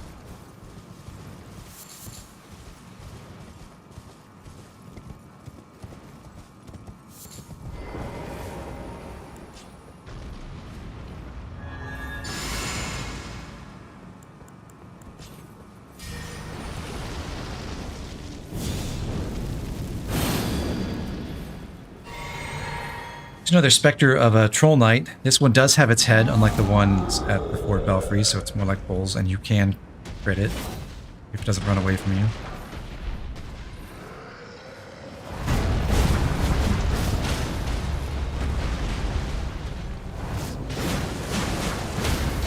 So what's happening here is a big fight between all these specters, including a Carian troll knight and some Raya Lucarian soldiers. So this is showing how the Carians fought against the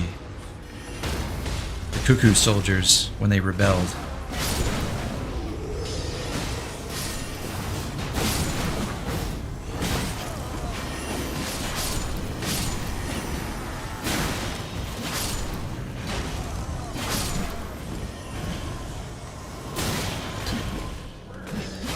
Fortunately, they're all aligned against us.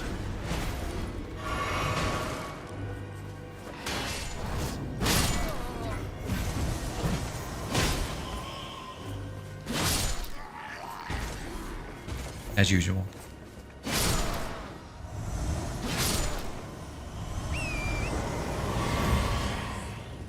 I get a drop? Oh. Troll Knight's Sword. You get a guaranteed one from a Troll Knight in Carian Manor, but they can also drop from that one or the ones over at the 4 Belfries.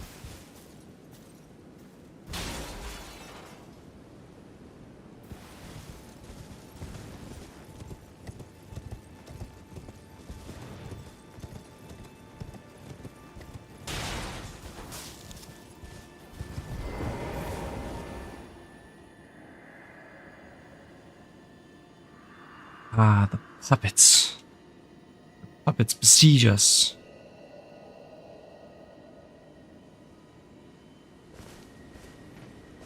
That is a noble. I think the puppets are meant to be controlled by the non-Carian faction.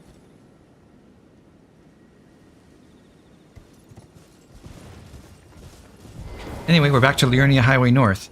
So we've already covered this area. We'll turn back and we'll cover the areas more north of us from here.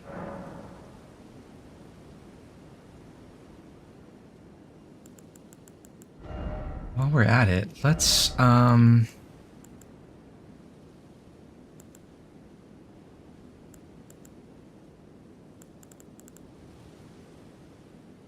put Ice Spear on our Banished Knight's Halberd.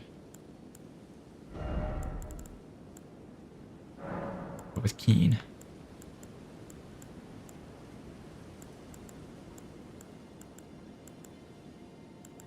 The projectile scales best with X scaling and int scaling. So even if technically we could get higher AR with while two-handing with heavy, the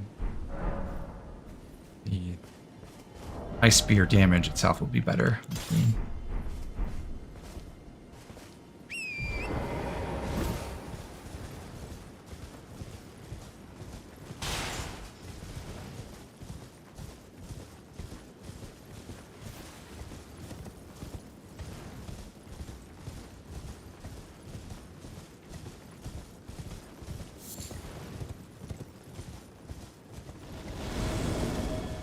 Whole bunch of dead cuckoos up here.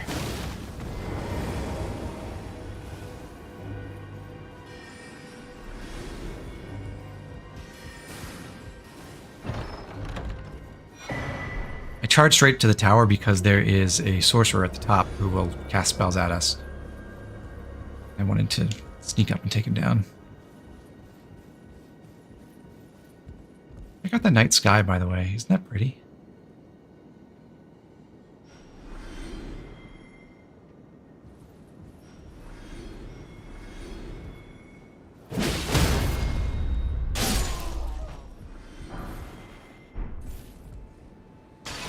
Carrying Glintblade Staff, back some Glintblade spells. We are never going to use that because I have no intelligence.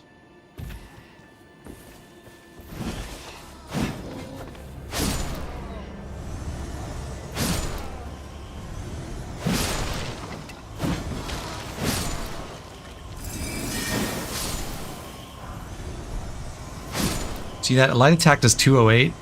Ice Spear 655. Some nice damage. Charged heavy 69 plus 405, so 474.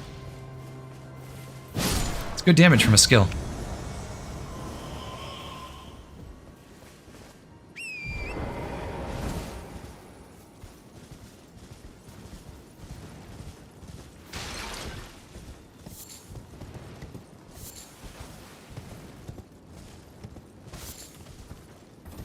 Mikola's Lily, and then I just want to jump across this gap.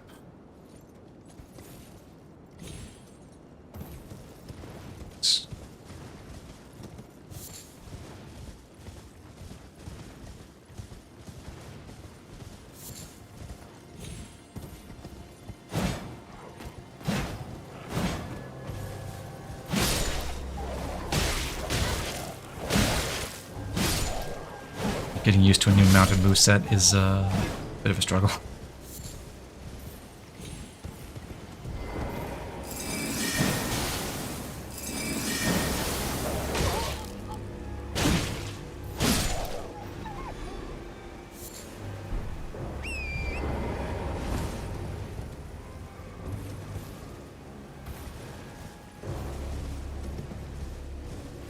We are going southeast a bit because there's one other dungeon we haven't hit yet, and that's Cliffbottom Catacombs. We got the statue pointing the way.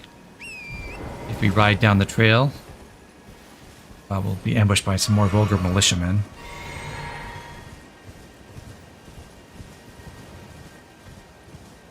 But we should find the catacombs entrance down quite a distance, actually.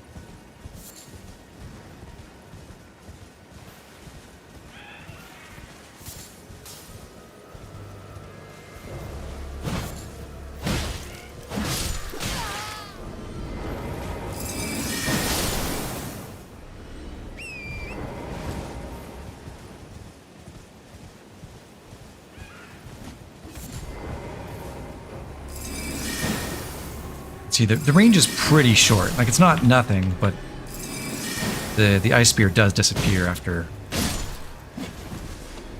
relatively little travel time. Did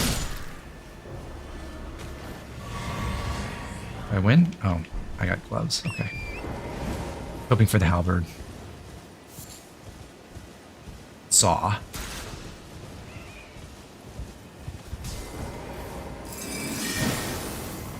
Oh, classic. Vulgar Militia Poison Trap. What little goofs.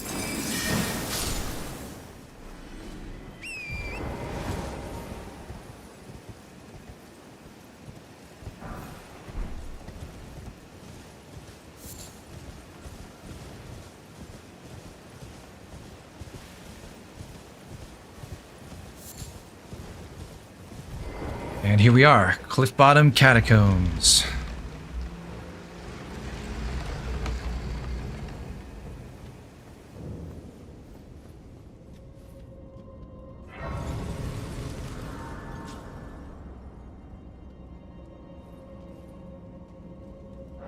I level up? Yes. More decks.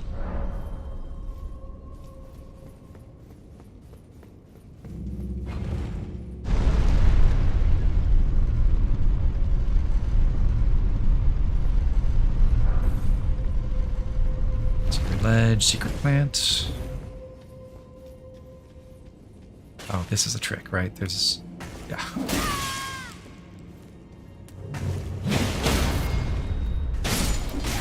I don't love the double spin charged heavy for this halberd, but yeah, you can't argue with having +8 for free.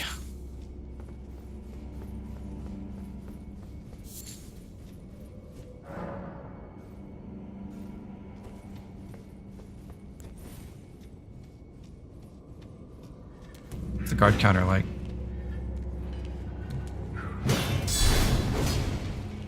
Short-ranged. Oh, it doesn't stance break the big imps either, unlike our flail. One nice thing about flails, the guard counters are pretty good at stance damage. Charge attacks, obnoxiously slow, but the guard counter is pretty good.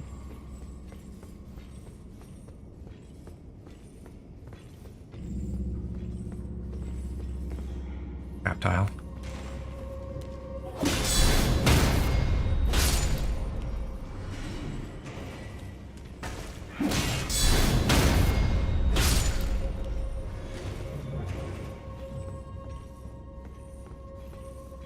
We've got it.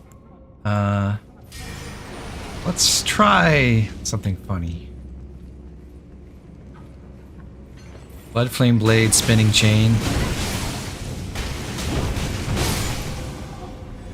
Well, we took a few hits while doing it, but 2 rounds we got 2 bleed procs and killed that omen pretty quick.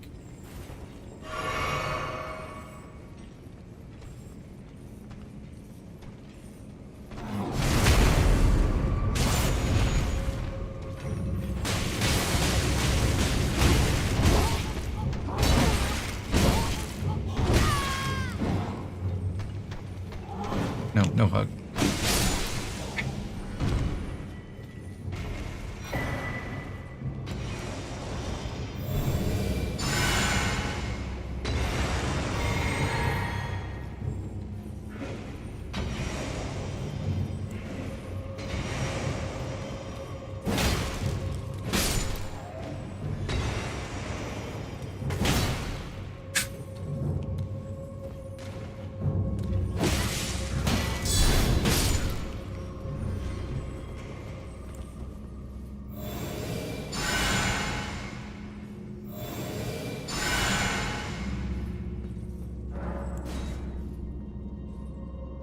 If only spinning chain, I mean, it would, in a lot of ways, it would make it worse, but if spinning chain had more hits done and knocked enemies out of their attack animations, it would be so amazing.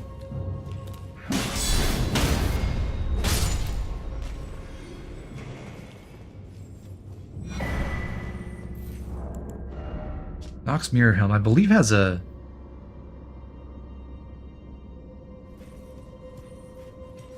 Doesn't it have some kind of stat bonus? Worn by those committed to high treason, it wards off the intervention of the Greater Will on its vassal fingers. Interesting that that's here. Our first encounter with anything from the Nox. I guess it doesn't have a stat bonus. Oh, it's just really heavy.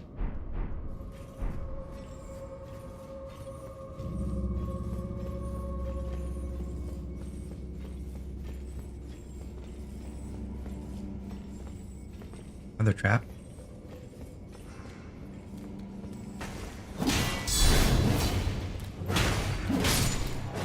Classic flail whiff.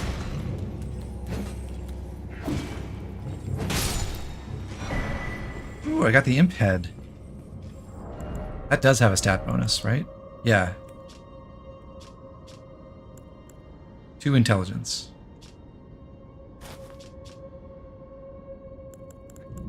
What a look.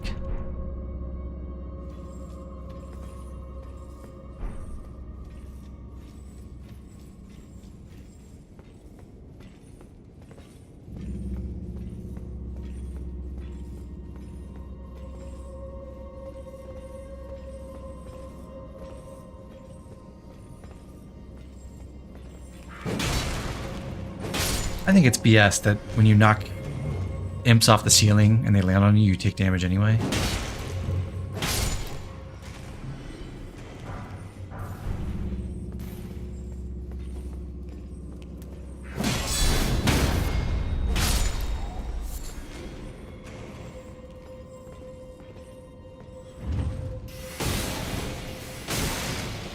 Whoops.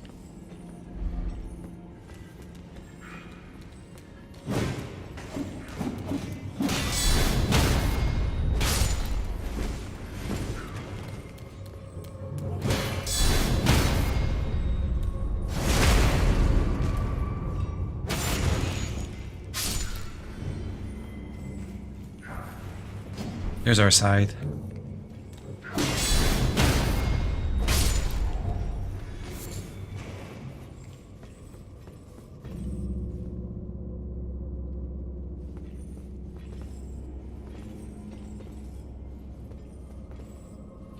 So we can see the lever to open the boss door on the other side here, but we can't get to it from this end. To drop down.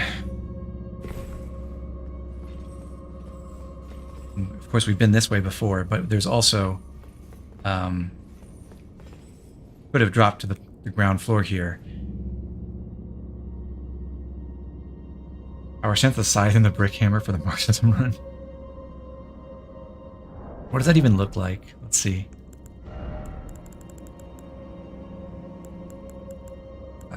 You.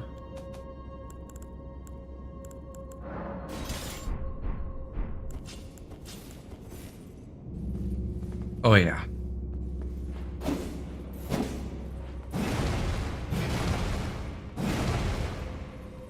Miyazaki, why don't these have a power stance moveset?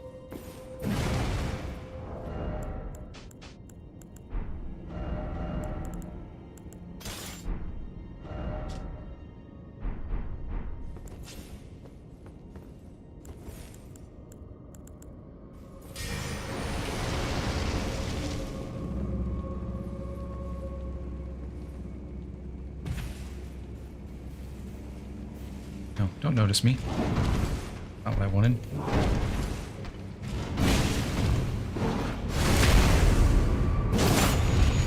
This extra damage to nobles. Perfect.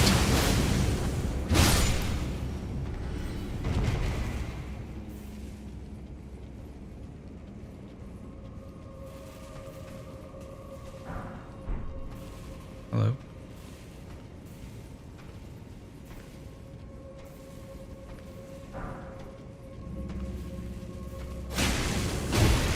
What kind of backstab is that?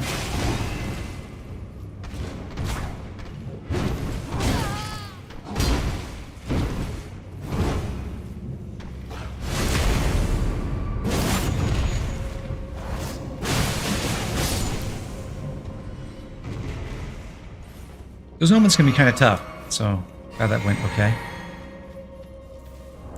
Rattling Pate Wonderful is funny. Wonderful.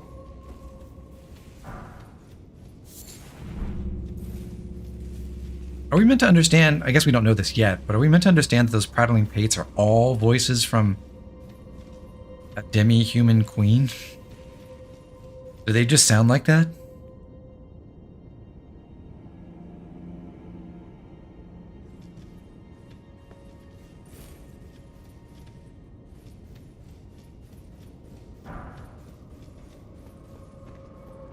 Use a floor trap to our advantage. Sucker.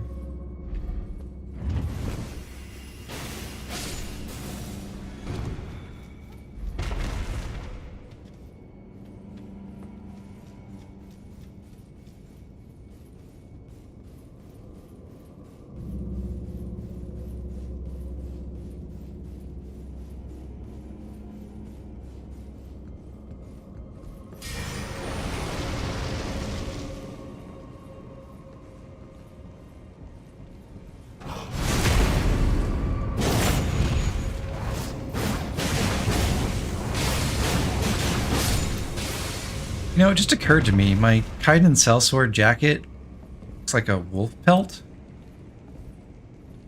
And the Kaiden Sellswords have wolf companions, so do they just skin their dogs after they die? I mean, waste not, want not, I guess.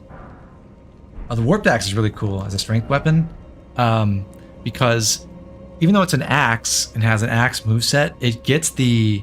If you put a status infusion on it, make it cold or bleed or poison, it will get the buildup amount that corresponds to a great axe, not a regular axe. So it's much higher status buildup than other axes.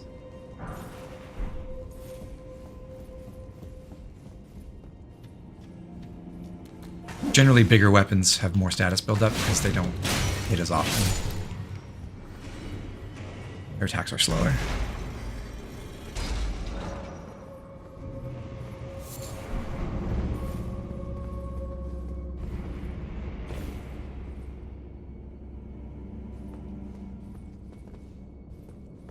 Up the stairs, right?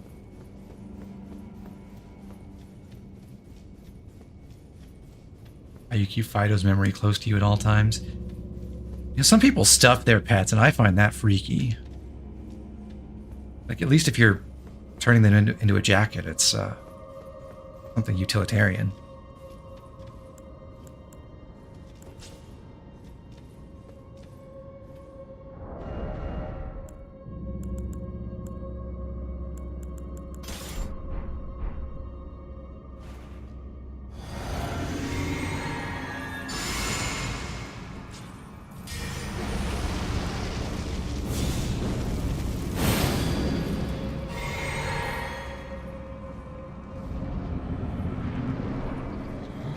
Classic Erdtree Burial Watchdog opponent.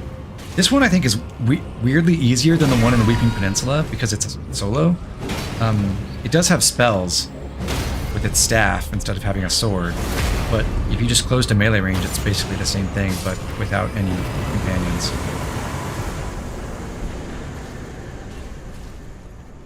Speaking of Kaiden Sellswords.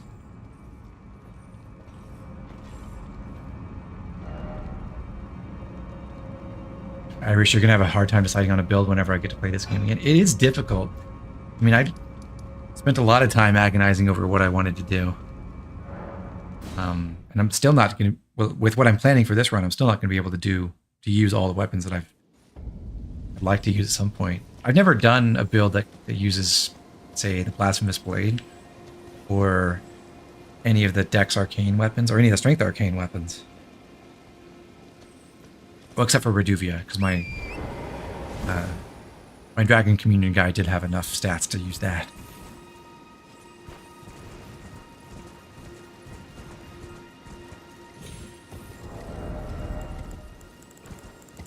Get back to our...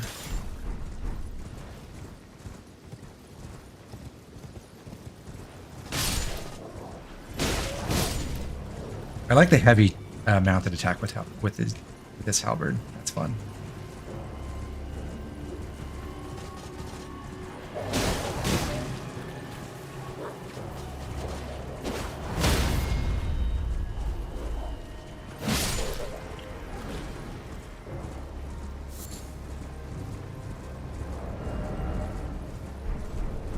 Right, up here is one of the scariest giant crabs in the whole game, because it is suiting the area beyond this. It is death blighted, and we saw one earlier that would spray sleep mist at you. This one will spray death blight mist at you, and it builds up death blight really fast. And when you when your death blight bar gets filled, you die instantly. Luckily, Ice Spear is really good.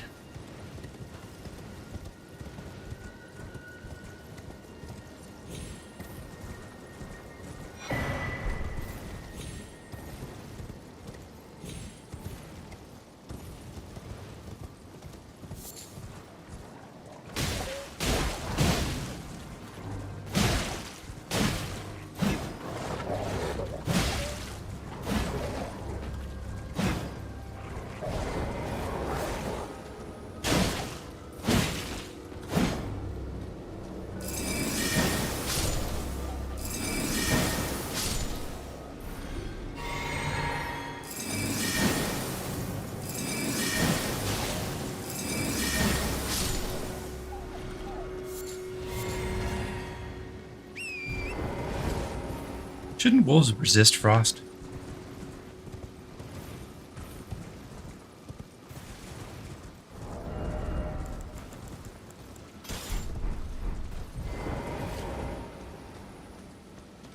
Don't know what's going on with the lighting right now.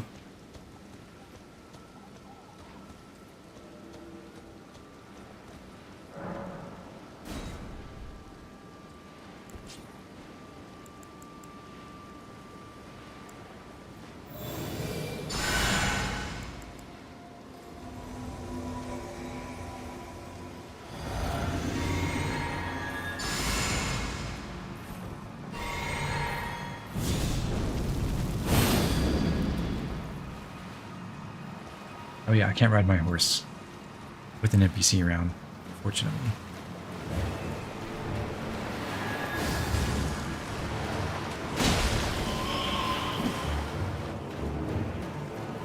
Where'd he go? There.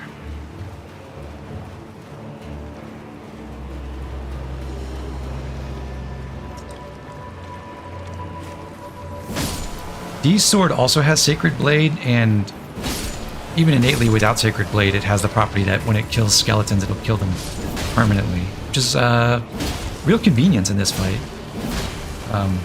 Not that Tibby Mariners are hard. I mean, they're very static enemies that can hardly do anything to you.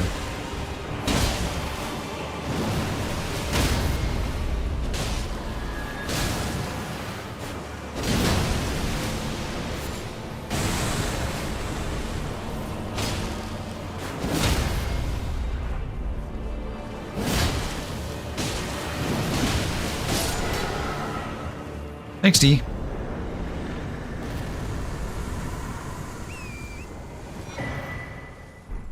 Got more death roots, so we'll want to deliver that to Gabrank.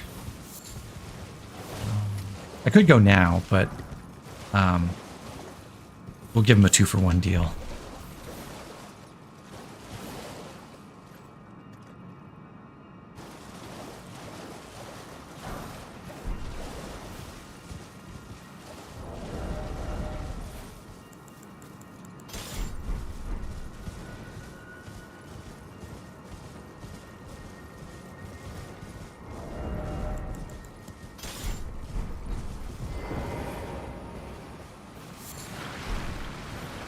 Wave scythe?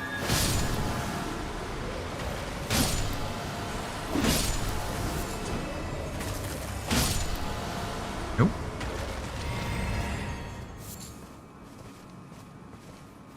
For whatever reason, there's a Lanedale Knight just walking around here on this trail in Stormveil, in Liurnia.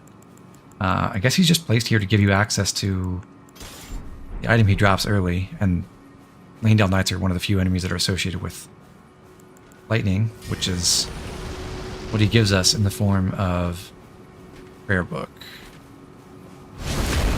So he's notably tougher than other knights we've encountered so far, but cheesing a bit. Yep. A backstab and a couple repeating thrusts with Blood Flame crush him. Got his hat and the Dragon Cult Prayer Book. Prayer Book of the capital's ancient dragon cult, a text of the knight's faith that arose after the War of the Ancient Dragons, can be given to a learned cleric to gain access to the following incantations: Lightning Spear, Honed Bolt, and Electrify Armament. We might make use of Electrify Armament a bit. I think we're one short of the faith required to use it, but number one, it gives us lightning damage bonus on our weapons instead of fire, like Bloodflame Blade does, and it gives you 75% of your faith scaling power on your seal as damage, as opposed to 40% with Bloodflame Blade. So if an enemy can't bleed, so we're not benefiting from the blood effect of Bloodflame Blade, Electrify Armament will probably be better.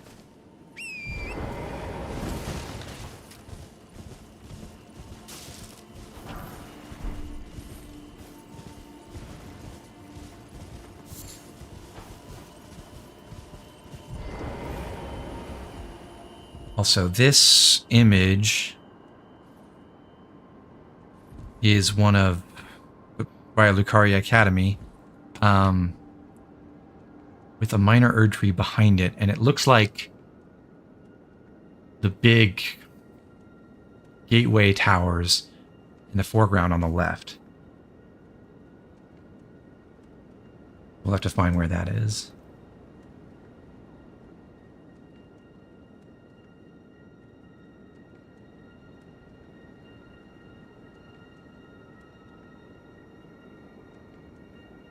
Anyway.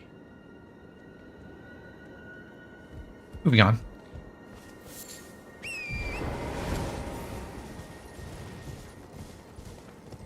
We can cross this big rock spire across this gap.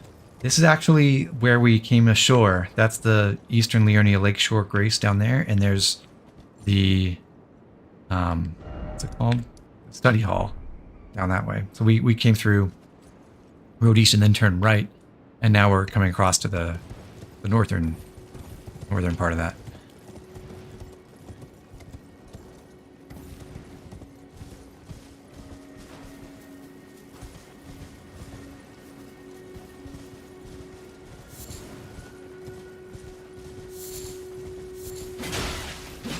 This Thorn Sorcerer drops the sorcery Briars of Sen, which is a sorcery that only requires faith, not intelligence, and can be cast with with any glintstone staff if you have the stats to use it. But it's boosted by a staff that also only requires faith. That one Thorn Sorcerer does respawn despite dropping a unique item. And she's the only one you can you can get the that staff from. The Staff of the Guilty, I think it's called. She's the only one who drops it until you reach Mount Gelmir, I think. There are other Thorn Sorcerers, but they don't drop the staff. And you can tell the difference because I guess their staves are only kind of smoldering, whereas hers is in full flame.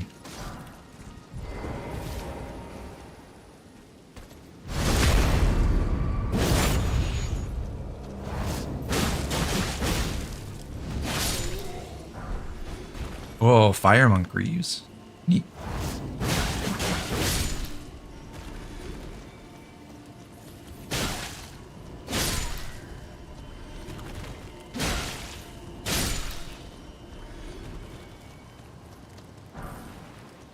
Flame Cleanse Me is basically a straight upgrade to our Cure Poison incantation because it cures poison and it also cures Scarlet Rot. It's the only spell that can cure that. Well, that's not true. There's another spell that also cures Scarlet Rot, but it's way more expensive. And slower animation. It's just generally less convenient.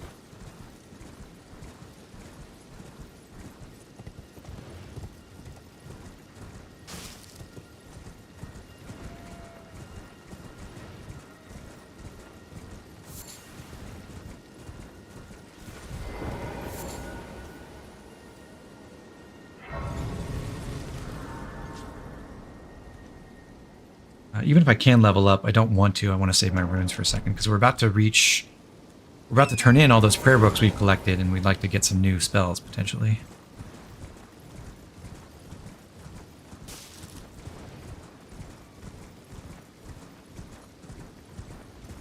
What's up there? Bye.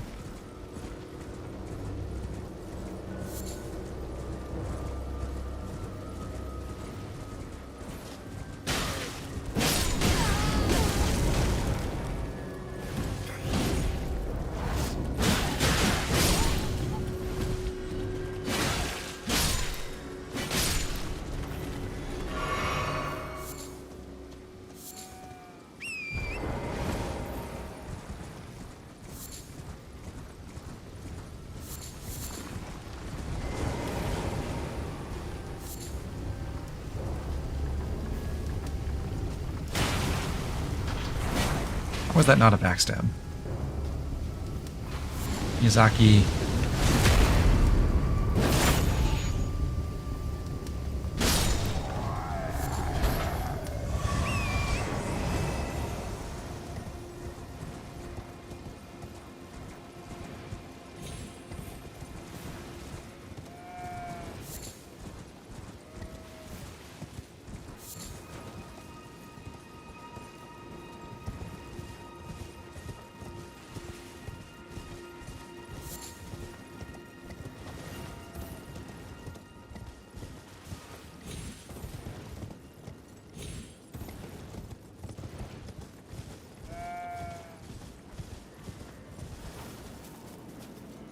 Pretty.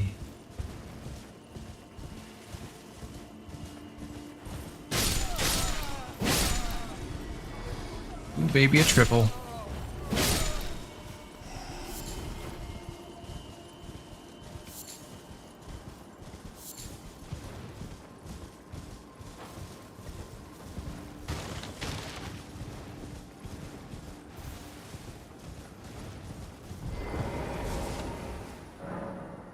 The Second Liurnian War. No victory for the Golden, nor for the Moon. No prize but atonement, the birth of a vow.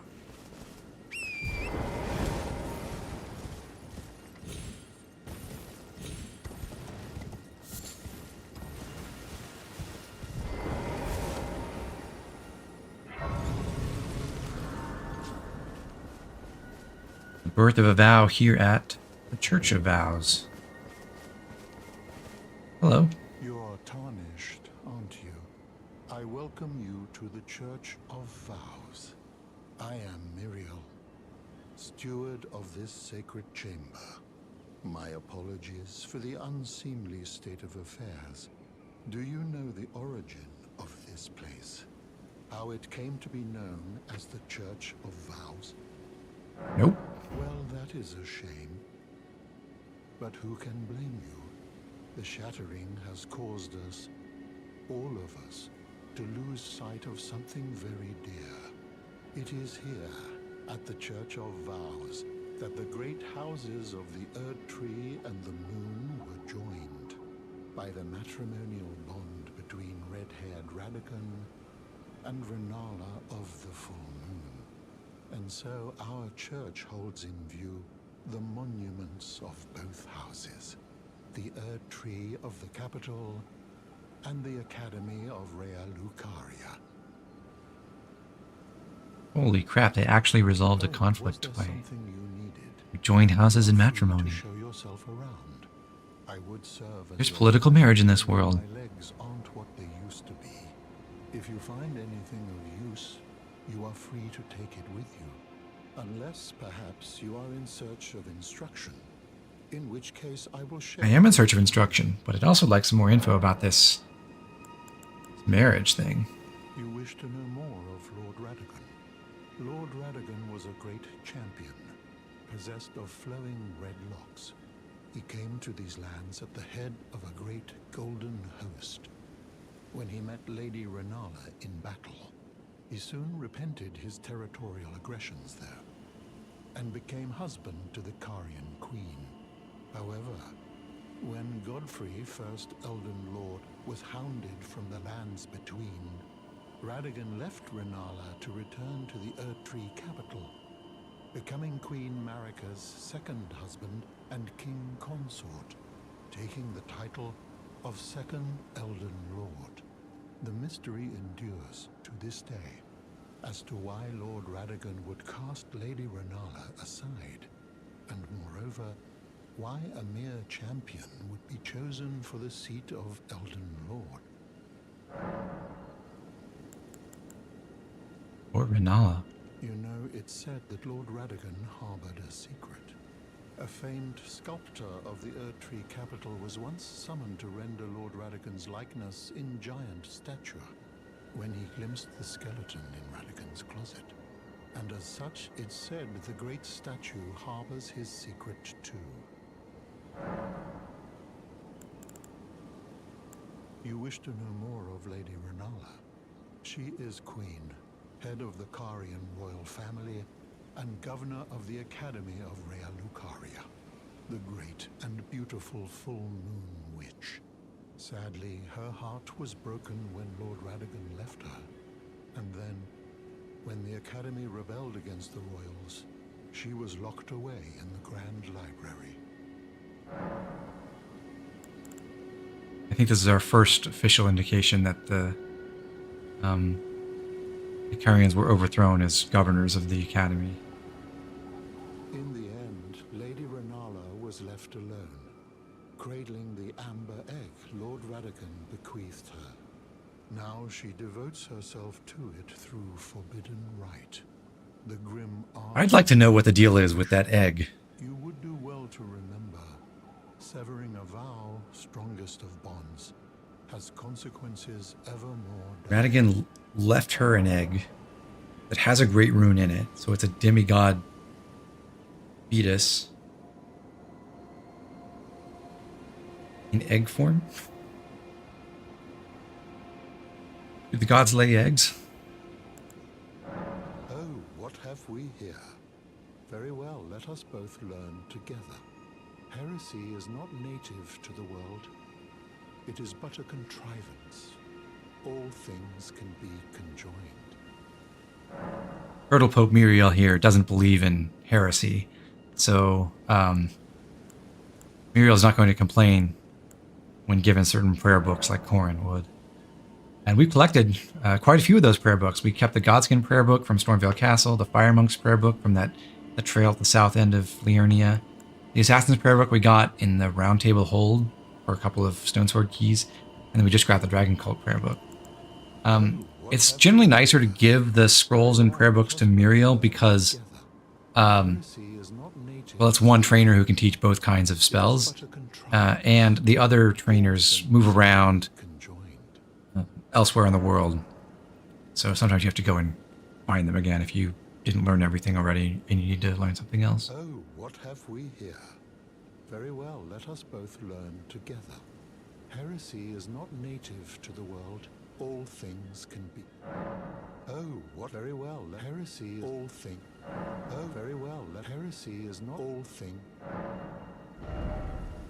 So now for sorceries, we won't use these, obviously, but I believe Muriel natively has Magic Glintblade, which is the starting sorcery for Prisoner, and Carian Greatsword, which is kind of the first stab at an AoE attack that sorcerers can get.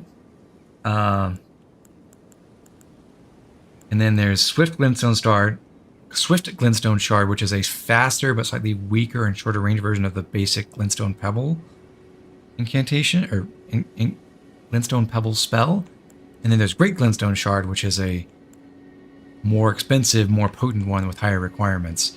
When I did my first run with an intelligence character, I think I stuck with Glintstone Pebble the entire game because I thought my mindset was, well, this is amazing for FP efficiency, and sure, I could get stronger versions, but it only cost me like, I don't know, 6 FP or something, and works great.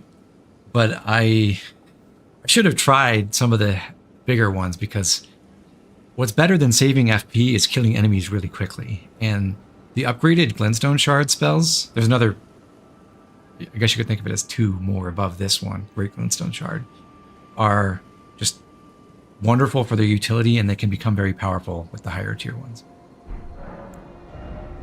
Incantations, Muriel, I think, starts only with Blessing's Boon. The Assassin's Prayer Book gives you Darkness and Assassin's Approach. This was one of the starting spells for Confessor. They're both stealth oriented spells. Then the Dragon Cult Prayer Book lets you learn Lightning Spear, Hone Bolt, and Electrify Armament. Kind of expensive.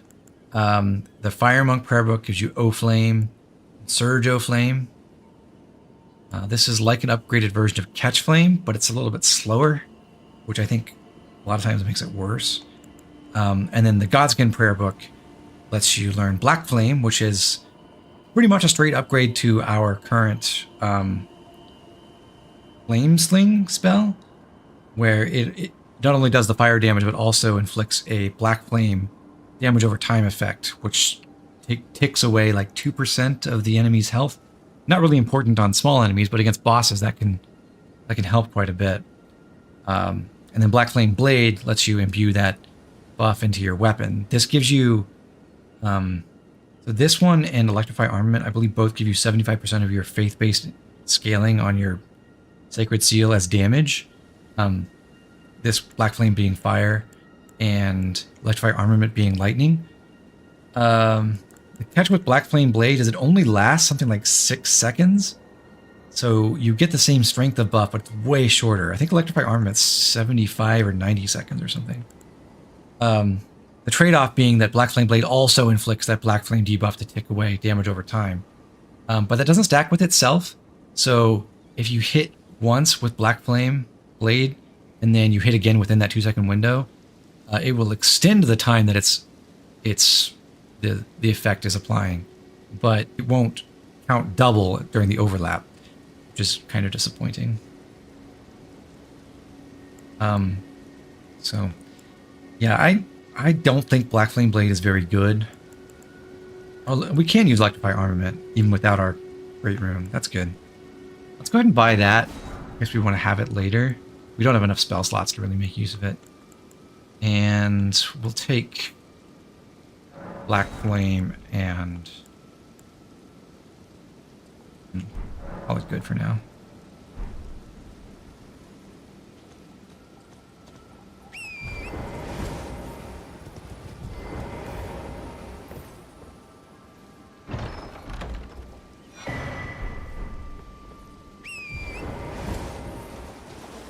Can I jump out this way? Yes. Yeah. We got the gold sewing needle and the golden tailoring tools, which are required in order to adjust. I think it's just like boss clothing that you can buy at the Round Table Hold. We haven't gotten access to any of those. But for whatever reason, they decided you needed to get that key item before you could alter those garments.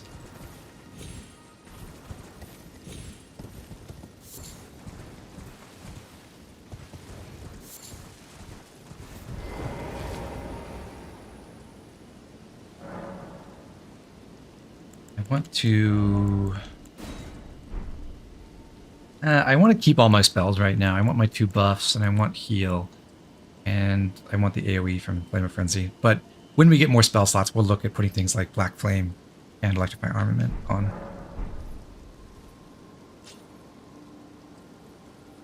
A stealth spellcaster build sounds really fun. Could be. Or if you just go with the Night Sorcerer, he's really boring.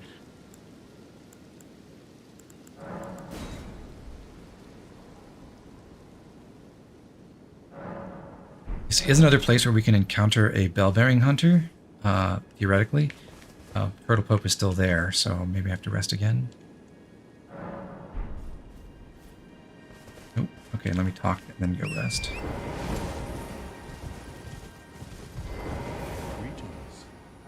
Pretty sure I've done everything I need to trigger this.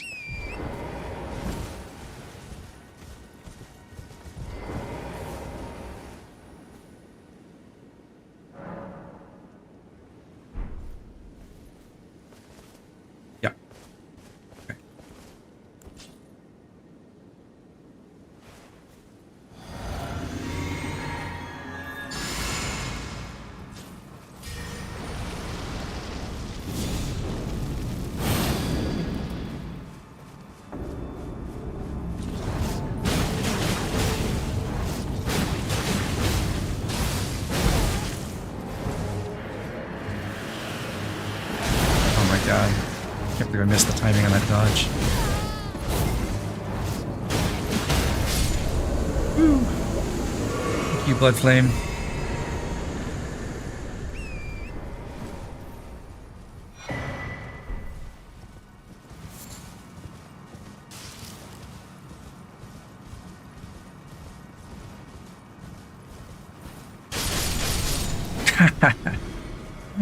Quadra kill.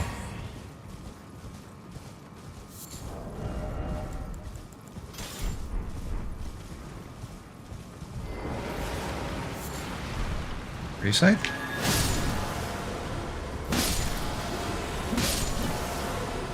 No graveside.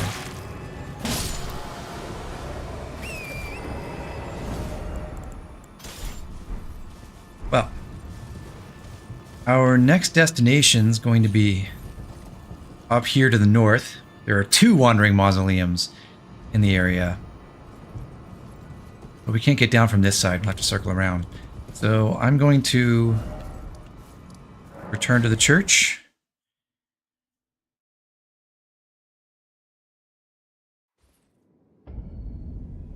And we'll call that a day. We've explored basically the entire, well, southern 2/3 of Liurnia. Covered a ton of ground. So next time we'll be able to hit up the mausoleum compound and go to the place where the map that Fia gave us indicated to find out more about the Curse Mark of Death. We'll check out the well structure over here, which you might have seen when we stopped at this grace. And then when we advance, Roger and Fia's quest will be sent over to Carian Manor. So those 2 at least are on the agenda for next time. And looking forward to it.